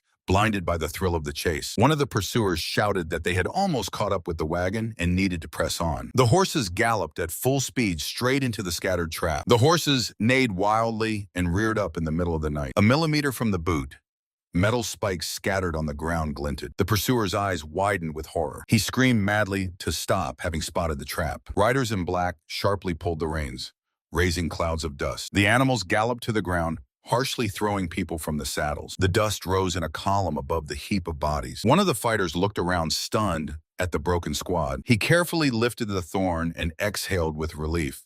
The blade was without poison. The leader sharply demanded a report on the losses. The subordinate reported dryly, 3 horses were crippled, 7 killers from the Black Horse Division were wounded. The commander fiercely gritted his teeth. The wounds would heal in at least a month. The pursuit was broken off. The leg pierced by the thorn ached unbearably, putting the final point in this chase. In the night forest, the mercenary commander gave an order to the deputy. Running down the slope, he said that finishing off the wounded would not be difficult, and the subordinate swore to turn them all into ghosts. The killer's eyes narrowed. The rider shouted the command to set off, and the squad dashed in pursuit. The cart rushed desperately along the mountain serpentine. The scattered spikes gave them a head start, but the pursuers were already breathing down their necks. The young man tensely looked out from the cabin. "They are approaching!" the driver shouted wildly. Black shadows of killers rapidly advanced through the dust. The distance between them was rapidly melting away. The boy jumped at the shout, demanding to drive the horses faster. He nervously bit his lip. Escape was impossible. Grabbing a bow, the warrior suddenly jumped straight onto the roof of the cart, which was rushing at full speed. He firmly stood on his feet, his feet and drew the bowstring. The top bow releases a powerful glowing arrow straight into the crowd of enemy riders. The arrow cuts through the air with a crack, and someone's voice sharply orders to stop the carriages. The young man intently looks forward, not taking his eyes off the target. The coachman, with a panicked scream, pulls the reins toward himself with all his might. The horses, with loud neighing, dig their hooves into the ground. The caravan freezes on the mountain road while someone among the passengers indignantly demands an explanation for this sudden stop. The young man calmly states that there are few pursuers. It is better to kill them all now and only then rest. The bearded leader of the convoy grimly admitted, "The horses are exhausted, and the pursuers will catch up to them anyway." The young warrior with 2 clubs suggested catching their breath and meeting the enemy on their own terms. The bearded man nodded, realizing that it is better to accept the fight with a small group than to flee in vain. The men exchanged glances. It was decided to immediately send the wounded ahead. Several fighters quickly shoved the crippled comrade into the carriage. The crew instantly took off, raising a thick cloud of dust. The remnants of the squad lined up on the rocky road and tensed in anticipation. They did not have to wait long. From the forest thicket, killers rained down on them like a black hail. Borden shouted fiercely, demanding the uninvited guests to identify themselves. The leader of the attackers flashed his eyes and coldly introduced himself as Ha Yu-gan, deputy commander of the Black Horse Unit. When asked about the reason for the pursuit, he cut off, saying he came to deliver the will of the Black Death Alliance. The convoy leader's eyes widened in shock when he heard the accusation. One of their alliance fighters had sparked a conflict by attacking a member of the enemy sect. The leader in black declared that their official protest had been ignored. When asked by the opposing warrior, he cut off. The Black Death Alliance ordered decisive action. Their goal is to capture the young stars of the Dragon and Phoenix tournament. The young masters were stunned, realizing they would become hostages. The leader's eyes narrowed with cold fury, and he ordered to kill anyone who resisted. At that moment, the mercenary squad sprang into action with drawn blades. Lightning-fast lunge. With a loud clatter, the bearded warrior barely managed to block the blade with his broadsword. The forest instantly exploded with the ringing of steel and screams. A massive slaughter broke out. The young master repelled the enemy attack, immediately realizing that these killers were much stronger than ordinary street bandits. He smiled eagerly, feeling a powerful inner energy in his opponent. The attacker froze in confusion, as if his sword had struck soft cotton. The youth seized the initiative and with a smooth swing of the stick pushed the enemy away, leaving a shining golden trail in the air. The youth crossed 2 wooden sticks, harshly absorbing the enemy's blow. A confident smile played on his face. The masked killer roared, asking who he was laughing at, and raised his sword. Sparks rained down from the furious hail of lunges, but the youth just laughed, playfully deflecting the attacks. A wide sweep of the blade met a dull block right above the head. Wooden weapons sliced through the air with a whistle. Fingers clenched tightly around the smooth wood. A heavy swing struck the attacker's body. The killer fell to the ground, screaming wildly from pain in the broken leg. -1, the young man said, although another enemy was already flying at him from behind. He carelessly deflected the attack from behind, not even turning his head, and instantly struck the assassin's crown with the stick. He fell silently face first into the dirt. The instructor exploded with anger, cursing the attackers for the treacherous strike from behind. The forest instantly turned into a battlefield, where the squad clashed with a crowd of killers in black. The clang of steel tore through the air. Enemies pressed from all sides, but the masters confidently held the defense. A burly man with a beard playfully parried the thrust, making the mercenary doubt whether he was really just an ordinary teacher. The killer was stunned to realize that he had written off these warriors too soon. The next moment, the enraged instructor swung a wooden stick forcefully at the enemy. The body collapsed limply onto the ground. Another attacker glanced sideways in shock, trying to understand who they had even gotten involved with. Meanwhile, the girl in green gracefully dodged the blade, preparing to harshly teach her opponent a lesson. The instructor already raised his weapon again, shouting fiercely to challenge the enemy to open combat. A heavy whistle in the air. The mercenary barely managed to raise his sword, eyes wide open from the terrible force of the block strike. A strangled wheeze and a powerful blow knocked the wind out of the masked ninja. His body was thrown far backward. Meanwhile, the girl barely held back the pressure of another killer and desperately called to her partner to deal with him as well. The young man with a stick instantly rushed to help. The enemy shouted and charged forward, fiercely swinging his blade. The clang of metal. The young man playfully blocked the strike with his weapon. He only laughed confidently. The killer boiled with rage, but the boy calmly said that it was not mockery, but only a sublimation of his own pain. And without warning, he delivered a powerful kick to his stomach. The ninja's eyes bulged in shock. A white flash of pain. Trembling, the defeated man fell to his knees and through his teeth croaked curses for such a vile blow. The young man barked for him to shut up and mercilessly knocked him out with a sharp double blow to the head. With a dull thud, the fallen enemy collapsed face first into the dust. Barely moaning, the bearded man shouted a curse and rushed with his sword at the next ninja. Deafening clatter of steel. The assassin quickly jumped back, avoiding a wide swing. The warrior cold-bloodedly caught his massive dragon blade. Suddenly, the blade flashed right before the assassin's eyes. He was instantly pierced by a cold sweat. The tip of the giant's sword froze just by the throat. One extra move, and it's over. Other mercenaries behind shouted confusedly, not understanding the reason for such a sudden stop. Gritting his teeth, the leader pressed against the wall, ordered his men not to interfere. The bearded man slightly lowered his weapon and calmly stated that they do not kill thoughtlessly. His gaze remained stern and absolutely confident. But the ninja did not appreciate the mercy and burst into a fierce scream, demanding to stop this chatter. The wounded ninja desperately shouted, calling them cowards, but the young man with the stick sharply cut off his scream. A wooden staff with a dull crack hit the enemy right in the head. The ninja grimaced painfully. The black silhouette suddenly staggered. The fallen enemy sank to the ground, and the bearded companion with an eye patch reproached the boy for excessive cruelty. The young man coldly cut off.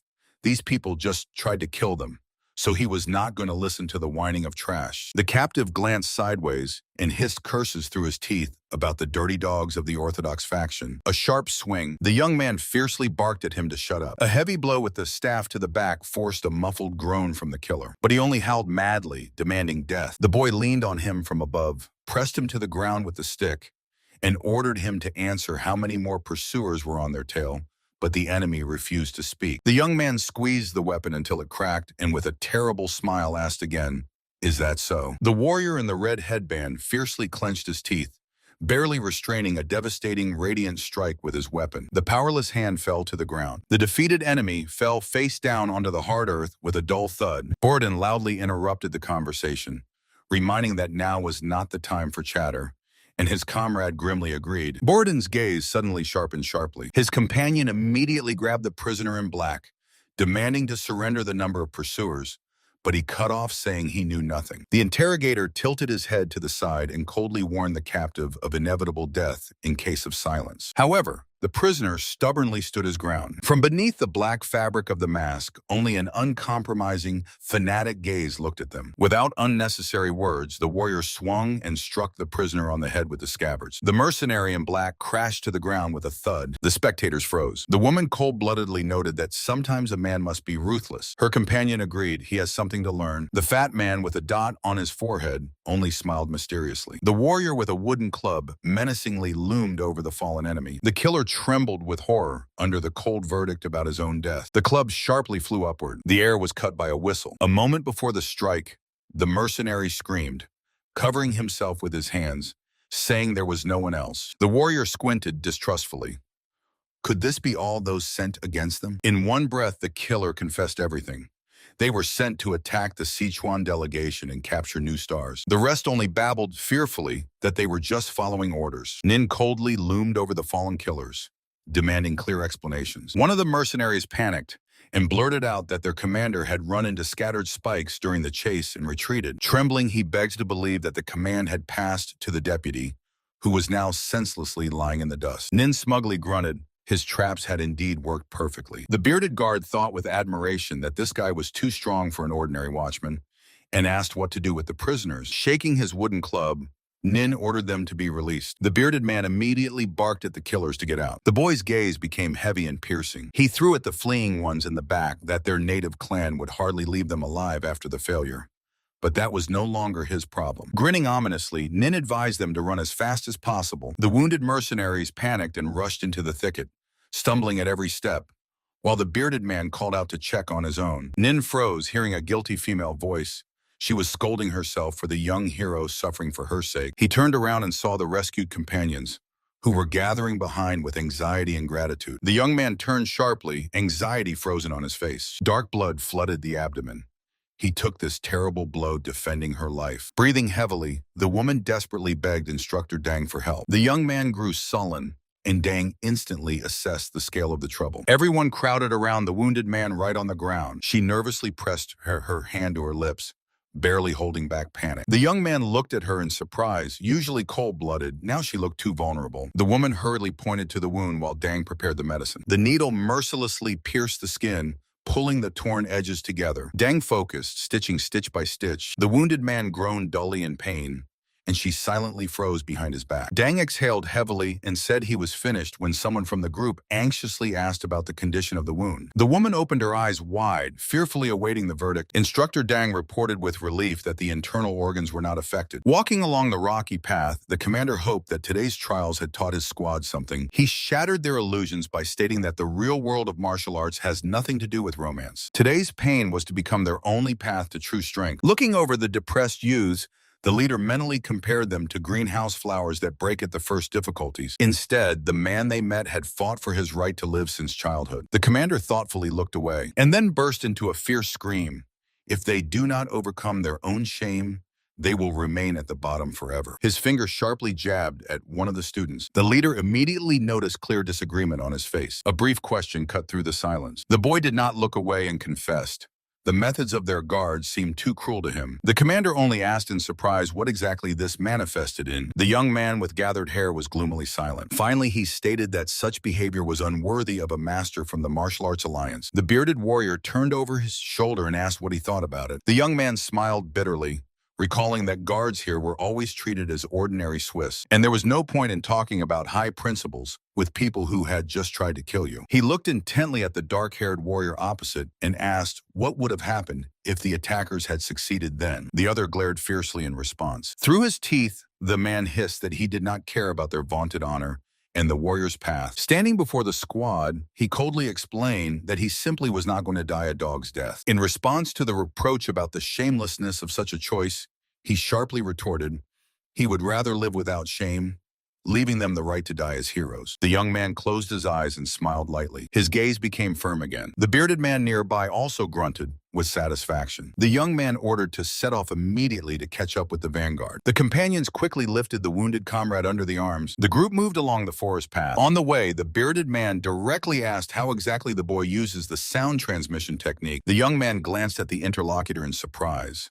not expecting a request for instruction. But the mercenary smiled sincerely and admitted that he would be deeply grateful for such teaching. Without slowing his pace, the swordsman replied that there was almost nothing to teach and asked if he felt the touch to the ear during transmission. The bearded man confirmed, and the boy explained that he transforms his inner energy into a kind of chi membrane. The essence was to stretch this shell into a cylinder that connects the mouth to the listener's ear. The young man considered his method very crude, since he still had to whisper as quietly as possible. The bearded man explained to the boy the real state of affairs in shock.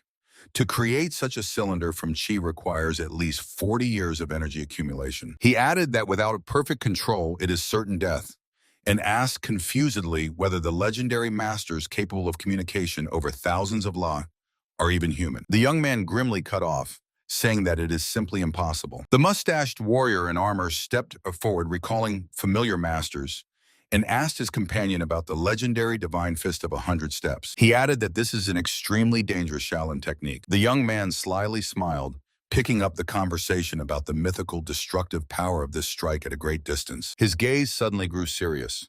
He cut off, saying that the actual limit of this technique is a maximum of 20 steps. The big guy stopped and sighed heavily, noting that with such power, Shaolin would have long since conquered the world. But reality is different. He glanced sideways, recalling the famous saying that all martial arts originate precisely from monks. The man grimly admitted this phrase was true, but added that today, real combat power is demonstrated by other sects, Huashan and Wudang. His eyes narrowed suspiciously. They moved on, and the big guy snorted that the armed masters, although having the advantage, often behave worse than ordinary bandits. The corner of the young man's lips twitched into a sly smile. He thoughtfully looked back over his shoulder, wondering if events would change with their arrival. Someone among them expressed hope that with the arrival of reinforcements, everything would finally improve. Suddenly, the silence was broken by the rumble of wheels. A horse-drawn carriage suddenly appeared among the resting men. The young man greeted the bearded man joyfully. He knew that the latter had returned alive solely thanks to his skill. The big guy laughed it off. They were just lucky, as a bunch of weaklings had fallen on their tail. His comrade only sighed inwardly.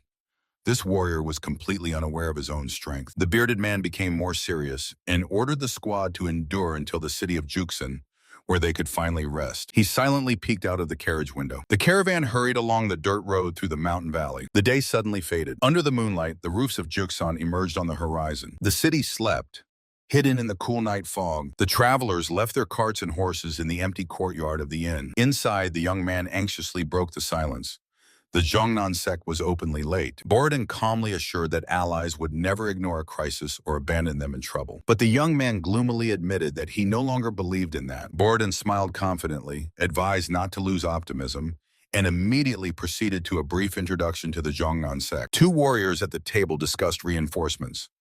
The Zhongnan sect once thundered across the world and was still famous for outstanding swordmasters. Borodin sighed gloomily. He only hoped that these envoys would be of some use. His young companion silently closed his eyes. Suddenly, the doors burst open with a crash. A squad of stern fighters stood on the threshold. Borodin abruptly jumped up on the spot. The entire trio immediately stood up to meet the unexpected guests. The leader of the arrivals respectfully folded his hands on the sword. It was Chao Guion, nicknamed the Broken Sword. Borodin hastily bowed in response, introducing himself as Mi Chanyon, the Saber of Great Power. His companions also took turns introducing themselves, bowing their heads as a sign of respect. The man with a sly smile noted with satisfaction that the Broken Sword was among the top 10 experts of Zhongnan. They had gained a powerful ally. The young warrior's eyes sharply widened when the conversation turned to their recent colossal losses. The host sighed with relief. It was good that there were no deaths, and with the arrival of such a hero, they could finally relax. However, Michanyon's gaze remained heavy and tense. The man in the bandana scrutinized the Zhongnan fighters, knowing that the blue cloud on the mantle was only allowed for those who had fully mastered at least one martial art. This mark identified a master who had surpassed the level of a first-class expert. However, the face of their elder did not inspire fear at all. He carried himself impressively, so the mercenary could only hope that behind this image, there was real strength. With a light smile, he met the stern gazes of the students. The students measured the stranger with distrustful glances. The sun was already hiding behind the roofs of the estate. The squad lined up in the middle of the wide courtyard, clutching their weapons in anticipation of the order. The elder from Junan assured the commander that his men would take the vanguard. The swordsman decisively moved forward. A heavy wheel crashed onto the cobblestones with a rumble. A large caravan slowly stretched through the streets of the town. The masters took the carriages into a tight circle, and this reliable guard truly inspired calm. The young man looked ahead with a barely noticeable, confident smile. Before him spread a noisy city at the foot of Mount Nok. They stopped near a large inn. The guests were already seated inside at the heavily set table. On the table, a luxurious feast was already steaming with numerous expensive dishes. The young man watched this with dull irritation. They asked for support and now had to pay for all the whims of these greedy bastards. He barely restrained himself. The guest deliberately ordered the most expensive only because it was free, behaving like ordinary dogs of the Alliance of Martial Arts. While they shamelessly chewed, the boy comforted himself with thoughts of the money earned from selling axes. However, he sighed sadly, realizing that he would also have to sell the weapons of the Black Horse Squad. Escorting the Zhongnan sect all the way to Henan promised to drain all his resources. Watching one of the masters happily stuffing himself with food, the young man firmly decided to find a way to recoup these crazy losses. He sincerely despised these so-called warriors who had not the slightest respect for other people's money. The sect delegation carelessly continued feasting at his expense, and high in the sky the sun was blazing dazzlingly. A breeze calmly swayed the branches over the empty forest path. The silence was broken by the rumble of wheels. A large trade caravan was moving along the road under guard. Eon Chun sighed with relief, glad that in half a month on the road no mishaps had occurred. He smiled sincerely, considering it the merit of the hired Taoist. But his young partner was only irritated by this. He mentally cursed the exorbitant expenses on these freeloaders. The young man frowned discontentedly, imagining how much they would devour today. He exhaled heavily, not understanding how the masters from the Zhongnan sect could sweep up food like savages after famine. In despair, the boy even grabbed his head. Surely even vagabonds from the beggar sect would eat more modestly. His gaze became heavy and gloomy. After cooling down a bit, the young man changed the subject and directly asked Eon Chun where all those girls who used to not let him pass had gone. The man only smiled carefreely and suggested that he simply bored them. But the boy knew the truth. After one incident, Zaha did not leave Eon Chun's side for a step. and her obvious feelings scared off all the others. Casting a glance at his satisfied companion, he mentally admitted that he really was a capable man and worthy of such attention. He gave a crooked smile, trying to understand why Sol-Ree suddenly began to avoid him. Maybe because of his cruelty or greed for money? The young man wearily rubbed his face. Although their attention was annoying, now without it felt somehow empty. The companion nearby reproached that people should have been valued earlier. On the go, he muttered that he treated everyone normally, but the older man reminded, nothing happens without a reason. He squinted slyly. He bitterly thought that there is nothing more changeable than the human heart. Clenching his teeth, the young man decided to ask them directly tonight. Meanwhile, evening lights lit up over the mountain estate. In the noisy tavern, Brother Eon was eagerly devouring dinner. The boy opposite asked how his health was. Eon replied that thanks to Lady Zasi, he was almost recovered.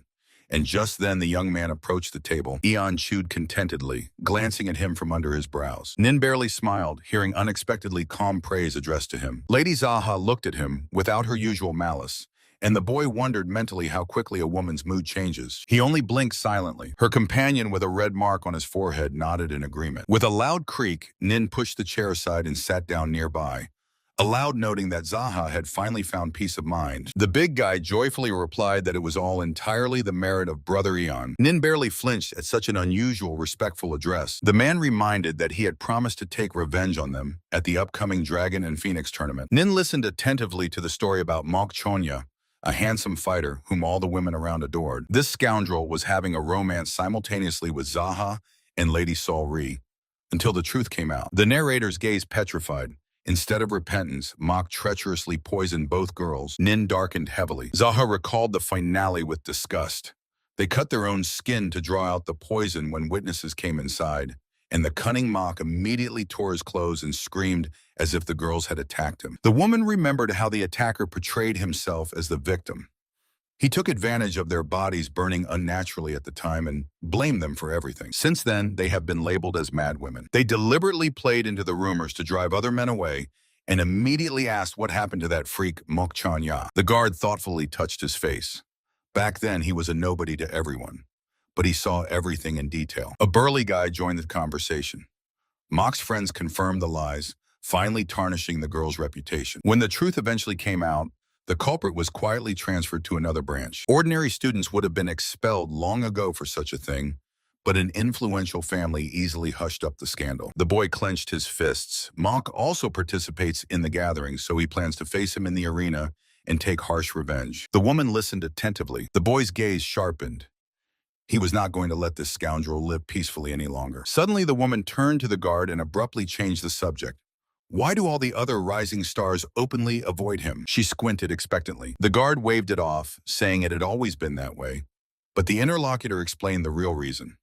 Earlier, he was ignored because of his status, and now the elite are torn by anger because they had to beg a simple watchman for rescue. The cold gaze of black eyes burned through when a sharp question sounded.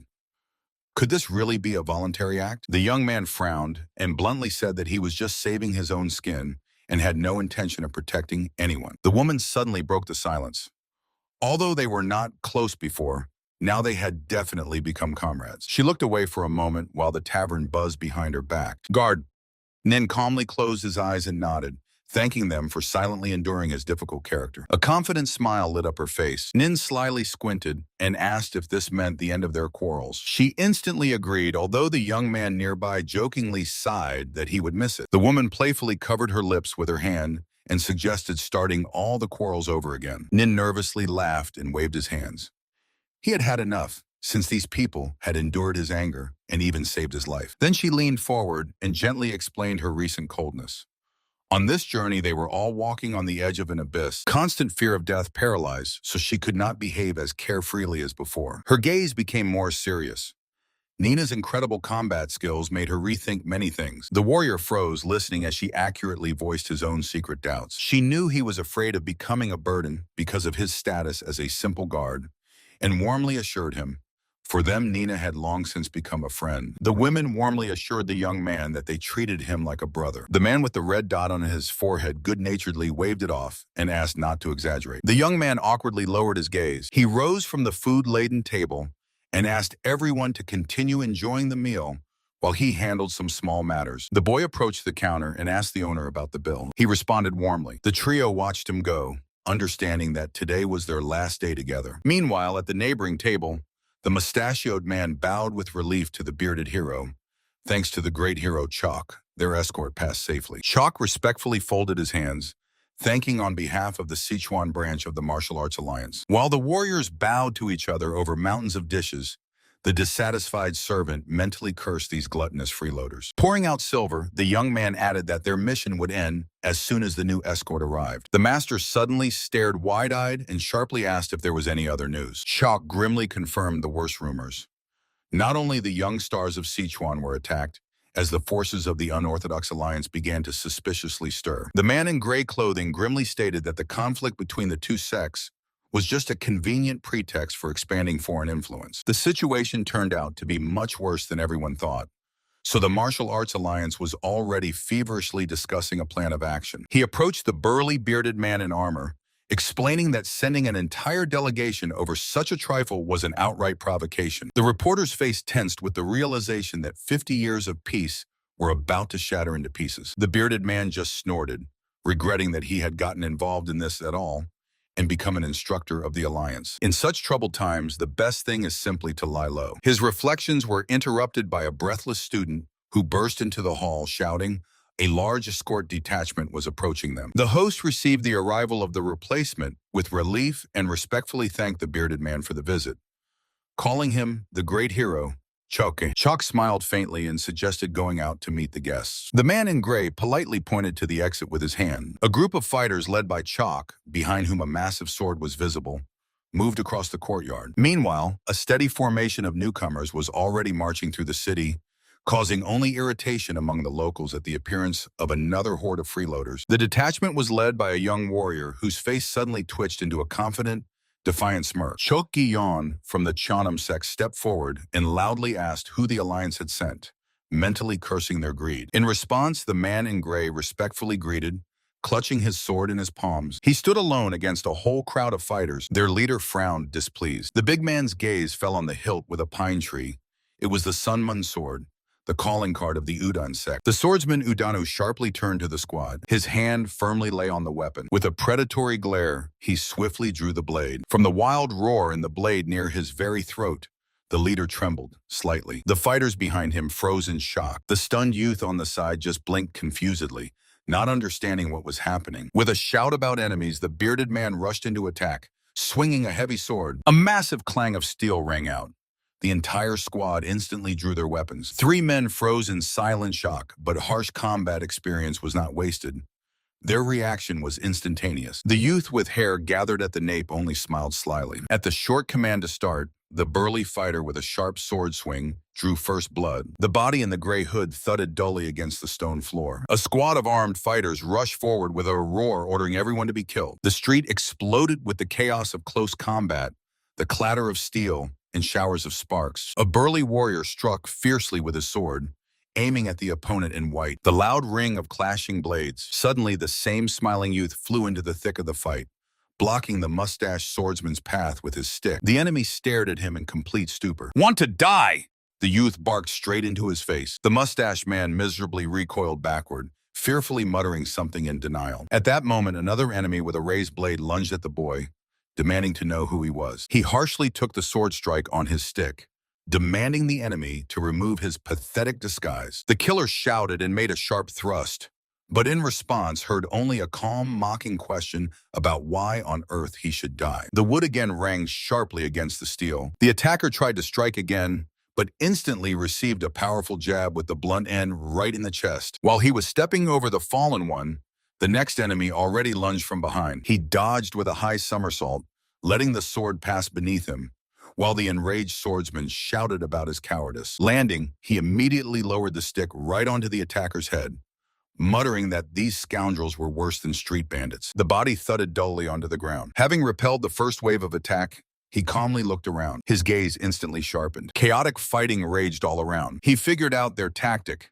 The enemies concentrated all their forces on destroying his Sichuan branch, while the Zhongnan disciples were merely held back for show. At that moment, one of the Sichuan warriors was trying with his last strength to hold back the onslaught of a massive sword engraved with a dragon. The warrior with a crimson mark on his forehead smiled confidently, easily taking the blow on the blade. The girl nearby was not lagging behind either. Repelling the attack with a clang, she swiftly went on the offense. A massive brawl broke out. One of the opponents cursed irritably, realizing that they were the ones being hunted. "You're all finished!"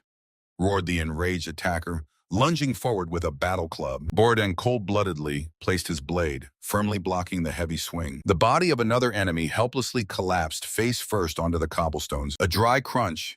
The young man with the club struck the opponent in the chest with a swing. The mercenary, knocked off his feet, sank heavily, gasping in pain. The furious commander jabbed his sword forward, ordering to finish off the insolent one. A whole crowd surged at the young man, but he only sneered mockingly. Spinning the club lightning fast, he effortlessly deflected a hail of deadly strikes. He gave a crooked smile and irritably said that attacking in a crowd was cowardly, so now he would have to give it his all. His gaze instantly became deadly. From the thick golden dust emerged the silhouette of a fighter.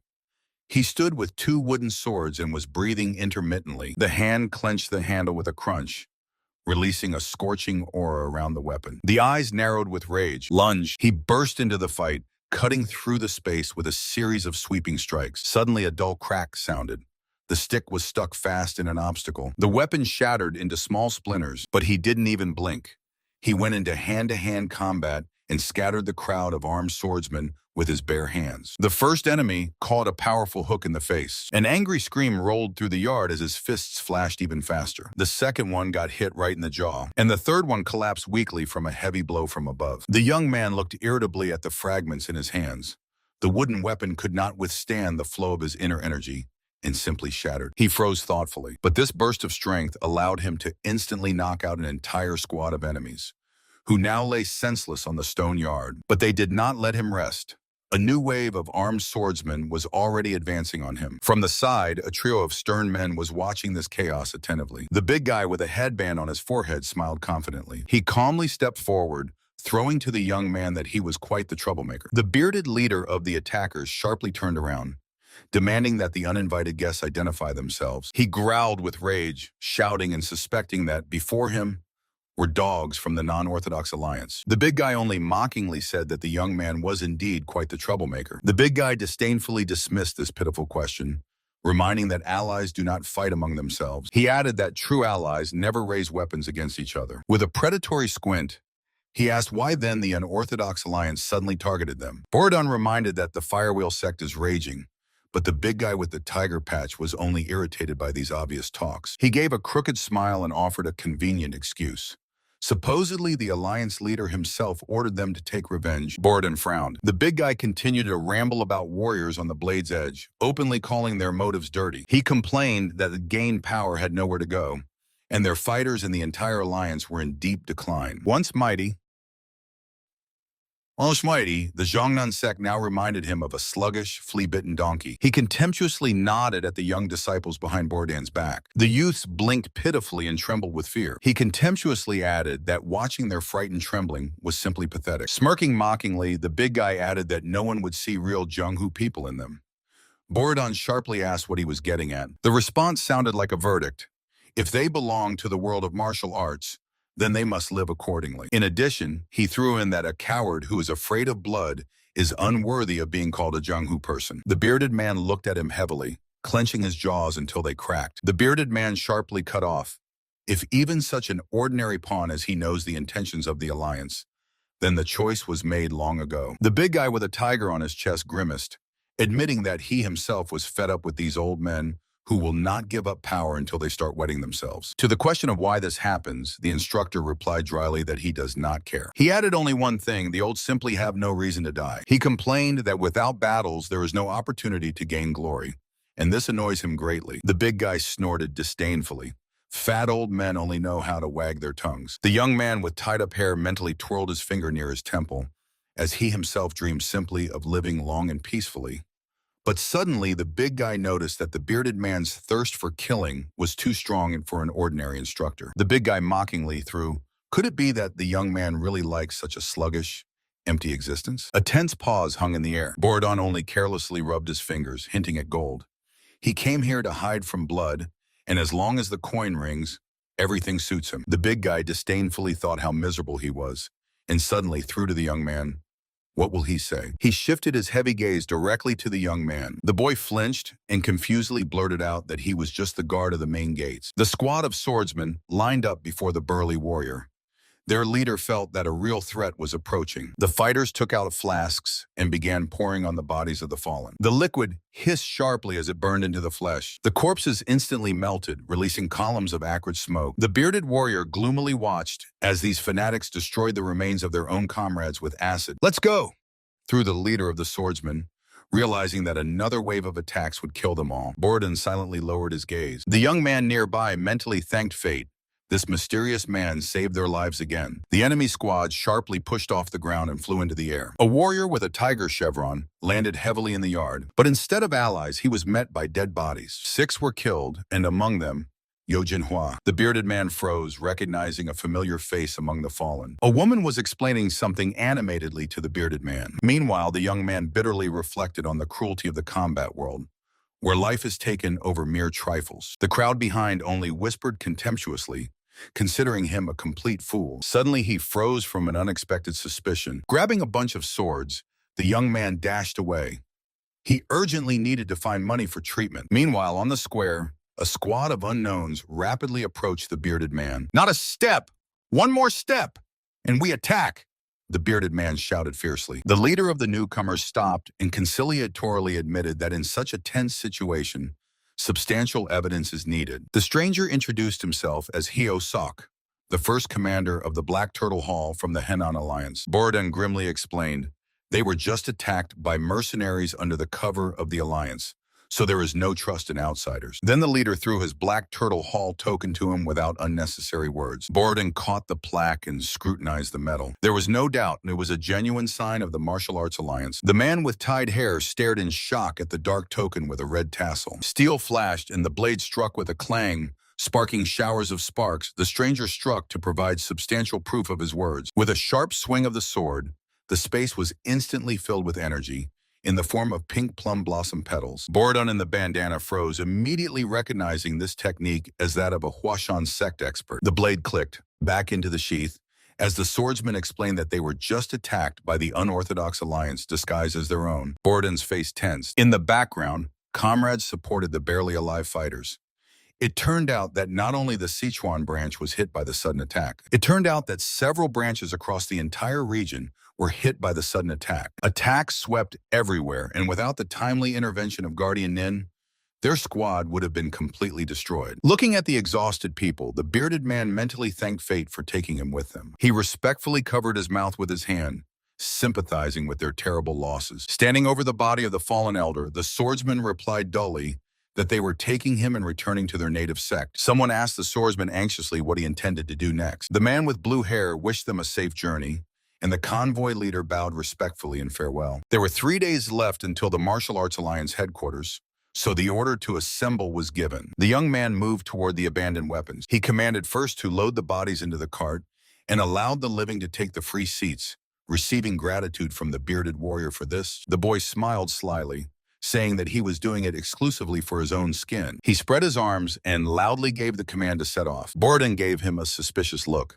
This warrior was too skilled for an ordinary guard. Meanwhile, the young man walked carefreely ahead, as if nothing had happened. The young man greedily pressed the bottles to his throat, while the mustached man shouted in shock about moderation. The boy pulled away from the vessel and exhaled with satisfaction. The elder stared at him in confusion. The young man broke into a broad smile, although he had just poured a deadly mixture of icy spiritual herb and a secret pill of the Tan clan into himself. The mustache man tensed, suspiciously studying the completely unharmed boy. He only praised the taste and brazenly asked for more. The man grimly allowed him to drink it all to the bottom. He could not understand how the young man survived, since such a dose of cold yin energy would instantly freeze an ordinary person. The boy joyfully shook his throat, understanding the value of this rare alcohol. He suggested to the mustachioed man to buy off with a drink at the tavern, and he immediately agreed. The young man took several large gulps again. His body shivered violently from the piercing cold. The energy accumulated in the channels began to gently melt. This cleansing worked much better and more pleasantly than the usual painful blows in battle. The young man covered his mouth with his hand, amazed at how the energy of the strange drink perfectly merged with his own. His face suddenly became serious and focused. He greedily tilted the bottle, feeling all the dirty energy evaporate, leaving only the pure power of the art of Jian in his body. The liquid ran down his chin in a stream as he greedily finished the bottle to the last drop. With a loud sigh of pleasure, the boy gave a thumbs up, which greatly surprised the senior warrior. Usually people just went crazy from this drink. The mustachioed man shook his head and admitted that this was the best drink of his life. A cunning spark flared in the young man's eyes. He immediately reminded about the promised round and asked if his companion knew a good tavern. The elder was completely unfamiliar with this area, so the boy happily offered his tried-and-true option. They moved forward, and the young man blurted out on the go that he had lived here for a full 40 years and had serious influence. The mustachioed man asked in surprise what he meant, following him toward the large gate. Matching pace with the boy, he noted that he was acting too relaxed for a state of full combat readiness. The young man calmly cut in. When the situation is so tense, the top usually just wastes time on empty chatter. The older man spoke about the word to chatter, understanding that the young man with a combat background might not know this term. They strolled slowly through the yard while the man explained that in his region, it means empty talk. Suddenly, the young man burst out. He said everything he thought about the leadership, which only fights for power and gives senseless orders while ordinary people toil. Therefore, the right head for him is the most important thing. He heavily closed his eyes. The man asked if he meant the leader. The boy affirmatively raised his thumb. If the chief does not keep chatterers in check, only those at the very bottom suffer. Under the autumn leaf fall, he bitterly added that because of such commanders, everyone just runs in circles. Above them loomed a clear, cloudless sky. At the request of the elder to explain these words, the young man gave an example of army chaos, when the order to go into battle is instantly changed to the order to retreat. It is too easy for the superiors to flap their tongues, but such whims simply drive ordinary performers crazy. The man laughed loudly, unexpectedly admitting the complete correctness of this eccentric boy. However, in a moment his eyes narrowed, and his gaze became incredibly heavy and focused. Two men approached the tall wooden gates. They turned onto a street densely built with old and shabby houses. The elder cheerfully commanded to come in, assuring that the drinks here are simply divine. The young man skeptically rubbed his chin, not understanding why they had dragged on for more than an hour from the Alliance headquarters for this dump. He covered his mouth with his hand, barely hiding his disappointment. Finally, the boy directly asked why they came to this hole, if he still had 1,500 silver in his pocket for an elite establishment. He gloomily averted his gaze, but the elder calmly cut in that everything necessary was here. The man advised him to talk less and just prepare the money. Sighing inwardly at such stubbornness, the young man resolutely pushed open the tavern door. Inside, it turned out to be surprisingly clean, and the elder nodded approvingly at the empty hall. The young man blinked in surprise, forced to admit the comrade's correctness. The elder confidently approached the table and loudly ordered as usual. He looked ahead attentively, impatiently waiting for the drink. The burly man bowed respectfully. He turned around and disappeared through the kitchen door. At the table, Ningyunbi asked his drinking companion if he came here often. It turned out the old man had lived in the Alliance for 40 years and knew all the establishments. The young man admitted he would prefer to drink in a more decent place, and suddenly remembered they were still not acquainted. With a slight smile, he introduced himself as Ning Yunbi from the Sichuan branch. Borodon replied that good booze saved his bad mood and called himself Sado Han. The old man frowned. The boy's name seemed remarkably familiar to him. Nin Yunbi thoughtfully touched his cheek. He too tried to remember where he might have heard about Sado Han. He doesn't know my name, Borodon thought in surprise. Wanting to learn more, he asked which unit the young man served in. A cunning squint flashed in Sado Han's eyes. Ninyumbi calmly stated that he was a guard of the main gates, and that should be obvious from his uniform. The old man was openly stunned, not believing that such a fighter could be a simple guard, although the young man himself saw no problem with that. The boy grumbled discontentedly that a stable salary and a roof over his head were great, but he didn't like the combat unit at all. The elder only silently shook his head, while the young man complained that he was fed up with constant attacks on the road and had no desire to kill anyone. He grimaced, admitting that the peaceful life of a guard by the main gates was much closer to him. The argument was interrupted in the tavern when hot food and drinks were finally placed on the table. Wusong gladly grabbed the jug and generously poured alcohol for the boy. They clinked loudly. The young man dried the shot glass in one gulp. The elder also took a slow sip. The boy beamed with pleasure, loudly praising the local drink. Wusong smiled smugly, reminding that he had recommended this place for a reason. Then the conversation touched on people.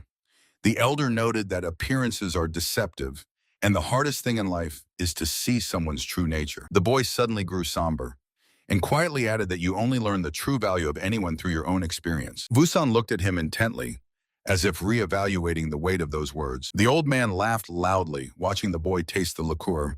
After all, you don't know the taste of a drink until you take a sip. They sat outdoors, and the young man eagerly refilled his companion. The sun lazily illuminated the roofs of the small town. Time passed, and empty bottles were already rolling on the wine-stained boards. The old man drank and thought to himself, any other warrior would chase reputation, but this young man sincerely takes pride in the ordinary work of a guard. The boy had no manners at all, and therefore no connections with famous families of masters, simple-minded, but he absolutely does not care about others' opinions. The man took another sip, admitting to himself that he had not spoken so openly with anyone for a very long time. He fell into deep thought. The old man thanked for the drink, which dispelled his bad mood, but refused the offer to party until dawn. He slowly closed his eyes. The young man shuddered when the interlocutor calmly informed him someone with the aura of a wild beast had come for him. Cold combat readiness instantly flared in the guard's eyes. The elder admitted with satisfaction that he had not drunk with such a good mood for a long time,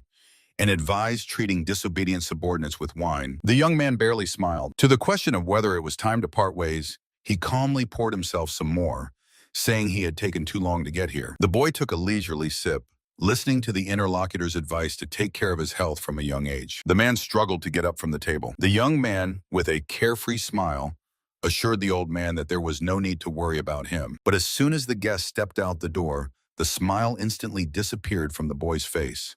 His gaze became sharp and cold. The wine slowly filled the cup. The young man took a sip, closing his eyes in pleasure. Outside, the worried subordinates finally tracked down their alliance leader. The assistant grumbled that drinking in such holes breeds rumors, but the old man just waved it off. That's exactly why he was hiding here. The leader laughed loudly upon hearing about the lords who were waiting for the meeting. He headed for the exit, promising to give his commanders a good lesson today. The men walked down the sunlit street. Suddenly, the old man froze. Thoughts returned to that young man. While the Black Death Alliance prepares a strike, and the lords quarrel among themselves, this stranger gave him a valuable lesson. He resumed his step, finally deciding to put an end to his former softness. The leader's gaze flashed with cold determination, and in the tavern itself, the angry owner was already barking at the servants. The mysterious guy vanished without a trace. The servants panicked and rushed to wipe the empty table, hastily escorting other customers out. Several men panicked and rushed out of the room. The young man with a glass in his hand blinked in confusion, not understanding the reason for such haste. The mustached interlocutor opposite stunned him with the news. The modest old man they had just been drinking with was actually the leader of the alliance. That old man? The leader of the alliance? The boy could not believe his ears. The mustache confirmed and added that during such visits, the tavern has to hang a closed sign. He crossed his arms on his hips in displeasure. It turned out that the establishment operated specifically for the leader, who constantly hid here from exhausting meetings. The alliance even secretly maintained several similar hideouts so that he would have somewhere to lay low. To the young man's question of whether it was really necessary, the man replied sharply, "It's much easier than later searching for the disguised leader everywhere." The mustached man's face twisted at the very mention of these troubles. The boy only remarked that the old man was somewhat eccentric. Now it was the man's turn to stare in astonishment. His interlocutor showed not a drop of shock at what he had heard. The young man calmly explained that the old man's status did not concern him, since he would not get any profit from it anyway. The young man almost choked on the realization. That old man really was the leader of the alliance. He groaned resignedly, regretting that he hadn't managed to ask for a ticket home. His sadness was dispelled by the mustached innkeeper, proudly declaring that the leader himself stops by here for their food. The boy did not argue and ordered several signature dishes. The owner happily dashed to the kitchen, and the young man calmly took a sip from the glass. Suddenly, the doors opened. An armed group of 6 people entered the hall. A woman with a cold, piercing gaze was walking ahead. Next to her walked another woman, with freckles on her cheeks and a barely noticeable smile. 2 grim warriors followed behind them. All the newcomers, despite the season, were wrapped in warm clothes with massive fur. The gray-bearded man politely apologized to his companions for choosing such a modest tavern. Due to the alliance gathering, all other establishments were packed to the brim. The group stopped right by the boy's table, forced to endure the cramped space. One of the swordsmen carelessly waved off the apologies, Although the young man himself could not understand otherwise in his mind, it was warm outside, so why the hell were they all dressed in fur? He sat silently by the window, immersed in his own thoughts. A sip of strong alcohol refreshed his memory. Recent bloody battles with the bees of the unorthodox faction brought him not only money but also a powerful surge of inner energy. However, this did not add to his joy. He sat at a table covered with food, lazily poured a new portion, and admitted to himself that killing and maiming people was still disgusting. From these thoughts, nausea only crept closer as he gloomily stared at the bottom of the glass. Only wine remained to dull the conscience. He tilted the cup again, not even turning to the noise in the hall. And at the threshold appeared a trio, led by a stately woman in a fur cloak. Her gaze suddenly caught on something interesting, and a barely noticeable smile played on her lips. The woman stopped in the middle of the room, not taking her eyes off the lonely drunkard. Her companion rudely poked the boy's back with a finger and asked in surprise why she had just called him not bad. Ha's older sister just carelessly closed her eyes, trying to reduce everything to trifles. But her younger companion was not satisfied with such an answer. She pressed the woman, reminding her that she was known for her silence and never interested in empty matters. So Ha's sister finally had to give in and admit that the stranger really caught her attention. The three strangers closely examined his back, arguing whether there was hidden power in him or if he was ordinary. The freckled girl only sighed heavily, complaining about her misfortune. From these conversations, cold sweat appeared on his temple, not to get involved in another round of problems. He stood up from the table cluttered with empty jugs, but as soon as he moved, two men in expensive robes blocked his way. One of them squinted fiercely, offended by the contemptuous look of the commoner. A tense silence hung between them. He closed his eyes, decided to simply ignore the impudent man, and asked the host for the bill. Hearing the price of 5 silver neons, he mentally cursed the innkeeper for the brazen robbery. In the end, he sadly resigned himself. Let this be the price for that expensive liqueur from the old man. 5 coins clinked dully on the tabletop. He was almost out the door when the stranger with the sword sharply called him back again. He turned irritably and immediately received a dose of poisonous arrogance. The aristocrat recognized his uniform and disdainfully said that a simple guard had no place in their district. The guard silently listened to the haughty youth's complaints, deciding to simply endure the attack. He closed his eyes and calmly apologized, explaining that he had just been transferred from another region. With a forced smile, the guard promised not to get underfoot anymore. But the young man raged inwardly, not understanding why Lady Ha paid attention to this good-for-nothing. The warrior's face twisted with envy towards the ordinary guard. With a cry of retribution, he suddenly lunged forward and threw a fist engulfed in destructive energy. The guard didn't even tense up. He dodged the attack with a barely noticeable movement of his head. The next moment, his own hand filled with power. A powerful hook flew straight into the attacker's jaw. The warrior flew backward, helplessly sliding on the floor with his soles. Not giving him time to recover, the guard jumped up and gripped the collar of his robe with a death grip. He sincerely did not understand why he had to get into a fight after peaceful words. The guard menacingly loomed over his opponent, asking what his problem was. And with a swing, he delivered another devastating blow. The fallen opponent could only wheeze painfully. The defeated adversary collapsed to his knees with a dull thud. Witnesses at the door froze in surprise. The senior warrior with a headband declared that the troublemaker was to blame himself, and suggested to part ways on that. The victor silently waited opposite their entire squad, but the elder was not going to back down.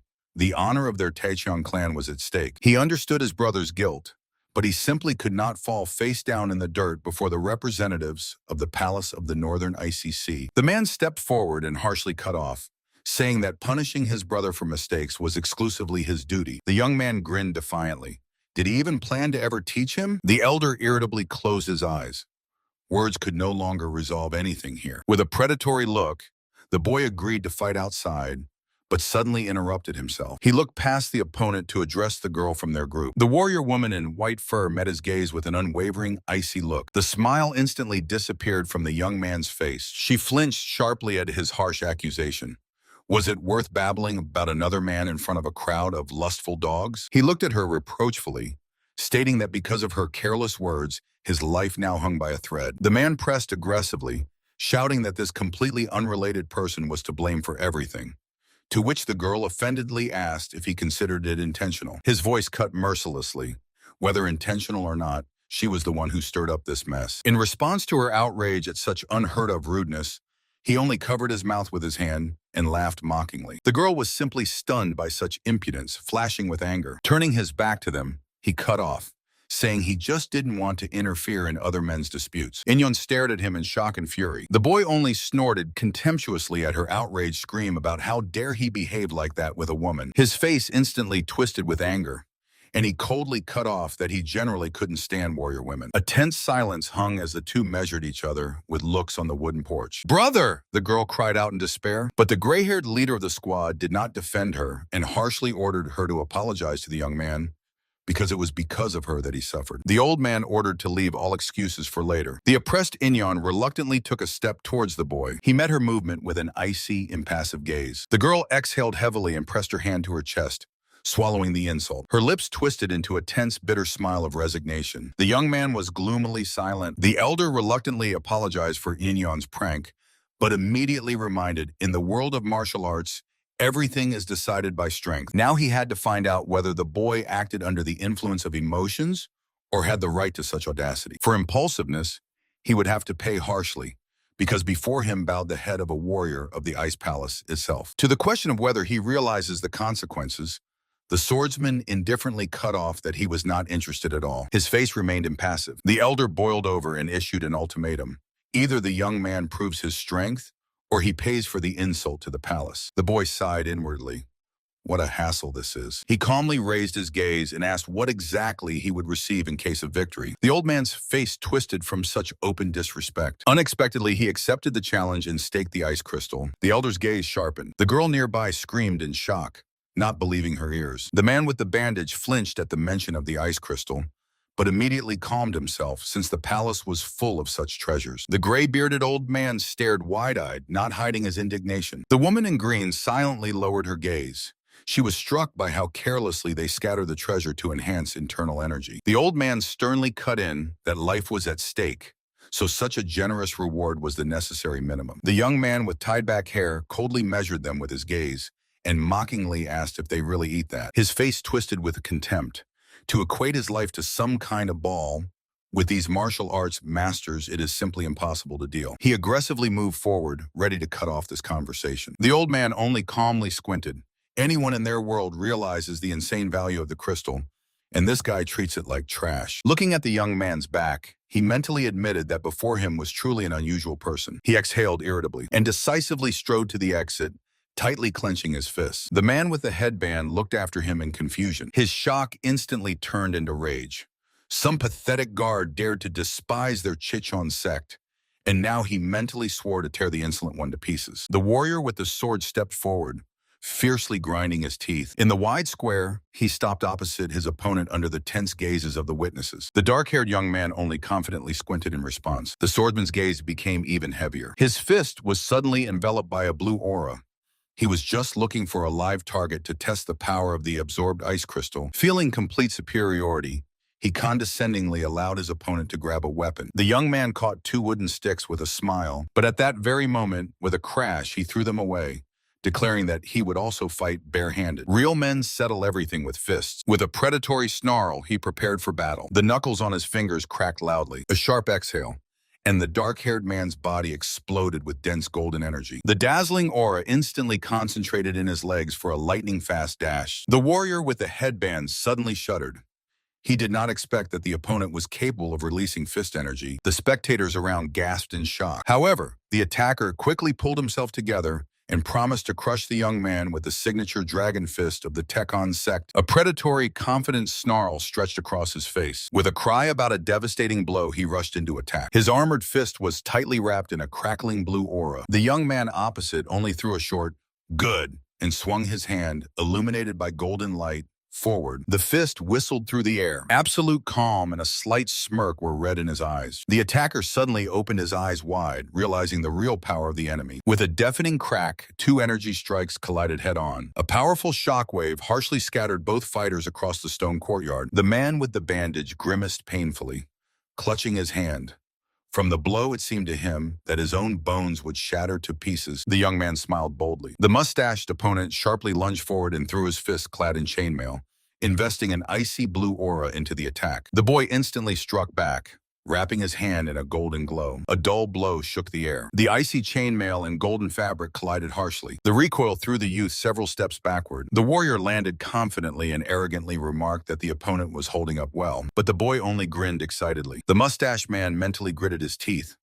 Even after absorbing the ice crystal, he still couldn't defeat him. Determined to crush this miserable guard at any cost, he began to concentrate his power again. A powerful blue whirlwind of energy enveloped his fist. The warrior glared fiercely ahead, preparing for a devastating attack. But the youth suddenly flared with a golden aura and dashed forward lightning fast, shouting that now it was his turn. The fist in the scaled gauntlet sliced through the air, exploding with golden energy. The long-haired opponent harshly stopped the strike with a block. His gaze turned icy. At that very moment, he counterattacked, throwing forward a concentrated stream of blue power. The fighter in dark clothes sharply ducked, letting the attack pass over him. The energy whistled through his very hair. He made a quick backward somersault to break the distance, but the enemy's boot silently slid right after. The shining fist flew straight to the face. There was nowhere to dodge. It flashed through his mind that he would have to take the blow right in the forehead. He tensed his whole body and clenched his teeth, facing the danger. The devastating blow shook him, knocking the air out of his lungs. The heavy glove was firmly embedded in his torso. A golden flash of energy struck his shoulder, causing him to grimace in pain. The enemy with a headband on his forehead rushed forward, wrapping his fist in a blue aura, and roared that this was the end. The boy barely managed to cross his arms, taking the devastating blow. But suddenly, a predatory smile flashed from beneath his forehead. Holding the block, he mentally admitted that the opponent was in no way inferior to him. A prolonged fight would mean certain death for him. Deciding to finish everything with one strike, he went for a harsh counter collision. The boot was stuck firmly in the ground. With a powerful jerk, he threw off the enemy's aura. The stones underfoot shattered into pieces from the fierce pressure. While the enemy again charged in attack with a frenzied scream, the boy realized, if not for that old man's liquor that redirected all the energy to the Dantian, he would have fallen long ago. Only a confident chuckle escaped from his lips. The fist clenched inside the glove, flashing with golden energy. The swordsman shouted fiercely, raising his hand for a devastating strike. From his enemy's body, a pillar of dazzling light burst forth. He cold-bloodedly crossed his armored forearms. The golden fist struck the block.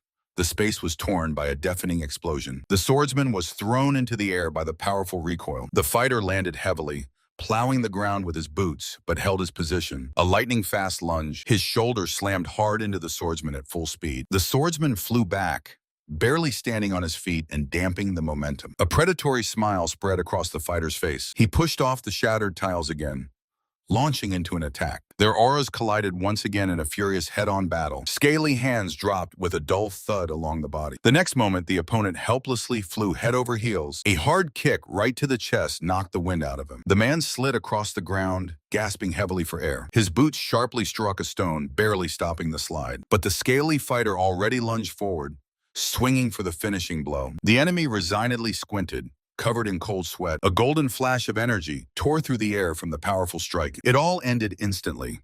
A heavy, scaly palm rested on the crown of the defeated, causing him to freeze. A dazzling flash. The young man with a predatory smile looked triumphantly from under his brow, playing with his armored fist. "This is abnormal," tensed the mustached spectator. And the gray-bearded elder nearby only smugly snorted. She could not believe that their mighty elder brother, unreachable like the very sky, had just suffered defeat. Nearby, another disciple was dripping with sweat, not understanding if this guy was really an ordinary guard. He was chilled by the realization of what kind of monster he himself had almost gotten into a fight with. The winner, meanwhile, relaxedly lowered his fist. The defeated was breathing heavily, trying to compose himself. The guard good-naturedly shrugged and praised the opponent for an honest fistfight to the very end. Both warriors stood facing each other now without a drop of hostility. The swordsman calmly admitted his defeat before such overwhelming power. He looked intently at the winner and directly asked his name. He introduced himself as Nin Yunbi, and the swordsman named himself Huang Songwei. Sunbai bowed low as a sign of respect,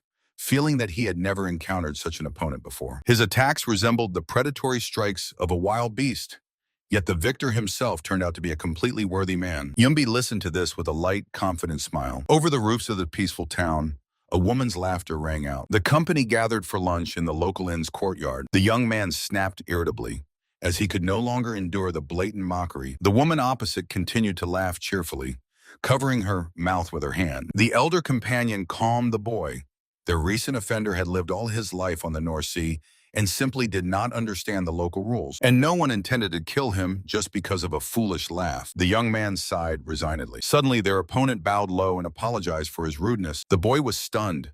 The people he had beaten had never apologized themselves. Embarrassed, he also apologized and attributed his sharpness to the alcohol he had drunk. The warrior smiled kindly and asked which sect the boy belonged to. He honestly replied that he was a former soldier of the Chongam army. His gaze became firm and piercing. The man in the blue robe gloomily admitted that the techniques of the Kwandal sect were truly impressive. But in a moment, his face broke into a self-satisfied smile. He introduced himself as the boy's elder brother and offered a drink. With a light gurgle, he generously filled the surprised youth's cup. The boy gladly took a sip, reminding that a promise must be kept. Suddenly, the gray-haired elder sharply extended a small dark box toward them. The youth blinked in confusion and asked if he could eat it later, as he was already full. The elder calmly explained that the ice crystal is best absorbed on a full stomach, especially after alcohol. He added that this box made of rare cold wood is valued in their ice palace even more than the crystal itself. The old man's gaze became stern. He insisted that the boy accept the treasure immediately and promised to personally guard it. The quiet click of the lock. A dazzling blue glow burst from the chest. The elder ordered to instantly envelop the crystal with energy after swallowing it, so as not to burn the insides. The youth intently stared at the shining artifact in his hands. With 2 fingers, he carefully lifted the icy stone. He swallowed the icy crystal and immediately felt a piercing cold inside. His eyes squeezed shut tightly. Sitting in meditation, the boy felt the frosty energy from the melting crystal rapidly filling his dantian. His face twisted as the overflowing energy surged through his body in a turbulent rush. The flow harshly pierced the lower points and with a powerful jerk rushed upward along the spine. Suddenly, the power of his master awakened, and all previously accumulated energies began to merge with the cold chi into a single whole. The body flared with golden radiance. 3 streams intertwined into such a mass that the meridians were almost torn to pieces. The eyelid twitched nervously from the pain. The boy shuddered under incredible pressure as the compressed force suddenly spread through all the channels. Golden threads of energy tightly wrapped around his body. A blue aura sparkled across his bare chest, leaving only dirty chi in the dantian. The hand trembled slightly from tension. The most critical moment had come. The old man silently watched his torment, understanding that only by enduring this continuous, tearing pain would the youth gain the full power of the ice crystal. The old man stared in shock, realizing that the patient's energy was filled with dirty impurities. While the healer sat at the table, the youth behind him convulsed violently. The healer even suspected the worst. Could it be that he practiced demonic absorption techniques to corrupt his power so much? The old man anxiously stepped forward, but the boy's endurance was impressive. Usually people faint immediately from the pain after the ice crystal, but he kept enduring. Sweat poured down his tense face. The decisive moment had arrived. Lips stretched into a painful grimace. With a deafening sound, a thick cloud of yellow gas suddenly burst out from beneath it. All present covered their noses with disgust. Unclean energy left the body in the form of ordinary gases. The young man exhaled with relief, feeling how the master's residual strength finally completely merged with his own. A calm smile blossomed on his face. Suddenly, a sharp stench hit his nose. He awkwardly waved his hand in the air. The crystal successfully removed all the dirt and significantly increased his combat power. The old man awkwardly grinned, demonstrating combat achievements in front of women turned out to be terribly embarrassing. The young man also mentally cursed fate. Why must one endure beatings and humiliation for the sake of power? He threw a dry thank you. The grandfather laughed heartily, glad at least for that. Although inside he was boiling, to give a treasure for 400 taels of silver and feel as if he had received a slap. He looked the boy over and aloud called him a weirdo. The youth rubbed his neck, because he had heard this before, until suddenly the old man sharply asked about his age. The old man's gaze instantly became sharp. The boy met it without hesitation, a short affirmative answer. The old man could not believe his eyes. This youth fought on par with their elite warrior, who had been fed rare elixirs for years. He directly offered the boy to join the ice palace of the Northern Sea, promising a generous reward. The black-haired warrior nearby blinked in shock, not understanding how one could call an ordinary guard to a great sect. The boy calmly closed his eyes and briefly refused. The old man was stunned, and his companion almost choked on shock. A simple mercenary had just turned down the greatest sect outside the Central Plains. Recovering, the old man asked again about the reason. The answer turned out to be ridiculously simple.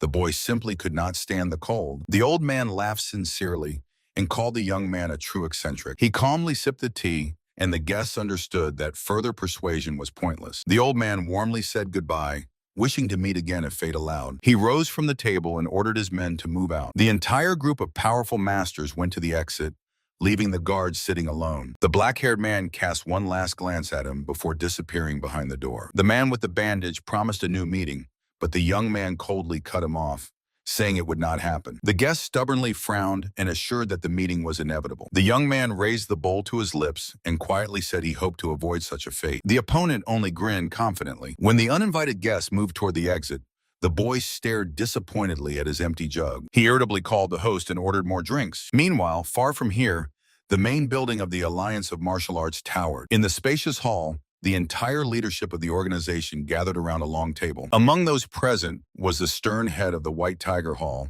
So Sin-woo. Next to him sat the gray-mustached leader of the Red Bird Hall, Choi Sin-gi. Lord of the Secret Pavilion, Ho Jong-moo, watched everything attentively. One of the elders clenched his jaws tensely, and on the side, the head of the Blue Dragon Hall, Woo Hyun-do, glared gloomily. Strategist Sama Yong-jae maintained a tense silence. Lord of the Support Hall and Duyok also stood with a stone, dissatisfied face. And inside the council hall, a fierce dispute was raging. Calls were heard to immediately throw troops into battle to avoid disaster. The Lord with thick eyebrows aggressively attacked his opponent, shouting about the inevitability of a great war. The gray-haired elder countered. He did not deny the threat, but warned that a blind attack would lead them into an enemy trap. The degree of tension rapidly soared, and the men began openly exchanging accusations of inaction. The gray-haired man justified his breakdown with absurd demands of Lord White Tiger, to which he harshly demanded to name the perfect time for the strike. The elder froze for a moment at such audacity. The strategist tried to calmly intervene in the quarrel, asking both to cool down and discuss the plan. But Lord White Tiger slammed the table with a furious crash and fiercely barked at him to be silent. "Know your place," the gray-haired elder suddenly shouted, defending the chain of command. Lord of the Support Hall silently broke out in a cold sweat, watching this chaos fearfully. Suddenly, the authoritative, angry voice of the leader sounded. He harshly reprimanded both troublemakers, reminding them that they were wasting precious time on pathetic tantrums. The elders lazily gossiped at the table. One grumbled indignantly about the impudence of the Blue Dragon Hall, and another mockingly complained that now it was even scary to attend meetings. Suddenly, a fist wrapped in energy slammed onto the table with a crash. The present ones shuddered in horror. Silence fell in the room, and all eyes were fixed on the grim leader in the center. He shouted angrily, "Why the hell are they chilling in the middle of a war?" which greatly confused the subordinates. Earlier, he himself constantly avoided these boring meetings. The leader was boiling. He had long turned a blind eye to the antics of old comrades in arms, but now they openly began to ignore him. A crimson aura of anger flared around him. "You bastards decided that I am just an old scarecrow shoved in a corner?" One of the men just looked at him in shock, not understanding the reason for such a sudden outburst at all. The crimson aura of rage swirled around him. The next moment, the leader struck again, and the massive wooden table shattered into pieces. A powerful blast wave instantly knocked two elders off their chairs. The third was thrown across the entire room with a scream, landing right on the floor. From the uncontrollable force of his fury, the floor cracked completely. The leader sharply jumped up from the chair, smashing the table to pieces, and roared at those present, whether they considered him a scarecrow. He leaned toward the subordinates, reminding them that once they shared life and death together. The leader's eyes widened with anger. For years, he had turned a blind eye to their pranks, thinking that with age they would become wiser. He clenched his fists because instead they continue to bite each other's throats even now, when the entire combat world is threatened with destruction. The name So Sin-woo echoed throughout the hall, causing the black-bearded elder to freeze. Next to fall under the hot hand was the gray-mustached Choi Sin-gi, so obediently bowed his head, responding to the call. Choi also spoke up, and the leader pinned both with reproach. Old friends ready to kill each other at meetings, while behind others' backs they joyfully embezzle money. The elders seemed to be struck by electricity from such a direct exposure. The leader turned away and coldly said that he knows about the dirty deeds of absolutely everyone present, but for now allows them to do it. Suddenly, he fiercely jabbed a finger into the air and burst out shouting, demanding to hand over the bastard who spread rumors about his debts in the tavern for 30,000 nyons. The leader's face twisted with rage. He was not going to tolerate such mockery. The head of the support hall responded fearfully, but the leader instantly silenced him, harshly reminding, When he speaks, everyone must obediently crawl and listen. The leader's face contorted with anger. He loomed over the subordinate and directly accused him of spreading dirty rumors, making him miserably stammer. In the middle of the room, strewn with shards of the shattered table, the leader demanded answers. Who allowed gossip to spread instead of simply sending money to the gathering of the Dragon and Phoenix? He did not understand why all sorts of nonsense had to be invented when it was only necessary to send the children to the gathering. 30,000 nannies for drinking. He simply boiled over at this amount, shouting that it could not be spent even if one bathed in alcohol for a whole year. One of the advisors tried to justify himself, saying that good deeds should be done quietly, but he was instantly cut off by a fierce roar. The air was torn by a ringing blow. Homugan's eyes blazed with rage. How was helping the children at all connected to being made a shameless drunkard? The subordinates silently hung their heads, not daring to raise their eyes. A dazzling aura exploded around his body. The enraged leader reminded them that before them stood the invincible disciple Homugan. The energy continued to spark as he painfully recalled the fallen children. After which he sharply summoned the strategist. He instantly bowed, covered in cold sweat and waiting for orders. Throwing off the showy obedience, Homugan asked about the movements of Sahyunyun, and the strategist confirmed that the enemy was already preparing a full-scale invasion. The strategist reported that the enemy was buying up provisions and gathering troops at the border, and the attack on the tournament was only a maneuver to divert attention. The hall shook with a fierce scream. While the situation is critical, these bastards are gnawing over crumbs of power. A heavy step. The leader's eye flashed with fire as he roared, asking if they had all lost their minds. The subordinates froze, realizing in shock that the man who had been drinking for days had become the same formidable ruler again. He exhaled heavily and admitted that all this disgrace happened because of his lack of virtue. The elders lowered their eyes guiltily. He called the 3 days of senseless meetings simply pathetic. He sharply summoned the strategist. His gaze became cold and focused as he asked about their first move. The strategist instantly reported, "It is necessary to immediately prepare a base to gather all branches of the alliance, provide them with medicine, and throw the main forces at Shanxi." The lord and his strategist calmly discussed the plan to defend the alliance. The ruler entrusted all preparations to his advisor. Suddenly, the conversation was interrupted by a sharp scream. A boot slammed on the floor with a crash. Someone shouted that such an important matter cannot be entrusted to just anyone. The gray-haired elder fiercely lunged straight at the lord. The stone floor cracked deeply under his heavy steps. He stopped and snorted aggressively while his partner nervously trembled behind. The lord's patience snapped. He stood up, and his eyes flashed with a predatory light. A powerful aura struck the hall, throwing the rebels back under a hail of debris. A wave of energy thundered through the hall. The ruler barked, demanding an immediate proposal of a better plan if they had one. Both men instantly became embarrassed and fell silent, covered in cold sweat. A heavy, dead silence hung in the room. The subordinates stood in the middle of the shattered room, obediently agreeing with their leader's decision. He frowned. He was not going to dance to the strategist's tune without any experience. The gray-haired elder tensed silently. Suddenly, the leader cut in. "Anyone who breaks the strategist's orders will be immediately thrown out." The subordinates stared at him in shock, not understanding where such harshness suddenly came from. And the leader himself barely restrained a smile of relief. He finally stopped being on their leash. The meeting with that mysterious young man was definitely the best thing that happened to him. Meanwhile, the sun was already brightly flooding the roofs of the estate. Nin was snoring carelessly on the floor until a loud scream tore him from sleep. The young man suddenly opened his eyes wide. Sleepily rubbing his face, he immediately recognized the voice of Elder Eon Chung. The gray man with a sword on his back was confidently walking along the cobbled courtyard. Eon Chung asked why he had woken up so early, but Nin just yawned loudly. It was already almost noon. The young man blinked in surprise, realizing that he had slept through yesterday's heavy drinking. Scratching the back of his head, he asked what was going on, to which the senior warrior curtly replied, "The Alliance has declared war on Sakronian." The boy smiled naively, intending to simply return home to Sichuan, but his interlocutor immediately brought him down. Everyone would have to fight. The young man's face twisted in shock.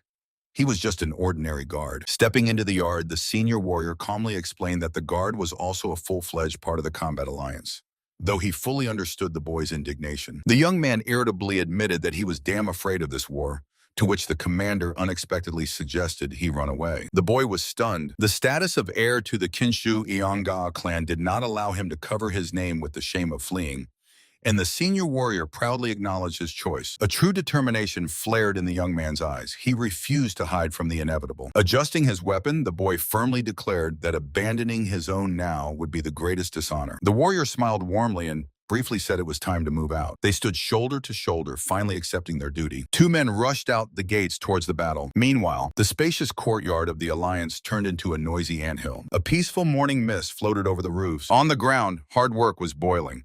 Burly men tirelessly dragged massive wooden boxes. Those bastards!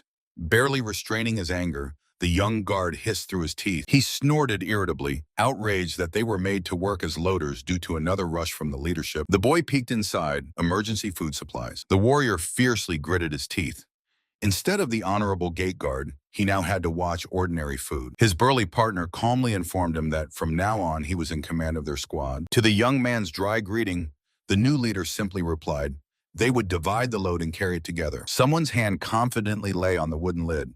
The subordinates would hardly be happy, but the commander's debtors would have to keep silent. Let's go, the burly man said cheerfully, easily throwing the crate over his shoulder. The squad of dissatisfied but obedient guards silently moved through the paved courtyard. White clouds floated carefreely. Two men with a dull thud lowered a massive chest with provisions and medicines for the long journey to the Yondine prefecture. The students carried heavy sacks on their backs, complaining that the main combat elite had set off empty-handed earlier that morning. The commander sternly reminded them that now they all belonged to the Death Breakthrough Corps and ordered them to stick together. The squad trudged forward wearily. Chewing a dry ration, one of the guards loudly cursed the local food until a colleague snapped at him to keep his tongue. The black-haired girl walking behind remarked that the leadership didn't care about the complaints of the lower ranks. The boy stubbornly retorted that he was not afraid of dismissal and was not attached to this place. The girl smiled faintly and said that the guard-nin could really leave any time, unlike them. To his surprised question, she calmly replied that the combat alliance was too valuable to them. In her blue eyes, determination flashed. Only here could they raise the prestige of their sect and achieve ideals. Nin stared at her in confusion, openly shocked by such faith. Without slowing down, the girl proudly declared that she would defend the honor of the Pavilion of Swords at the cost of her own life. He barely smiled and remarked that belonging to a prestigious sect often turned out to be just an extra burden. The girl admitted that she even envied the freedom of ordinary guards, to which he bitterly reminded her of the constant contempt toward them. She gently objected that he was not like the others at all. But for him, it changed nothing.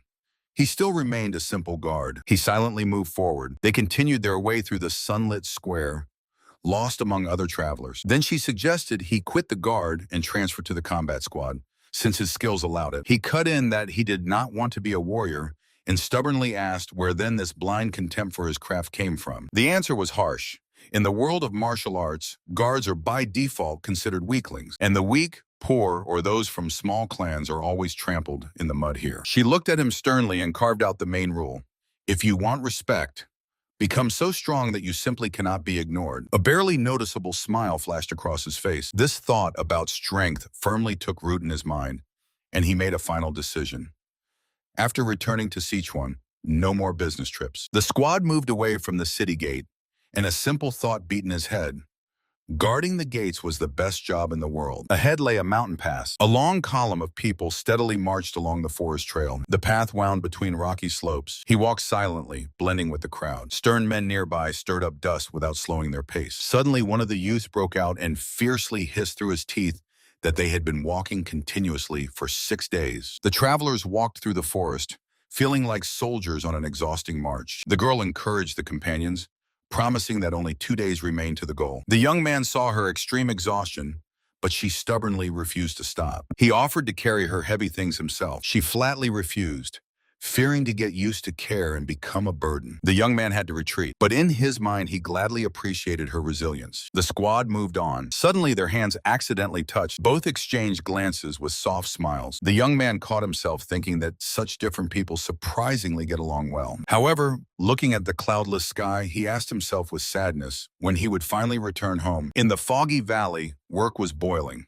Dozens of people were building a large-scale camp. Meanwhile, the arrived squad collapsed exhausted on the ground under the trees. A warrior with hair tied in a bun exclaimed indignantly that they had just dragged themselves here, and nothing was ready yet. He irritably muttered that these local idlers were incapable of doing even the simplest work. His lips pressed together in dissatisfaction. A black-haired young man leaned over him and mockingly said that the Murim Alliance was not a place for him at all. The warrior calmly admitted that the main headquarters was indeed bad, but the Sichuan branch was quite workable. The interlocutor smiled gently and called him an unusually impressive fighter. The boy quickly brushed it off the pathos.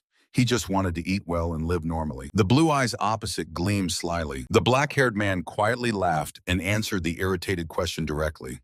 He just found it fun to watch him. The warrior blinked confusedly, thinking to himself that this weirdo was talking nonsense. And the other just continued to smile warmly and mysteriously. A big guy in blue loudly stomped his foot and shouted across the entire forest, summoning the Viz squad. Two warriors sharply turned at the shout, fists instinctively clenched, their faces stretched in silent surprise. The squad reluctantly gathered on the muddy clearing in front of the overseer. One of the fighters asked gloomily if they were really brought here for ordinary grunt work. The big guy nodded impassively. They need to build barracks for 4,000 people. So for the next 5 days, they will carry logs until the replacement arrives. He spread his hands and harshly added that this is a direct order from the military advisor. The crowd exploded with fierce swearing. One of the warriors gritted through his teeth that he would have quit long ago if not for his wife and children. The chubby fighter nearby almost cried from such cruelty. At that moment, someone's aura flared threateningly with fire. Their stern leader silently crossed his arms on his chest, scorching the dissatisfied with a heavy gaze. This was enough. The soldiers immediately turned around and ran to the construction site, quietly cursing their fate. The boy asked confusedly, could it be that they only have to blindly obey orders? The senior comrade advised not to argue, otherwise they would be immediately thrown into the front rows as a living shield. The young man sighed resignedly, outraged by such injustice. Clenching his fists, he firmly moved forward with the intention to simply endure these difficulties. The overseer assigned them to carry timber in pairs, asking them to endure at least 5 days like this. The big guy smiled kindly and introduced himself as So Mandok from Shandong. His partner with a sharp gaze coldly replied that he was Ning Yunbi from Sichuan. With a grunt, they together lifted a huge log. Yunbi silently adjusted to the heavy step of his new partner. Above the foggy mountain valley, the wind drove the fallen autumn leaves. Below, among the camp, the loud bustle from the construction did not subside. The sun slowly slipped behind the mountain ridge. The recruits continued toiling exhaustingly, tirelessly processing and carrying the forest. A huge log crashed into the ground with a rumble. The hard shift finally ended, and the mustachioed man wiped sweat from his forehead with relief. He offered the new acquaintance a drink. It is not every day that paths cross between natives of Shandong and Sichuan. On the way, they marveled. Even the barracks were not yet built, but the improvised tavern on the outskirts was already operating. Two headed toward the dim lights on the outskirts. The younger one squinted slyly. Merchants have a nose for money, and someone from the top clearly leaked the coordinates of the Murim Alliance gathering to them. Approaching, the mustachioed man disappointedly leaned his hands on his knees. The establishment looked worse than a dirty back alley. Several hastily built wooden tents huddled between the trees under the dim light of lanterns. Inside, a crowd greedily stuffed their stomachs amid a continuous hum and smacking. The partners sat at the table and the elder filled the bowls. At the neighboring table, someone was laughing loudly and brazenly. The younger one sullenly sipped his drink, raging that these idlers were just having fun while they were working like dogs. Suddenly, someone's hand harshly grabbed his wrist with the glass, and the boy gritted his teeth, demanding the stranger release him immediately. He frowned sharply, sensing something bad. In the tavern, a group of burly men surrounded the table where two swordswomen were sitting. One of the thugs brazenly harassed the girls, demanding to drink together. The young man silently glanced over them. The neighbors at the table decided to simply ignore the conflict, until suddenly a sharp female scream of refusal rang out. He calmly took a sip. Finishing his drink, he wondered silently, how do such scoundrels dare to call themselves fighters for justice? The cup fell on the table with a dull thud. Two visitors nearby, not wanting to get involved, hastily grabbed their swords and headed for the exit. Visa Nin, help! A desperate cry rang out, making him tense up. He turned sharply. The big guy was already forcibly pulling the girl in blue by the sleeve, while his accomplices blocked the retreat paths. The young man's eyes narrowed with realization. In front of him were Shin John Min and Mi Han Sol from the Redbird Corps. He barely restrained his irritation, mentally wondering why he was called at all. The partner beside him nervously whispered, begging to just leave, but the guard cut in that he would not let it pass. A heavy, decisive step forward. The comrade behind only let out a panicked scream. Cold sweat ran down his face from the horror of what was about to happen, and the guard remained absolutely calm. He approached the table where several burly men were roughly harassing a woman. His hand harshly grabbed the attacker's wrist, and his voice in an icy tone asked to release the girl. The big guy snarled irritably, demanding to be named. The answer that he was only a gate guard of the local branch caused only a contemptuous snort from the bandit. The warning that the attacked warriors belonged to the Redbird squad also crashed against a brazen mockery. Without batting an eye, the guard calmly advised the drunken ruffian to stop and go sober up. The attacker's eye narrowed fiercely with anger. He hissed through his teeth that some miserable guard dared not interfere in their affairs. The man stared wide-eyed at such audacity and angrily hissed whether he was not looking for his own death. The blade of his sword flashed with dazzling energy. He swung, ready to finish off the insolent one on the spot. The young man did not even blink, only grimly noted mentally that these degenerates had completely lost their minds. Suddenly, the swordsman was stunned by surprise. The boy grinned mockingly and declared that he was talking absolute nonsense, as if he had snorted through his nostrils. His voice broke into an angry shout. He reminded everyone present that they were actually warriors of the Murim Alliance. The old man's accomplices jumped up in fright. They nervously glanced at each other, panicking as they realized that the publicity of this incident would completely destroy their reputation. The young man gripped someone else's wrist with a death grip and ordered in an icy tone to let go of the hand. The leader mentally gritted his teeth. Retreating before the guard meant eternal shame, so there was only one option left: to crush him. Putting on a fake smile, the big guy boldly replied that they were just establishing friendly relations, and this upstart was ruining everything. Radiating a heavy aura, he loomed over the young man and suggested that he intervene due to excessive faith in his own strength. In response, the boy only gave a predatory snort, instantly seeing through the pitiful attempt of this rat to change the subject. The young man grinned fiercely. He threw a bold challenge to the armed trio, calling them worse than rats. With the screech of steel, the bandits fiercely drew their swords. The boy only calmly looked over his shoulder, asking if they were planning to attack together. Suddenly, the clang of two blades rang out. The girls decisively jumped forward to help. The three of them took a fighting stance, ready for the clash. The young man barely smiled, noting that this journey had thoroughly hardened him. A powerful aura swirled around him. He prepared to meet their blades with his fists. His hand flared with light energy, and the enemy stared in shock, not understanding how he intended to fight without weapons. The young man clenched his scaled gloves. After absorbing the ice crystal, his energy circulated faster than ever. And for these enemies, fists were more than enough. One sharp breath, and the inner power exploded throughout his body. The enraged swordsman shouted and rushed forward, turning into a blurred spot. The young man casually took the blade on his armored forearm and mockingly asked why the enemy was so slow. The young man gathered energy and delivered a powerful blow with his scaled fist. The enemy groaned dully from the sudden hit. The air was torn by a crimson flash. The fist harshly slammed right into the attacker's face. He crashed to the floor with a thud and dropped his sword. Two other fighters instantly rushed into the attack, but the girls sharply blocked their way, taking the fight upon themselves. Meanwhile, the young man smoothly dodged the blade.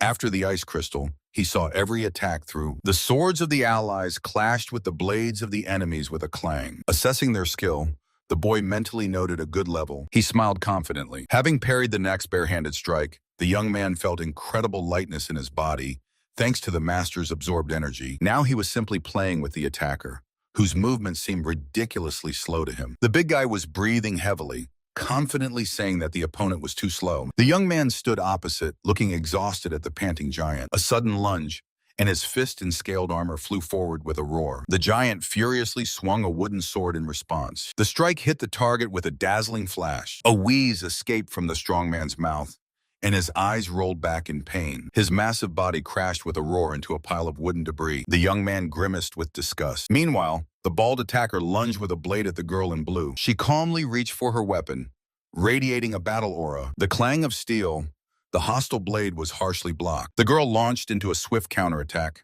slicing the air with a shining blue sword. A hard blow to the neck made the attacker scream in pain. The enemy wheezed as he flew into the stone debris. The women finally managed to exhale heavily. The young man calmly lowered his weapon and praised everyone for their work, accepting the sincere thanks of the girl in light blue. He smiled confidently, reminding that comrades must help each other. They only glanced at each other awkwardly, Until this moment, they did not perceive him as one of their own at all. Looking at the bodies scattered on the ground, the boy casually noted that these people would definitely take revenge. A predatory smile touched his lips.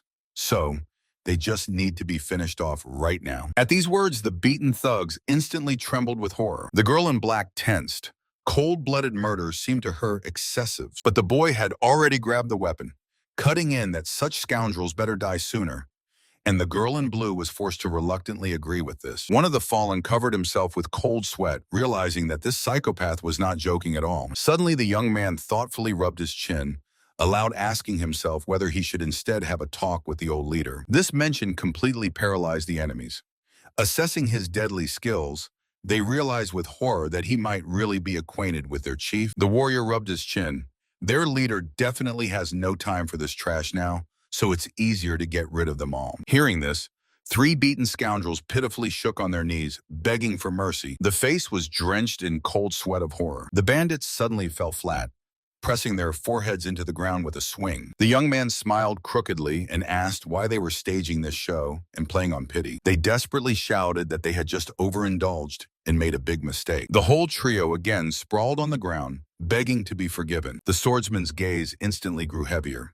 He dryly asked if they were serious. The trio frantically nodded, swearing to become dogs if they ever touched alcohol again. In the middle of the wrecked tavern, a crowd of onlookers whispered, and the young man reminded the bandits of the witnesses to their oath. The losers swallowed their pride, realizing that shame was better than death. Then the warrior slyly glanced over his shoulder, asking his companions if they should spare these scoundrels' lives. One of the girls indifferently replied that it was not necessary to get their hands dirty, and allowed them to be released. The 3 beaten robbers sighed weakly, not believing in their rescue. One of them bowed submissively, hoping to get away as soon as possible. But the young man lazily stopped them.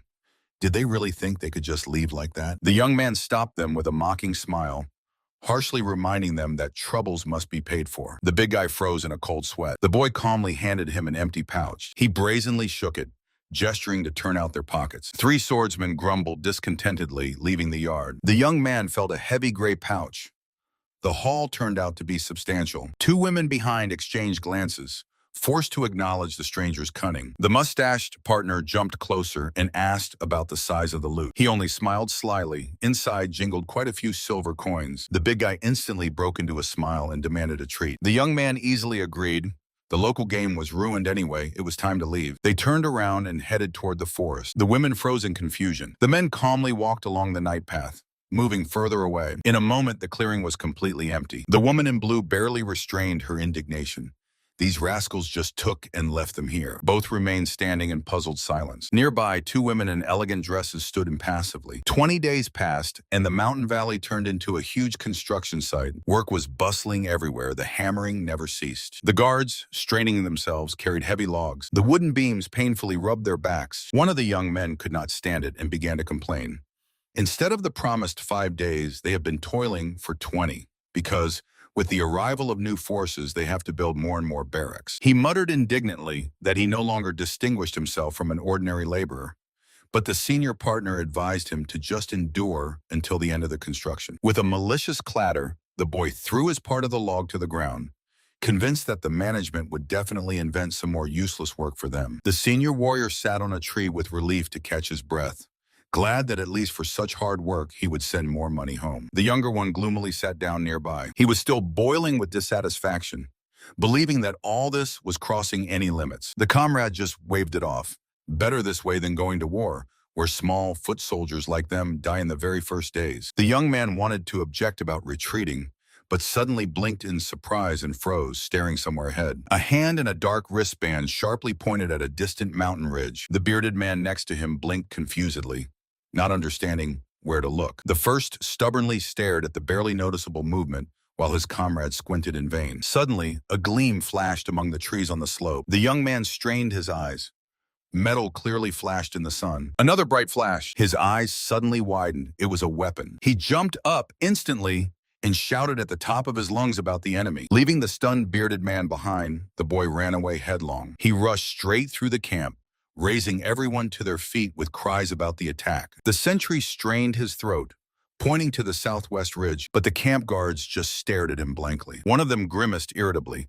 deciding that the young man was simply poisoned and now raging. His cheek twitched nervously. The guards stared in surprise after the man who staggered as if drunk in broad daylight. But as soon as he moved away, his step suddenly became firm and confident. He irritably hissed that his warning was ignored again. Resigned, he closed his eyes and decided to just watch the show when the enemies charged headlong. Meanwhile, deceptive silence reigned over the mountains. Thick tree crowns reliably concealed the threat. In the thicket stood a large squad of armed fighters in black. Their leader intently stared ahead. The deputy anxiously suggested to bypass the open area and strike the enemy from an ambush. But the commander only faintly smiled and sharply refused. To the surprise question, he calmly reminded why the Alliance of Martial Arts always despised their unorthodox faction. Hypocritical righteous ones call them vile cowards, although they themselves always act meanly.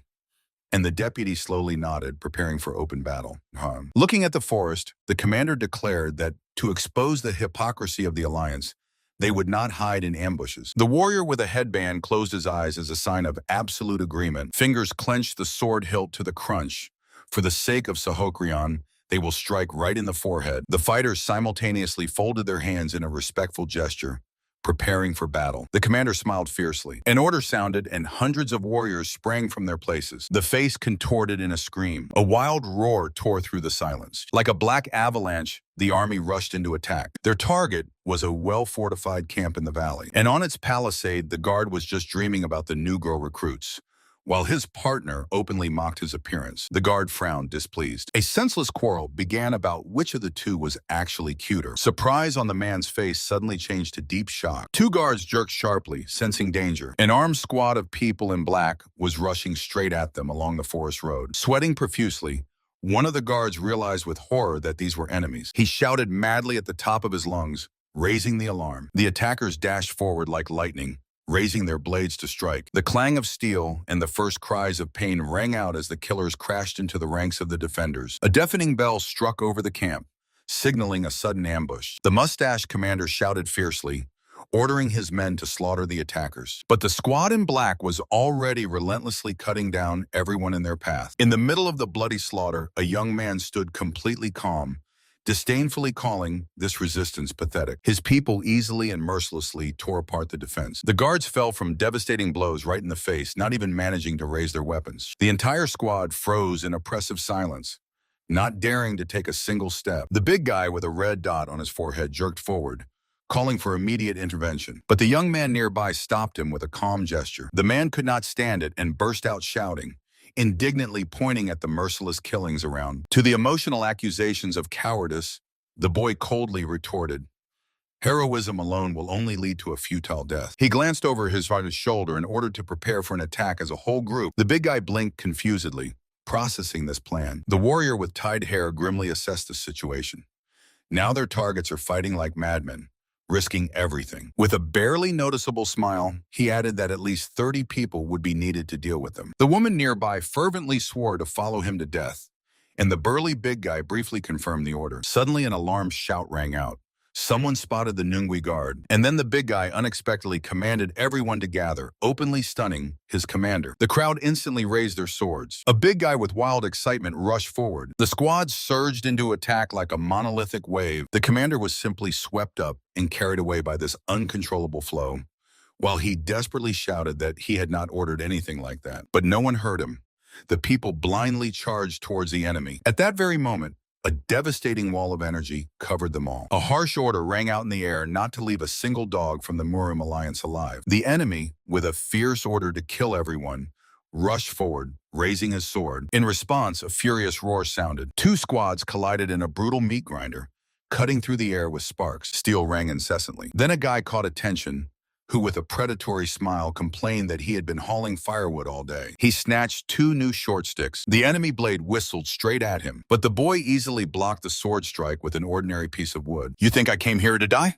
he growled, and with a swing hit the attacker right in the face. The body crashed to the ground with a thud, and the boy cold-bloodedly told the enemies that they would still see who would die first. His face twisted with anger. He instantly lunged forward and powerfully struck the next enemy under the chin with the stick. His gaze became merciless. The warrior in gray lunged forward, delivering a swift blow. The attack was harshly blocked by the broad cleaver of the opponent in black. The recoil threw the gray one backward, and he screamed as his soles dug into the ground. He abruptly stopped with his back to his young companion, sweating but still smiling tensely. The enemy with a fierce roar rushed into the attack. In a leap, he brought down his massive blade right on their heads. Deafening clatter. The young man sharply intervened in the fight, blocking the deadly strike and springily bounced back. From the terrible force of the blow, his fingers on the wooden hilt trembled slightly. The mustached swordsman suspiciously frowned, demanding to know who he was. The boy confidently grinned, asking why he needed to know that. The enemy was twisted with rage at such a brazen brat, but the young man was undaunted, calmly promising to quickly teach him proper etiquette. The young man politely smiled, folded his arms, and asked the master to find himself an equal opponent. Calmly looking into their eyes, he asked for mercy to be shown to them. And the next moment, he fiercely grinned and shouted that politeness would not help here. The boy shouted that the old man should have been looking for peers, not asserting himself over children. The bearded man froze from surprise. The youth continued to shout, mocking the praised etiquette of the one who came to beat the weaker. Wrapped in lightning, he rushed forward with a wooden stick, mockingly asking if the enemy really expected a submissive death from him. The old man shuddered. The master sharply swung his sword forward. Wood and metal clashed with a deafening clang. From the force of this blow, the bearded man's hand twitched, and the blade trembled. They grappled, and the old man realized that this boy harbored a powerful inner strength. The master's gaze darkened. Such a dangerous opponent had to be killed on the spot. The old man swung his broad blade, mentally dedicating his strike to the future Sahokrion. The youth with the staff retreated, shocked by the inhuman strength of this old man. The enemy did not allow a respite. The old man roared madly, threatening to kill him. The boy irritably cursed such bloodthirstiness. The attacker swiftly closed the distance. The clang of metal on wood. The youth barely withstood the blow. From the colossal pressure, he was dragged across the ground, his feet lifted off the sand. The body plowed the dry soil. Suddenly, behind, a frightened cry sounded from a stout witness of the fight, calling his brother. The beaten boy struggled to straighten up, feeling the old man's strength on his own skin. He helplessly fell to one knee, realizing he had run into the worst of all possible enemies. The old man in black abruptly rushed into attack, and the youth only mentally noted his furious temper. The blade clanged as it struck the wooden stick. The boy braced firmly and shouted that he would not retreat. The enemy roared, promising to test whether his chain strikes could withstand the storm. The saber sliced through the air with a series of sweeping attacks. Desperately blocking the hail of blows, the youth called the opponent a crazy old fossil. A devastating strike rang out. The wooden stick could not withstand the pressure and snapped in half. The wood shattered into splinters. Only a broken stake remained in the hand. The youth grimaced irritably. He had worked so long to obtain this thing. The fragment flew to the ground. He would have to fight with his fists. He took a fighting stance, clenched his fists with a crunch, and battle energy flared around him. The enemy's sword cut into the boy's block, who anxiously realized that his super-strong armor barely withstood the pressure of the enemy's technology. He froze gloomily. His hand under the sleeve suddenly flared with dazzling yellow energy. The old swordsman shuddered. Where does such a brat get the power to summon thunder energy? "Let's see who dies today!" the boy shouted fiercely, promising to knock the enemy's head off. The old man roared forward, raising his blade. The heavy blade sliced through the air with a whistle. The boy rushed forward without hesitation, clenching his burning fists. A golden flash. He parried the strike, hitting the steel with his bare hands. From the terrible force of the collision, he was dragged backward, leaving a deep furrow in the ground. The boot pressed hard into the soil. His gaze focused, and he sharply threw out his fist, firing a devastating charge of thunder at the opponent. The heavy fist with destructive force struck directly in the man's face. The old warrior fell to the ground with a muffled groan, dropping his weapon from his hands. He barely got to his knees, trembling from shock. How could he have missed the blow so easily? The young man opposite only grinned smugly, mocking that he swung the sword with his eyes closed and still hit. Such contempt drove the old man mad. He fiercely gripped the hilt, ready to tear the insolent one to pieces. And the boy continued to openly mock, amazed that he was even afraid of such a worthless old man. With a furious scream, the old man rushed into attack, and his body suddenly exploded with sparks of yellow lightning. Energy with a loud crackling enveloped the blade. The youth shuddered. The opponent's aura changed beyond recognition. The old man made a lightning-fast strike. Using the phantom blade technique, 3 destructive energy blades flared up in the air. They sliced through the space around the boy with a whistle, but he didn't even move. His eyes opened wide. The opponent finally showed something truly interesting. Realizing that he couldn't deflect such a barrage, the young man sharply dodged. He slid across the ground like lightning. The blade sliced through the air with a whistle right before his eyes. The bearded opponent clenched his teeth impressed by the boy's footwork. He recognized the fool's step, a technique both were taught by the master. The young man himself did not expect his body to reflexively assume the unshakable stance of the stubborn ox. The young man sprang off the ground and soared into the air, closing the distance. The enraged old man lunged at him from above. The old man unleashed his signature straight strike on him, roaring the name of the move. The shockwave swept away everything in its path, but the boy managed to jump back again. He never intended to run away forever, so he loudly took the sword strike directly on his bracers. The enemy snarled fiercely. The young man crossed his arms in a tight defense and firmly stood under a hail of devastating attacks. The young man smiled fiercely. The shock from the strike unlocked his meridians, and internal energy surged turbulently into the dantian. The enemy swung the sword, releasing a wide arc of energy, but the boy had already easily jumped back. A hard push of the foot into the ground, a sharp turn, and his boot heavily struck the old man's block. The next second, the young man's fist broke through the defense with such a crack that the swordsman even shouted. A strangled wheeze burst from his chest. "Damn, Tank! This is the end," the boy shouted and drove a new strike straight into the torso. And immediately another knockout blow. The old man's eyes widened in absolute shock. A powerful impulse threw him several meters back, causing him to helplessly slide across the ground. Exhausted, he heavily fell to his knees. Thick blood gushed from his throat. In his head, there was only one miserable thought. How could he lose to this newcomer? The boy towered over the fallen enemy, and breathing heavily, coldly said, "The old man was simply unlucky." The bloodied leader of the Black Lotus faction, Yansur, hoarsely asked his opponent his name. The young man proudly replied that his name was Nin Yunbi, and he was the official guard of the Sichuan branch of the Combat Alliance. This news frankly stunned the leader. He did not manage to finish speaking and heavily collapsed to the ground. The body froze in the dust. Nin Yunbi looked confusedly at the motionless enemy, not understanding if he had really died from shock. The guard only exhaled in amazement, not believing his own eyes. The silence was broken by the desperate cries of the subordinates as soon as they saw the body. 4 swordsmen furiously rushed to avenge their leader. Nin Yunbi cursed irritably. Shouting that he needed to rest, he sharply struck a counterpunch to the chest of the first attacker. He grunted hoarsely. The thrown body at speed knocked down the rest of the swordsmen, harshly embedding them into the ground. A heavy fist hit right under the jaw, knocking the spirit out of the enemy. "Kill him! For the leader!"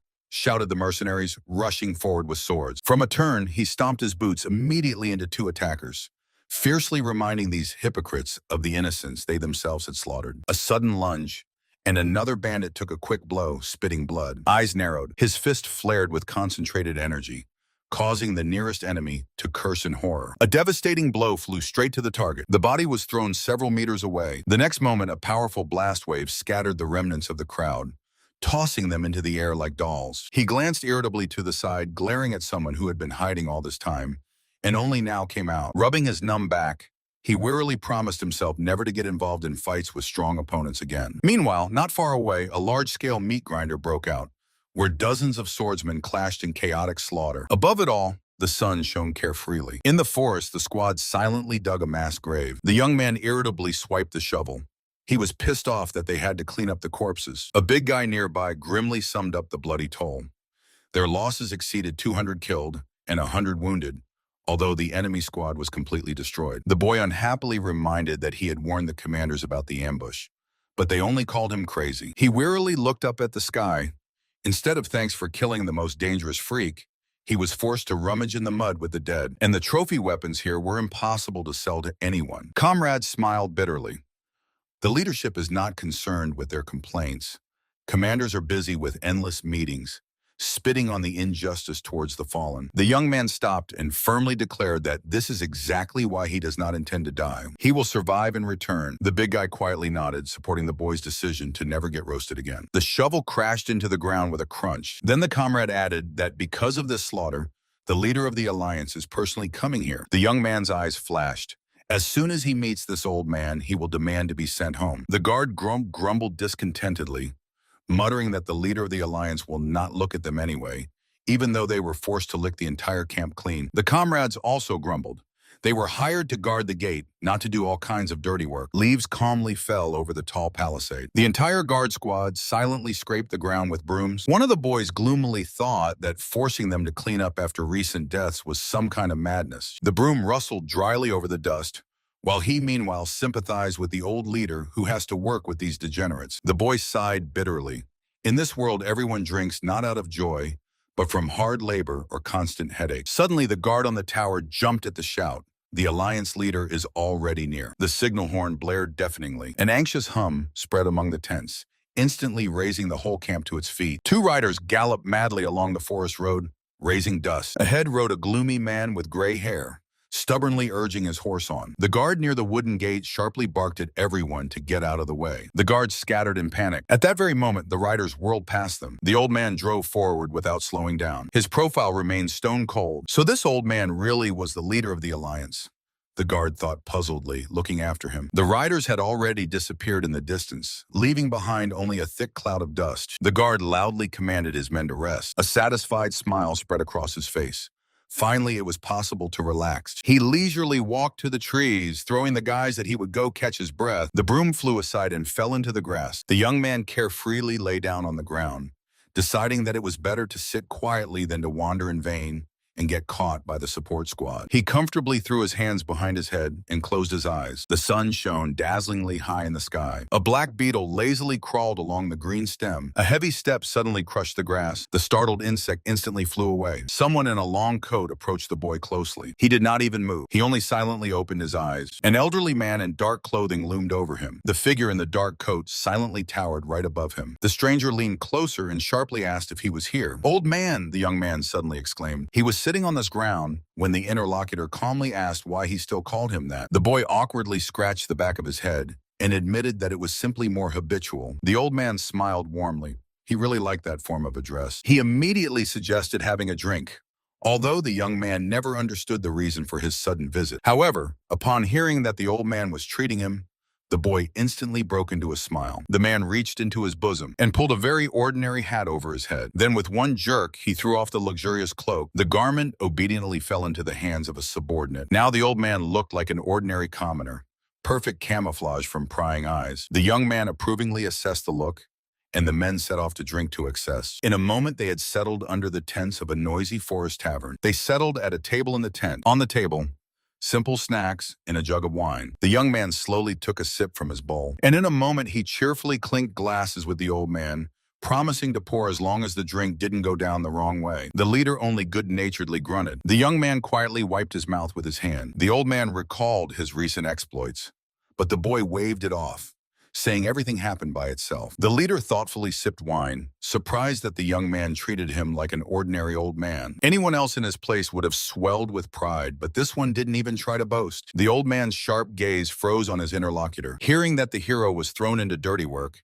he reproached him for not simply using his name as cover. The boy irritably tapped his forehead. The locals already considered him crazy because of the warning about the enemy attack. And if he told about drinking with the Alliance leader himself, they would have killed him outright for such nonsense. The bearded man just snorted at his words. The young man slowly poured himself a drink, complaining that the job of a guard is thankless, where they don't even consider you a person. The interlocutor darkened and admitted, people simply don't know how to appreciate others, and he himself didn't suspect until the end what the boy was capable of. The young man silently sipped the drink. At dinner, the bearded man got down to business. Their squad had suffered heavy losses, and if the guy hadn't taken down the enemy leader, it would have been a real disaster. The man asked directly, what is the reason for such a failure? Then the man asked directly, what exactly is the reason for such a failure? The answer came instantly. Their people had relaxed. The young man harshly explained that the Alliance fighters came here as if for a walk, while the enemy's gaze was sharp as a blade. He added that the commanders should first and foremost send out reconnaissance and study the enemy's movements, rather than just sitting out in the camp. The bearded man agreed, and the guy summed up that the fighting spirit of their army was now completely exhausted. The man bitterly added that the too long peace had softened the fighters and destroyed their resolve. The young man's face turned to stone. With such a situation, they were guaranteed to lose. A tense pause hung in the air, after which the bearded man seriously asked what they should do now. The young man angrily struck his fist into his palm. He would simply smash the heads of several commanders so that the rest of the subordinates would immediately line up straight. He instructively raised a finger while the old man thoughtfully rubbed his chin. The guy was terribly outraged that since his arrival he had not seen a single proper training here. The leadership spends whole days in meetings and at night drinks heavily without waking. So the old man directly asked how exactly they planned to crush them. Instead of a loud answer, the young man quietly leaned toward his ear. The old man slowly nodded, listening to the whispered plan. To all the interlocutor's doubts, the young man only confidently crossed his arms, then suddenly asked why he even brought guards with him. He suspiciously squinted, reminding that during the war, resignation letters are not accepted anyway. The old man waved it off. He is too busy for such a trifle, so the personnel officer definitely handled the security. The young man disappointedly lowered his gaze, muttering that relying on the alliance leader is pointless. Then the old man sharply changed the subject and unexpectedly offered the boy to take command of the Murion squad. He seriously added that this is one of the 4 elite military units, fully formed from late-stage masters. The young man calmly closed his eyes and coldly refused. The envoy in the green hat frowned, demanding an explanation for the refusal. The young man lazily cut in that it is simply an unnecessary hassle. The recruiter nervously wiped the sweat. Could it be that he does not understand how honorable it is to become a unit commander? The boy began to protest such a tone, but suddenly was distracted by someone behind. Then his attention was caught by a familiar, noisy company approaching through the camp. The young man's face turned to stone, and he coldly asked if that fool still hadn't come to his senses. In response, the beaten guy with bruises on his face shouted hysterically to be quiet. The boy grimaced irritably, regretting that he had not buried those freaks right in the mountains. At that moment, a burly mustached man intervened, accusing the young man of lawlessness and contempt for the laws of the combat world. The young man disdainfully waved him off, asking if an adult uncle was not ashamed to get involved in children's fights. The mustached man grimly bared his teeth. He introduced himself as Vigigan from the courtroom and ordered to surrender immediately. The boy calmly raised an eyebrow, not understanding what crime was being talked about at all. Instead of explanations, the officer pointed to 3 people beaten beyond recognition. Living proof of his guilt, someone carefully examined the beaten men. Even after several days, the bruises had not faded. Some had knocked out teeth and severe internal injuries. On the bald strongman, there was literally no living spot left. The warrior at the table calmly explained to the swordsman that this trio was beaten for a reason. They were harassing a woman and had to be stopped by force. The mustached man sharply turned around, stunned by what he heard. The beaten hooligan silently admitted guilt, not daring to object. The man squinted, instantly realizing the stranger was telling the truth. The mustached warrior lowered his gaze, mentally admitting, since he had already reached for his sword, retreating now would mean making a laughingstock of himself. Therefore, he aggressively puffed out his chest and barked, demanding proof, since one cannot accuse sons of prestigious families with impunity. The young man coldly glared at him from under his brows, asking if he really intended to act so foolishly. The officer frowned and curtly said that for the investigation, they needed to go immediately to the temporary court hall. The boy closed his eyes and calmly suggested settling everything tomorrow. He would come there officially, together with the victims of those brats. But the mustached man instantly boiled over, fearing the suspect would escape, and ordered him to be tied up immediately. Annoyed by such insolence, the young man stood up from the table and asked if court officials now tie up everyone they please. The enraged man splattered with saliva, not believing that some brat dared to resist. They froze facing each other in the sunlit courtyard, and the young man gloomily asked why he had to endure this at all. The officer demanded, and what exactly, according to their logic, is he supposed to endure meekly? With a sharp metallic clatter, the officer finally drew his sword from its sheath. The young man snapped back that he had endured enough abuse already to meekly let himself be tied up as well. The bearded man sprang up and shouted, "Brat!" as he charged, brandishing his sword. The young man did not even flinch. His fist, wrapped in golden energy, sharply fired forward. The strike crashed with a crack directly into the blade's flat surface. The bearded man was thrown back, nearly dropping his weapon, gasping hoarsely for air. The man convulsively clenched his wrist, from which blood was already dripping down his fingers. He stared at the boy in shock, trembling with pain and fear. In the bearded man's mind, the puzzle finally came together. Could this boy with such a fierce inner strength be the very guard who killed Homunsu? The young man coldly cut off his attempts to justify his people. Defending scoundrels who harassed a woman and even hiding behind the law is true baseness. The bearded man's face twisted with rage that some miserable mercenary dared to lecture him, but the boy was not going to back down and shouted angrily, demanding an explanation for their contempt towards the guards. His gaze became piercing and heavy. The older man nearby just closed his eyes and quietly admitted that all this was truly shameful. Having suffered a double defeat, the bearded man clenched his teeth and turned away, mentally cursing them both. The mustached man's face twisted with horror. He finally realized that the leader of the alliance had been sitting in front of him all along. The old man calmly sipped tea from the bowl. Three accomplices behind turned pale and screamed in shock. The mustached man instantly folded his hands in a trembling gesture of respect. The trio behind him bent over in panic. All three murmured respectful greetings to the leader of the alliance in unison. Cold sweat flooded the man's eyes from the single thought: where did the leader even come from here? The tension was broken by the sharp voice of the young man. He angrily asked the old man how the praised righteous alliance allows noble degenerates to maim the weak with impunity. While the boy shouted that with such people the demonic faction could not be defeated, the leader calmly ordered the guilty four to appear tomorrow for trial. The mustached man obediently nodded, and the old man allowed them to get lost. All four silently trudged away. Once farther away, the mustached man howled resignedly.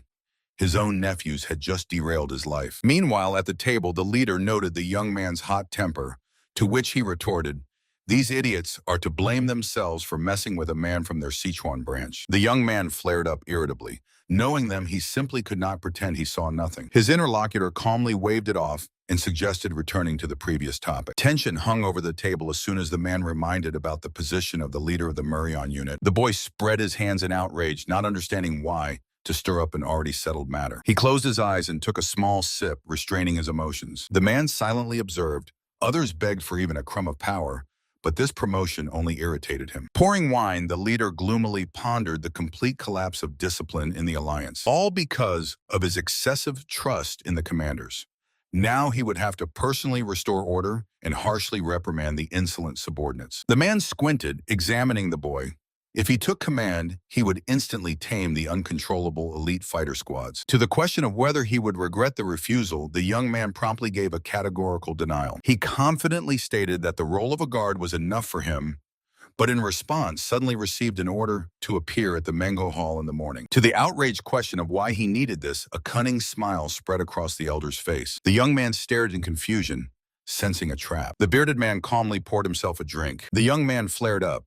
The guilt of those four was already proven, but the old man just sipped from the cup and said that it was his decision. He calmly explained that no matter how vile these soldiers were, they cut demons excellently, and for the alliance, that was the main thing now. The boy gloomily lowered his gaze, not understanding how there could be any sense in this. The old man looked at him boldly and asked why not. He directly stated that he was not going to exchange 4 fighters for an ordinary errand guard, although for the sake of the unit leader Murion, he might reconsider. The young man ground his teeth in anger at this stubborn old man. A dangerous thought suddenly flashed in his mind. For a moment, he really had a dangerous thought to simply shorten the stubborn old man's life. He immediately rejected this idea, but the bearded man caught his brief urge to kill and only smiled slyly.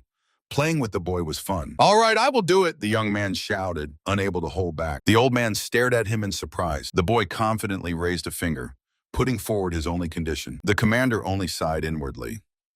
He had known from the start that this boy would not agree so easily. The young man flatly refused the position of squad leader, explaining that his youth would only cause dissatisfaction among the subordinates. Instead, he proposed another candidate, his comrade Yon Chun, whose leadership qualities and combat skills had already saved them during a recent ambush. Calling himself too green for leadership, the boy suggested to the old man to simply put him in any other position. The old man's gaze sharpened. He mentally admitted that he would have to be satisfied with the fact that this stubborn youth would even go under his command. Sitting at the table, the commander suspiciously asked if he could trust this Yan Chun, to which he instantly heard, "He is his sworn brother." The boy clenched his fist with passion, guaranteeing first-class strength and absolute loyalty of his comrade. His face became truly serious. Of all the men he met, he recognized only him as worthy. The old man quickly put the puzzle together, guessing that it was about a native of the Jinju Yan clan, and received an affirmative nod. He pointed at the boy with his finger and set a firm condition.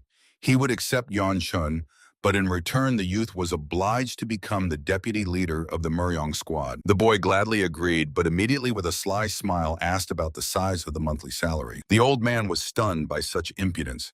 After all the pompous refusals of power, this mercantile scoundrel first asked about money, completely ignoring the honor of the appointment. The youth lazily leaned back, stating that honor won't feed him, and he much preferred fullness and warmth. He grimaced. Risking life in bloody battles for pennies was simply cruel. The old man calmly named the sum, 250 silver taels. The boy jumped in shock as it was 9 times the usual pay, and the employer only smugly reminded him of great male ambitions. The young man lowered his eyes because the bloody money did not please him at all, but the old man sharply cut off, saying that the path to justice always lies through puddles of blood. The old man instructively added a proverb: "A real man must sharpen the blade of his ambitions all his life." At dinner, the boy admitted that he had never closely encountered the demonic faction, and suddenly asked if they were really so terrible. He thoughtfully propped his chin.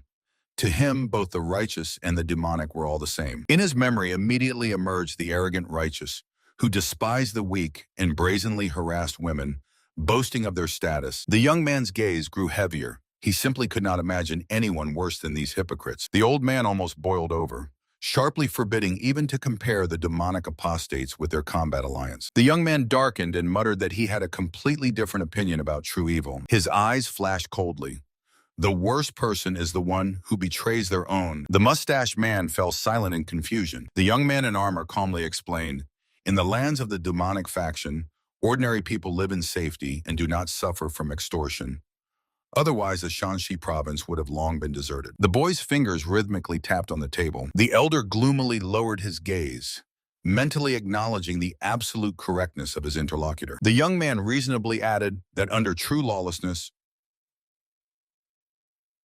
the weak would be beaten to death for any trifle, and women would not even dare to step onto the street. In addition, he described that women in such a place would not even stick their noses out of the house.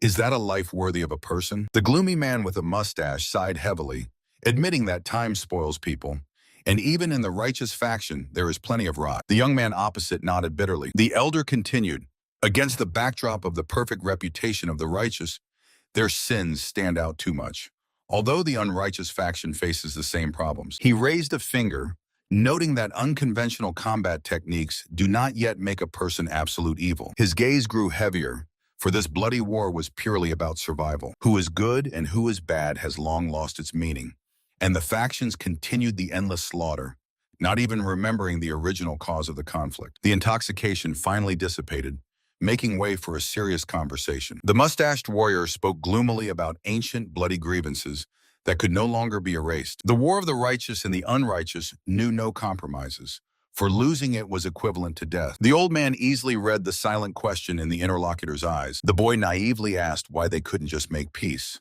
but heard that they had been taught otherwise since childhood. The young man was confused and silent, while the warrior confessed, even knowing the whole truth, he would never reconcile. He smiled bitterly, for such a step would forever cross out his entire life. "What nonsense is this?" flashed through the boy's mind. With his mind, the old man clearly saw his similarity to the enemies, but his heart flatly refused to accept it. To recognize the unrighteous as equals would mean turning his own ideals and years of service to the Alliance into mere trash. And now, in the midst of an open war, extending a hand to the enemy was too late and pointless. The young man thoughtfully touched his chin, having nothing to argue. The old commander slowly took a sip from the bowl. The young man reminded about the trio of offenders, and the old man without hesitation suggested punishing them. But the boy refused. He asked to hand them over to the Murian squad, promising to make real men out of them. The commander nodded and spoke about the threat. The enemy alliance began suspicious movements, and although the young ones would not be thrown into the front lines, plans often go awry in war. His gaze became heavy.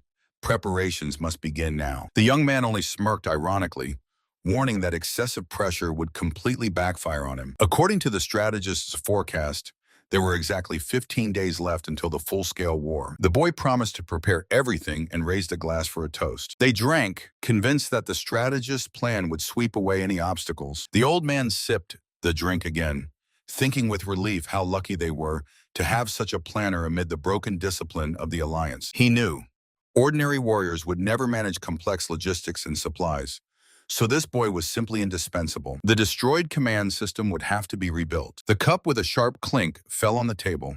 The commander firmly decided to start restoring order with himself. The old man sternly warned the interlocutor to watch his words in public. The boy with a top knot on his head casually sipped from the bowl and assured that he was not a fool. His lips stretched into a predatory smile.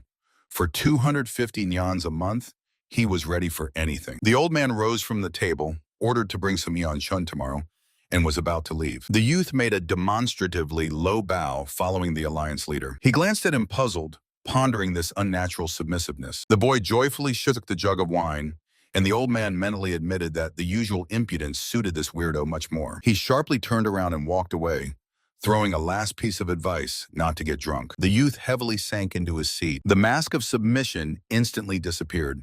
His face was distorted by a sinister grimace, and he mentally was already hiding the local young talents. He grinned predatory, imagining how cruel training would make the proud novices suffer. Suddenly, his eyes widened in shock. The boy shouted madly across the district. The cunning old man ran away again, without paying for the drinks. Stars twinkled over the quiet estate. The man with a red dot on his forehead asked distrustfully if the Alliance leader was really waiting for him. The guard nodded. Hearing that it was a personal recommendation from the watchman, the man was completely stunned. How could a simple subordinate advise the Lord? He thoughtfully rubbed his chin.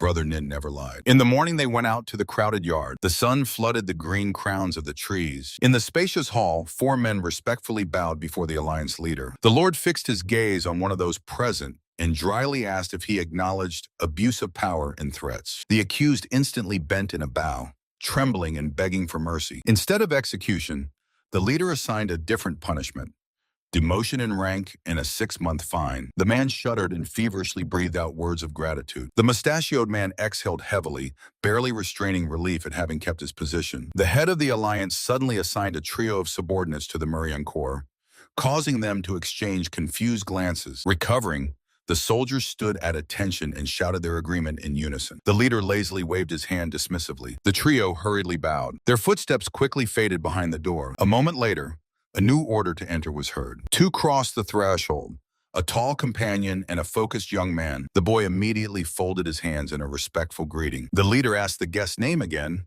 and he clearly confirmed, "His name is Eon Chun." The young man involuntarily tensed, still not believing that he was standing before the very leader of the Alliance. He noted that although the Jinju Eon family is now in decline, the boy himself does not look weak at all. Looking him sharply in the eyes, the leader cut off.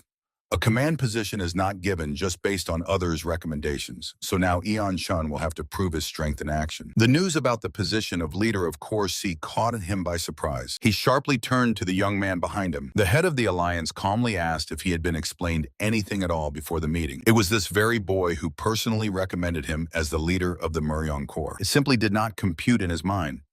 How could the mighty leader agree to the proposal of some guard? The leader himself interrupted the thoughts. He rose from the chair and directly ordered to attack to test his skills. The young man smiled slyly and advised not to miss the unique opportunity to fight the strongest. The warrior's gaze immediately grew serious.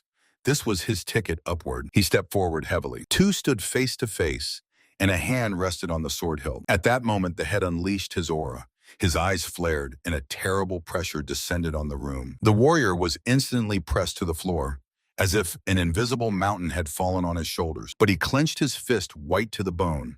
The pride of the elder son of the Eon family did not allow him to fall to his knees. His fist flared with bright light as the young man rushed into attack, mentally calling himself the pride of the Eon family. A powerful strike with a run-up hit the target. He relentlessly unleashed a whole downpour of furious attacks on the enemy, but the bearded man playfully blocked the fist with his bare palm, only praising its speed and power with a smile. In the spacious hall, a fierce battle was already boiling. The mustached veteran firmly blocked the young man's strike, striking flashes of golden energy from the air. The boy did not lose composure and instantly unleashed a hail of heavy blows on the senior opponent, forcing him into a tight defense. The mustached master sharply seized the initiative, delivering such a powerful counterattack in response that the space around exploded with light. However, the young man with the crimson mark on his forehead cold-bloodedly withstood the pressure, squinted his eyes, and raised his fist for his own devastating attack. Suddenly, the duel was interrupted by someone's commanding shout. He froze sharply, catching a sharp flash out of the corner of his eye. As if confirming the title of an unparalleled warrior, the image of the master with a defiant smile briefly appeared before his eyes. The fighter in gray moved across the wooden floor towards the commander in the dark cloak. The mustachioed man had already decided everything for himself. This young man was at least a captain and could easily lead the Murian Corps. Casting a glance at the satisfied subordinate nearby, he mentally noted his perfect intuition for people. The man turned to the panting boy, sincerely praised his skill, and inquired about the name of the style. The boy respectfully bowed his head and admitted that it was only a mixture of the family fist, Eon, and the advice of his brother Nin, so the technique had no own name. The commander volunteered to come up with a name himself, and the fighter hastily thanked him for such an honor. "Let it be Gangsy Fist," he declared impassively. The boy was stunned. He tried to smooth over the awkwardness and suggested that it meant powerful start, to which the man only dryly nodded. The young man awkwardly added that people would confuse it with the style of the living dead, but the commander confidently cut him off. The boy's movements went against all the canons, but justified themselves with striking power and speed. The alliance leader noted that the young man's combat moves resembled the Zhongxi corpse, but this very technique was capable of raising the Jinju Eon clan from its knees. He added that the bizarre name of the style would make people talk about them, restoring the family's former glory. The young man blinked in confusion. The leader explained, "Although the clan is now in decline, many fighters will want to learn the amazing Gangsy Fist." An unshakable confidence sounded in his voice. "This is the perfect name for rebirth." The young man finally realized, and he shone with joy. He bowed respectfully, gratefully securing the new name for his style. After that, the leader officially appointed him head of the Mirion Corps and made his companion his deputy. He rubbed his hands contentedly, accepting the position, and immediately moved on to another matter. The boss raised an eyebrow questioningly. The guard brazenly hinted that such a thing deserved a celebration, to which he received a firm promise of a luxurious drink next time. Squinting cunningly, the newly minted deputy decided to take it on faith. The leader only coughed tiredly, agreeing. The young man with a red mark on his forehead bowed respectfully and said a dry farewell. The scarred giant watched him with his gaze, mentally noting that the boy would definitely come in handy. On the way, the companion sincerely thanked the young man. Without him, he would never have gotten such a chance. He only squinted with satisfaction. He himself was sincerely glad to get rid of the tedious position of commander. The morning wrapped the mountain settlement in a peaceful fog, but behind the walls of the main building, a difficult conversation was already brewing. 4 leaders sat down at the spacious negotiation table. Master of the White Tiger Hall, So Sin Wu, was preparing to take the floor. Gray Choi Sin Gai from the Red Bird Hall waited tensely. Master of the Azure Dragon Hall, Wu Hyun-do, kept an impassive face. And the leader of the Black Turtle, Pan Sok-ho, stared at those present as if expecting a blow. So Sin Yu cut through the silence with a harsh ultimatum. Anyone who starts a fight from now on will be instantly stripped of the master title and expelled. He gloomily furrowed his brows, mentally confirming that he would not throw these words to the wind. The alliance leader sternly reminded, young talents died because of their inaction. The advisors were tensely silent. He cut off, saying he would tolerate no more of this. Those present immediately understood. The decision was final and not subject to appeal. For the sake of general unity, he announced the start of joint training sessions. This statement frankly shocked the elders, but the leader finished them off with a new detail. Separate combat squads had already been formed around promising newcomers. Someone tried to protest, demanding to mix the youth with experienced veterans. The leader sharply barked that no one dared to argue. The dissatisfied instantly bit their tongues. The fighters will be divided into 4 corps: Fierce Tiger, Strong Dragon, Phoenix, and Murion, led by a commander and a deputy. The Gray Elder silently cursed him for such initiative, but the leader immediately explained if he waited for their advice, they would never decide anything. The decision was made unilaterally, and everyone will have to accept it. The subordinate looked away uncertainly. The leader, on the other hand, looked straight and unambiguously. The masters of the halls tensed up. The chief calmly read out the new appointments. Leadership positions in the key corps went to young fighters, among whom was Yunbi. The masters asked in shock, not believing their own ears. They tried to object that they were hearing these names for the first time, but the leader immediately cut them off. Talents exist beyond their field of vision. He harshly reminded them that masters do not necessarily have to know a fighter for him to turn out to be a genius. Looking around at the silent subordinates, he declared that these 8 youths are the future pillars of the Miriam Alliance and ordered them to mentor them well. The masters nervously broke out in sweat and hesitantly gave their consent. The leader instantly frowned, asking in an icy tone if something was wrong with them. The subordinates shuddered and shouted in unison that they fully and completely supported his decision. The leader squinted with satisfaction. He ordered everyone to prepare as a tough joint training would begin tomorrow. High in the mountains on a palisade-enclosed parade ground, 2 large squads gathered. Fighters in red and black uniforms lined up facing each other under a dull murmur. The ranks in the dark tensely froze. They were inspected by a burly man, stretching his lips into a predatory smile. His neighbor with a sharp beard only sneered condescendingly. The commander in the hat drilled the subordinates with a heavy gaze, and the gray-haired veteran nearby maintained icy calm. A stifling silence hung over the parade ground. Under this pressure, the warriors in black were openly nervous. Suddenly, the burly man barked, "Can't they stand straight?" His face twisted with rage. He put his hands on his hips, watching as the confused formation awkwardly shuffled in place. "What? Do you all want to die?" he roared. "Do it properly." The students in blue flinched fearfully in all directions, but in a moment they gathered and moved forward with stern faces. The gray-haired elder watched this with frank disappointment. The whole spectacle seemed simply pathetic to him. The formation gloomily straightened its ranks. The thick-browed, bearded man awkwardly cleared his throat and announced the plan. "From now on, the 4 great halls will train joint attacks." Suddenly he stared wide-eyed and roared at the top of his lungs, throwing the White Tiger fighters into a harsh battle formation. They instantly rushed into attack, drawing their swords on the move. With a mighty cry, the bearded man struck with the technique of the yellow dragon wheel. A group of armed warriors charged forward with fierce shouts. They abruptly halted, lining up for the clash. Watching them from the veranda, the gray-haired elders mentally buried this squad. Teamwork was zero, and defeat seemed inevitable. Dozens of motley mercenaries crowded chaotically in the yard, clattering their weapons disorderly. The face of one swordsman stiffened severely from tension. While a fight was already breaking out behind, 2 fighters calmly exchanged glances and cold-bloodedly moved into battle. Eon was confused as he had never trained anyone before. Someone from the crowd cheerfully reminded him that the squad leader could do anything. Eon thoughtfully rubbed his chin and decided to properly drill the subordinates. Nin smiled slyly and advised to select the 20 best, to which Eon immediately agreed. The idea instantly ignited the commander. The instructor loudly announced the commander's order to the crowd. "Today there will be a real combat sparring." The fighters were ordered to split in half. Nin squinted with satisfaction. The students froze when they learned the real stakes of this fight. Today the officers of the Murion squad will be chosen. A wave of determination swept through the ranks. Nin shouted that only the top 20 would get positions, and every fighter silently vowed to claim that spot. Cold sweat appeared on their tense faces. 3 fighters tensed to the limit, gloomily awaiting the start. They exchanged heavy, determined glances. The instructor calmly announced that the time had come. The rule is simple. The defeated immediately go to the end. The countdown sounded. A sharp countdown sounded, and the order to start thundered over the yard. The crowd instantly sprang into action, turning the yard into a continuous meat grinder of fists and feet. The yard drowned in the clamor of blows. The first harsh hits to the face began to fall. Behind the brawl, a man with a red mark on his forehead watched with a smile. The fighting spirit of the novices openly pleased him. Fists and elbows flickered in the continuous scuffle. His young companion reacted to this somewhat confusedly. The elder asked if something displeased him, and upon hearing approval of the fighter's technique, advised to look more closely. He pointed his finger into the very hell of the fight at the young man with the blue ribbon, who was brazenly grinning right during the fight. A heavy swing hit the opponent's head directly. The man with the red mark on his forehead watched confusedly.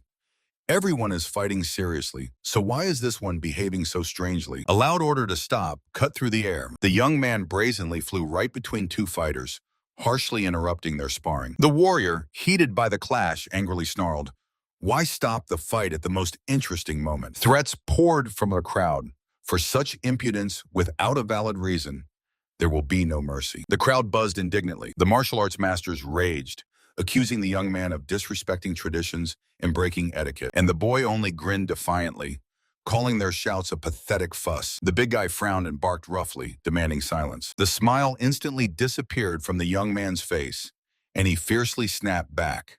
"Did you come here to play?" He harshly scolded the embarrassed crowd, asking who even allowed them to smile during a fight and if they had lost their minds. His gaze became icy as he hissed, "Do you even understand why we gathered here?" Gawu Sung from the Shanxi branch loudly challenged the vice leader to a duel, asking him to show a real technique. They tensely froze, facing each other in the middle of the forest. Without any warning, the vice leader's fist flew straight into the big guy's face. His head sharply jerked back, spitting out blood. The ground shook from the heavy step. The vice leader launched his leg in a sweeping strike. The boot harshly struck Gawusun in the chin. The big guy fell to his knees, grabbed his broken face, and barely breathed out that he lost. Wiping the blood, he finally gave up. But the vice leader was not stopped. His fist again crashed into the defeated man's jaw with a crack. A hail of dull, merciless blows rained down on the defenseless Gawusin. The battered body helplessly collapsed into the dust. Other fighters rushed forward in horror, begging to stop this bloody beating. The young man glared fiercely at the opponent, squinting to see if he was thinking of playing with him. He accused the enemy of dishonor. The latter attacked suddenly and cowardly finished off the one who had already surrendered. The crowd around fell silent. The dark-haired warrior calmly listened to the fact that before him was the worldly student of Udanu, Mo Janwan, and coldly challenged him. Janwan sharply lunged forward, swinging a wooden sword, a light block with a bare hand. A moment, a fist cut through the air. A powerful hook struck directly in the face of the Udanu man. A dull blow echoed through the yard. Janwan winced, groaning softly and clutching his head in pain. His knees buckled, and he heavily fell to the ground, squeezing out an admission of defeat. But as soon as the enemy dryly confirmed it, the humiliated Udanu man burst into a scream, fiercely promising to turn him into a corpse. A heavy boot flew with a swing into the fallen opponent amid a vicious cry to finish him off. From the sharp blow, the man grimaced painfully, clutching his head. A master from the crowd mentally objected.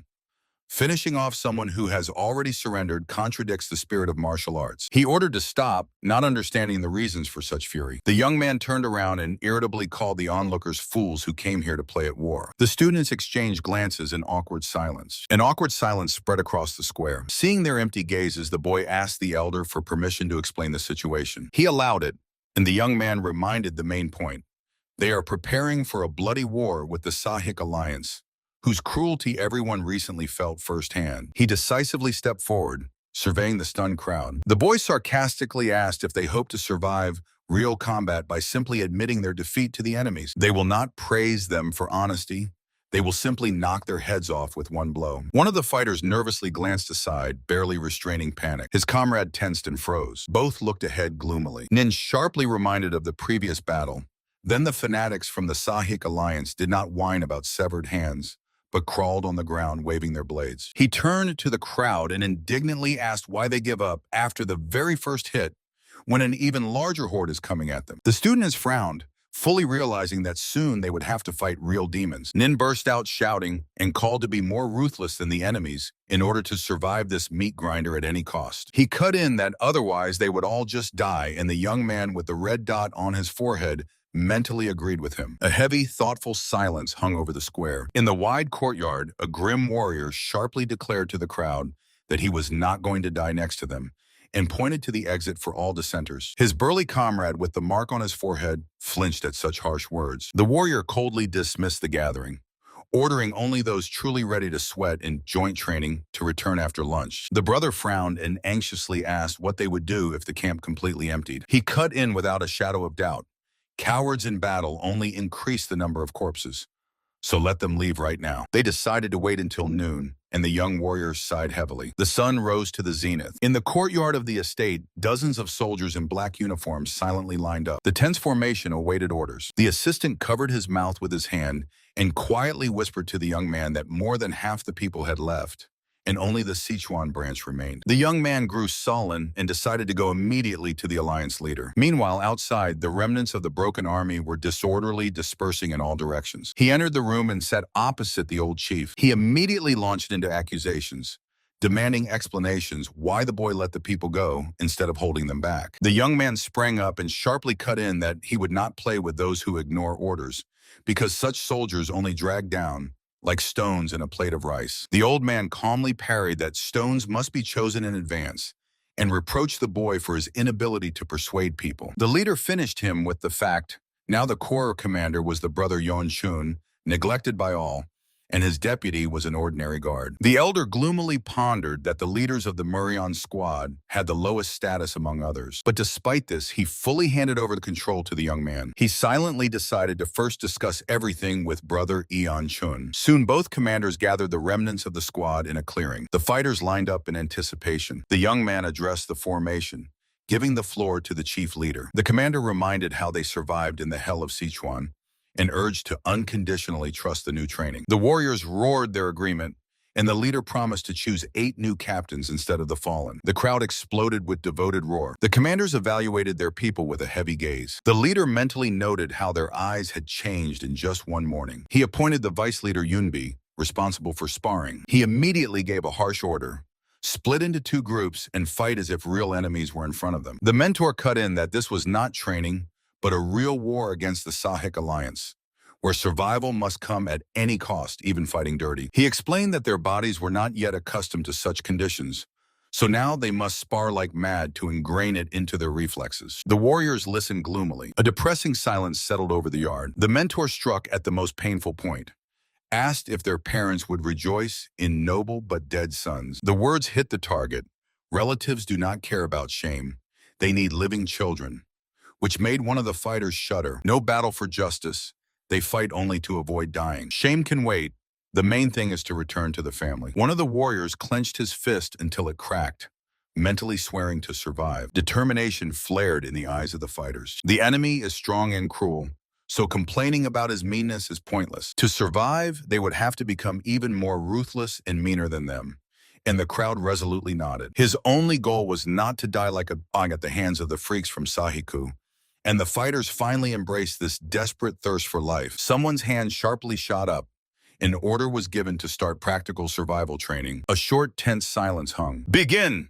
the mentor barked, making a sharp gesture. The crowd of students rushed forward with wild screams, raising their swords. A chaotic fight broke out. Strikes of steel against steel rained from all sides. Steel clanged sharply against steel. One of the fighters fiercely launched an attack, but immediately received a hard blow to the face. The swordsman cold-bloodedly parried the attacks, blocking several blades at once. A powerful counterstrike, and a whole crowd of attackers scattered in different directions with shouts. The mentor self-satisfiedly covered his smile with his hand, rejoicing that the wards were finally fighting for real. High in the mountains above the training yard, the forest peacefully rustled. And on the ground, holding their bruises and groaning in pain, lay dozens of defeated students. The exhausted group collapsed to the ground, barely catching their breath after the exhausting training. The man with a bump on his forehead frowned displeasedly, wiping cold sweat. The fighters exchanged heavy, tired glances. The face of the beaten warrior hardened with tension. The deputy leader looked at them and clearly understood. Continuing physical exertion made no sense anymore. He closed his eyes. It was time for mental training. The young man strictly ordered everyone to get up and follow him. The students groaned plaintively, but obediently began to stand up. On the way, the subordinate asked about the destination, and the leader calmly cut off, saying he was leading them to the morgue to the victims of the recent Sahik Alliance attack. The big guy with the sword stopped confused in the middle of the road. The young man coldly explained that they had to see with their own eyes exactly how their people died. The warrior nearby stared in shock, not expecting such a cruel decision. Without slowing his pace, the boy said that the dead sometimes tell more than the living, and he was going to test these words of his master in practice. Two men sharply pinched their noses, grimacing from the unbearable stench of corpses. On the floor, the dead lay in neat rows with wooden tags on their feet. One of the guards almost felt sick. The men methodically examined the bodies, vainly trying to find the needed one. A heavy spirit of death hung in the air. The deputy leader walked through the hall and grimly stated, "All these people were stabbed in the back because they tried to escape." He moved further among the bodies. Suddenly, his step abruptly stopped. His gaze caught on a name on another wooden tag. His fingers squeezed the wooden tag. He asked about the sword of Dajan, and the crowd shockingly recognized in the dead man one of the 10 best fighters of the White Sword unit. Unlike the rest, this warrior did not flee. He recklessly rushed into a frontal attack and was shredded by enemy weapons. The deputy silently froze over the bloodied face of the fallen. Panic surged in waves. If even the mighty master Huachon Rim died helplessly, then they were all the more doomed. But the lips suddenly stretched into a cunning, defiant smile. The deputy leader's words became a true revelation. Only by casting aside pride and playing as dirty as possible can one get a chance for salvation. High ideals in the true path of the warrior went to hell, because now the main thing is to survive at any cost. With a dull thud, the body heavily hit the ground. All this pompous determination ended with the squad simply collapsing exhausted in the middle of the forest, greedily gasping for air after the escape. The young man with tied-back hair smiled calmly, understanding that the enemies had already resorted to the dirtiest tricks for victory. He barely nodded. Suddenly, a stern order sounded to prepare for the inevitable war with the Sahik Alliance and immediately begin group training. A smooth fighter in the crowd shouted in panic, convincing everyone that they still had time. Instead, another warrior aggressively stepped forward and emotionally challenged the deputy leader to a sparring match. The young man squinted skeptically, Could it be that after so many shameful defeats, this opponent was rushing into battle again? The senior swordsman growled his agreement and rushed forward. The heavy blade sliced through the air with a whistle,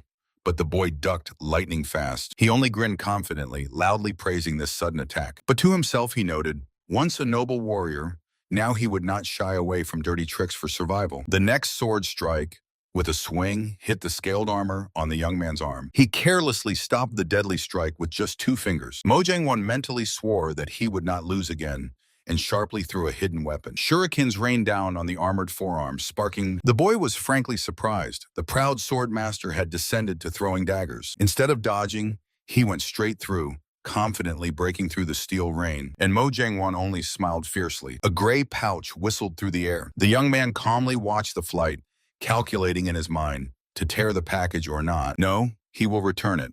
A hand in a scaled glove firmly caught the projectile. With a swing, he threw the pouch back. A powerful golden explosion struck the opponent right in the face. He was stunned, the eye widened from the sudden shock. The enemy fell heavily on his back, and the young man calmly guessed that the attacker had used a poisonous powder. A dreadful wheeze was heard. The man convulsively grabbed his throat, covered in cold sweat. He pitifully twitched on the ground under the silent gazes of the witnesses. Fingers dug into the neck until they turned blue in a vain attempt to breathe. The body weakly softened in the dust, and the victor only coldly noted his insane will to win. The subordinate coughed heavily, bent in half but hoarsely assured that he was fine. The vice leader squinted. Suddenly the sick man sharply threw a pouch in his face. Explosion. A thick cloud of acrid dust instantly engulfed the commander. Vice leader groaned dully and covered his face with his hand. The imaginary wounded man straightened up and burst into wild laughter, mockingly asking how the commander liked his trap. Tears burst from the eyes of the blinded vice leader.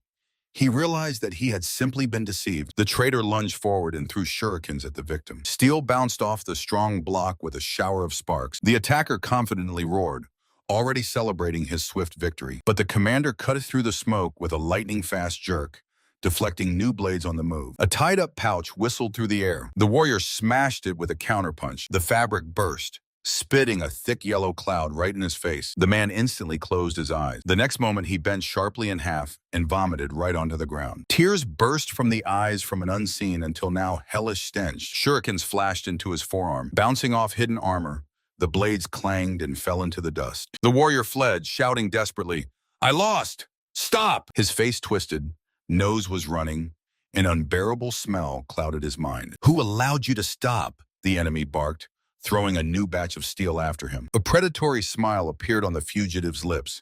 He had waited too long for this chance to so easily accept the opponent's surrender. Deflecting blades with scaled bracers, he continued to feign despair, shouting that he had already surrendered. Tears and snot streamed down his face in torrents.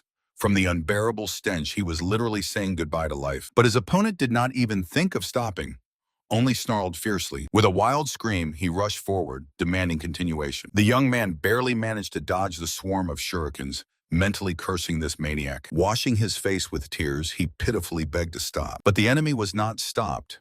He declared that he had just become amused. Dust flew up from under the boots from his sudden dash. The young man clenched his teeth and decided to let the divine art of gunwoo pass through him, to somehow drive out this terrible smell. His body instantly flared with a burning golden aura. Another tear rolled down his cheek. The technique had a specific effect. Tears flowed like a river, but he could breathe through his skin, ignoring the stench, and deflect steel with his bare hands. The attacker burst into laughter, throwing more and more blades. The golden fist rang as it deflected them aside, while the young man fiercely drilled the enemy with his gaze. With a desperate cry to stop the fight, he sharply lunged forward. The young man soared into the air, unleashing a dazzling flash of energy on the opponent. The elder raised his eyes in surprise, but in a moment a cunning smile spread across his face. The blow sliced through the air with a whistle. The boy's fist flared up, covered with dense scaly armor. The master simply closed his eyes. The armored fist struck his chin with terrible force, yet the man did not even flinch. A tense silence hung in the air. The shockwave spread through the yard. A drop of sweat rolled down the elder's temple, and he aloud acknowledged the striking power of this attack. His narrowed gaze became icy. The boy jumped back, gasping heavily for air, while the opponent calmly praised his lightning-fast adaptation in battle. The youth easily dodged the opponent's sharp lunge. He calmly sniffed his sleeve and with a smile said that the fight was over. At that very moment, the senior warrior fell heavily to the ground. The young man lowered his hand and casually asked him to get up, but he only helplessly writhed in the dust, drooling. A squad of subordinates came out onto the clearing, asking to stop this fight. Suddenly, the men froze with faces twisted in horror. They convulsively covered their noses. The boy looked around, displeased, completely not understanding such a reaction. With screams and retching urges, the squad fled. The young man shouted irritably after them. Then the fallen opponent, tightly pinching his nose, plaintively begged him to finally go wash. The boy's eyes sharply widened with realization. He was pushing unbearable stench out of his body, forcing himself to breathe through the skin using divine art. The smell turned out to be so disgusting that he himself almost vomited. Unable to bear it, he sharply pushed off and flew high into the sky. Below, a cool waterfall was roaring. The young man, dressed only in clothes, entered the water, trying to wash off the sticky mud. His aura turned out to be so toxic that dead fish instantly floated to the surface of the river. But he only gave a crooked smile. At least his opponent got a good lesson. Soon, wooden walls of a fortified forest camp appeared before him. However, the mood quickly spoiled, as new, damn difficult problems awaited ahead. Meanwhile, another stern master was instructing his people. To teach fighters of military formations, the leader must first master them flawlessly himself. The young man almost groaned, holding his head, which was literally splitting from the volume of memorized information. The stern mentor explained that for a strong advantage in battle, two techniques would suffice: the powerful defensive wheel of the yellow dragon and the piercing attack of the furious tiger. The boy rubbed his chin with satisfaction, because with his new understanding of combat formations, this was the perfect combination. Confidence flashed in their eyes. Now they were ready and definitely would not die a senseless death like stray dogs. He straightened his shoulders. Soon a noisy crowd of fighters gathered in the forest clearing. The elder stepped forward before the formation and loudly announced the long-awaited appointment of captains. The people froze in tense silence. He unequivocally gave the highest position of first captain to Mojon Wan. The sturdy warrior with thick eyebrows respectfully folded his hands, accepting the appointment. The young man only silently nodded. The fighters mentally agreed with the choice. After this giant mocked the deputy leader, he absolutely deserved to receive the rank of captain. Two fighters approached the large detachment lined up on the wide clearing. They stopped right in front of the formation. The warriors simultaneously clapped, greeting the arriving commanders. The young man with a red dot on his forehead squinted smugly from sudden pride. His companions smiled crookedly, noting that the fighters had matured and would not die so easily now. Suddenly, a messenger ran up to them. He delivered the leader's order. All commanders must urgently gather for a military council before the great battle with the Sahik alliance. The long-haired swordsman nodded grimly. The war had finally begun. The young man from the Chinshu Eon family clenched his teeth. He longed to gain glory, but the proximity of real slaughter was quite frightening. The partner just waved indifferently, saying that worrying was pointless and that the strategist should come up with the plan. The wooden building of the Fierce Tiger Hall was already waiting for them. The warriors silently moved inside. The entire command gathered in the spacious room. The leaders took their places at the long table, attentively listening to the strategist by the large map. Tension filled the spacious hall. The grim leader and his advisor prepared for a difficult conversation. The subordinates at the table silently awaited orders. The commander broke the silence. The forces of the enemy alliance Sahik are already 5 days' march away, so it is time to listen to strategist Sama's report. The advisor silently moved to the huge tactical map on the wall. The pointer sharply struck the paper. Here is their garrison, and the main enemy forces have already reached Namyan. Sama stuck a red flag into the map. Ordinary people would take 5 days to get here, but the army of masters will cover the distance in 2 to 3 days. So the enemy will seek a decisive battle in Shingo. The strategist turned to the hall and admitted, now the power of the Sahik alliance is considered the highest in history. He looked at the map again and added that this is only the vanguard. Like Muram, the enemy still hides the main reserves. Sama's eyes narrowed. The enemy will clearly try to lure all the forces of the unorthodox faction out of the shadows. And considering the wild ambitions of their leader Hyomugan, he will rush to victory in the first clash at any cost. The commander-in-chief looked heavily at those present. That is why he convened them today, to calculate every step in the upcoming war. The leaders gathered around the table, tensely listening to the report. The stern elder with a blue stone on his forehead broke the silence, demanding to state the exact number of the Sahik alliance. The strategist pointed with his cane at the map.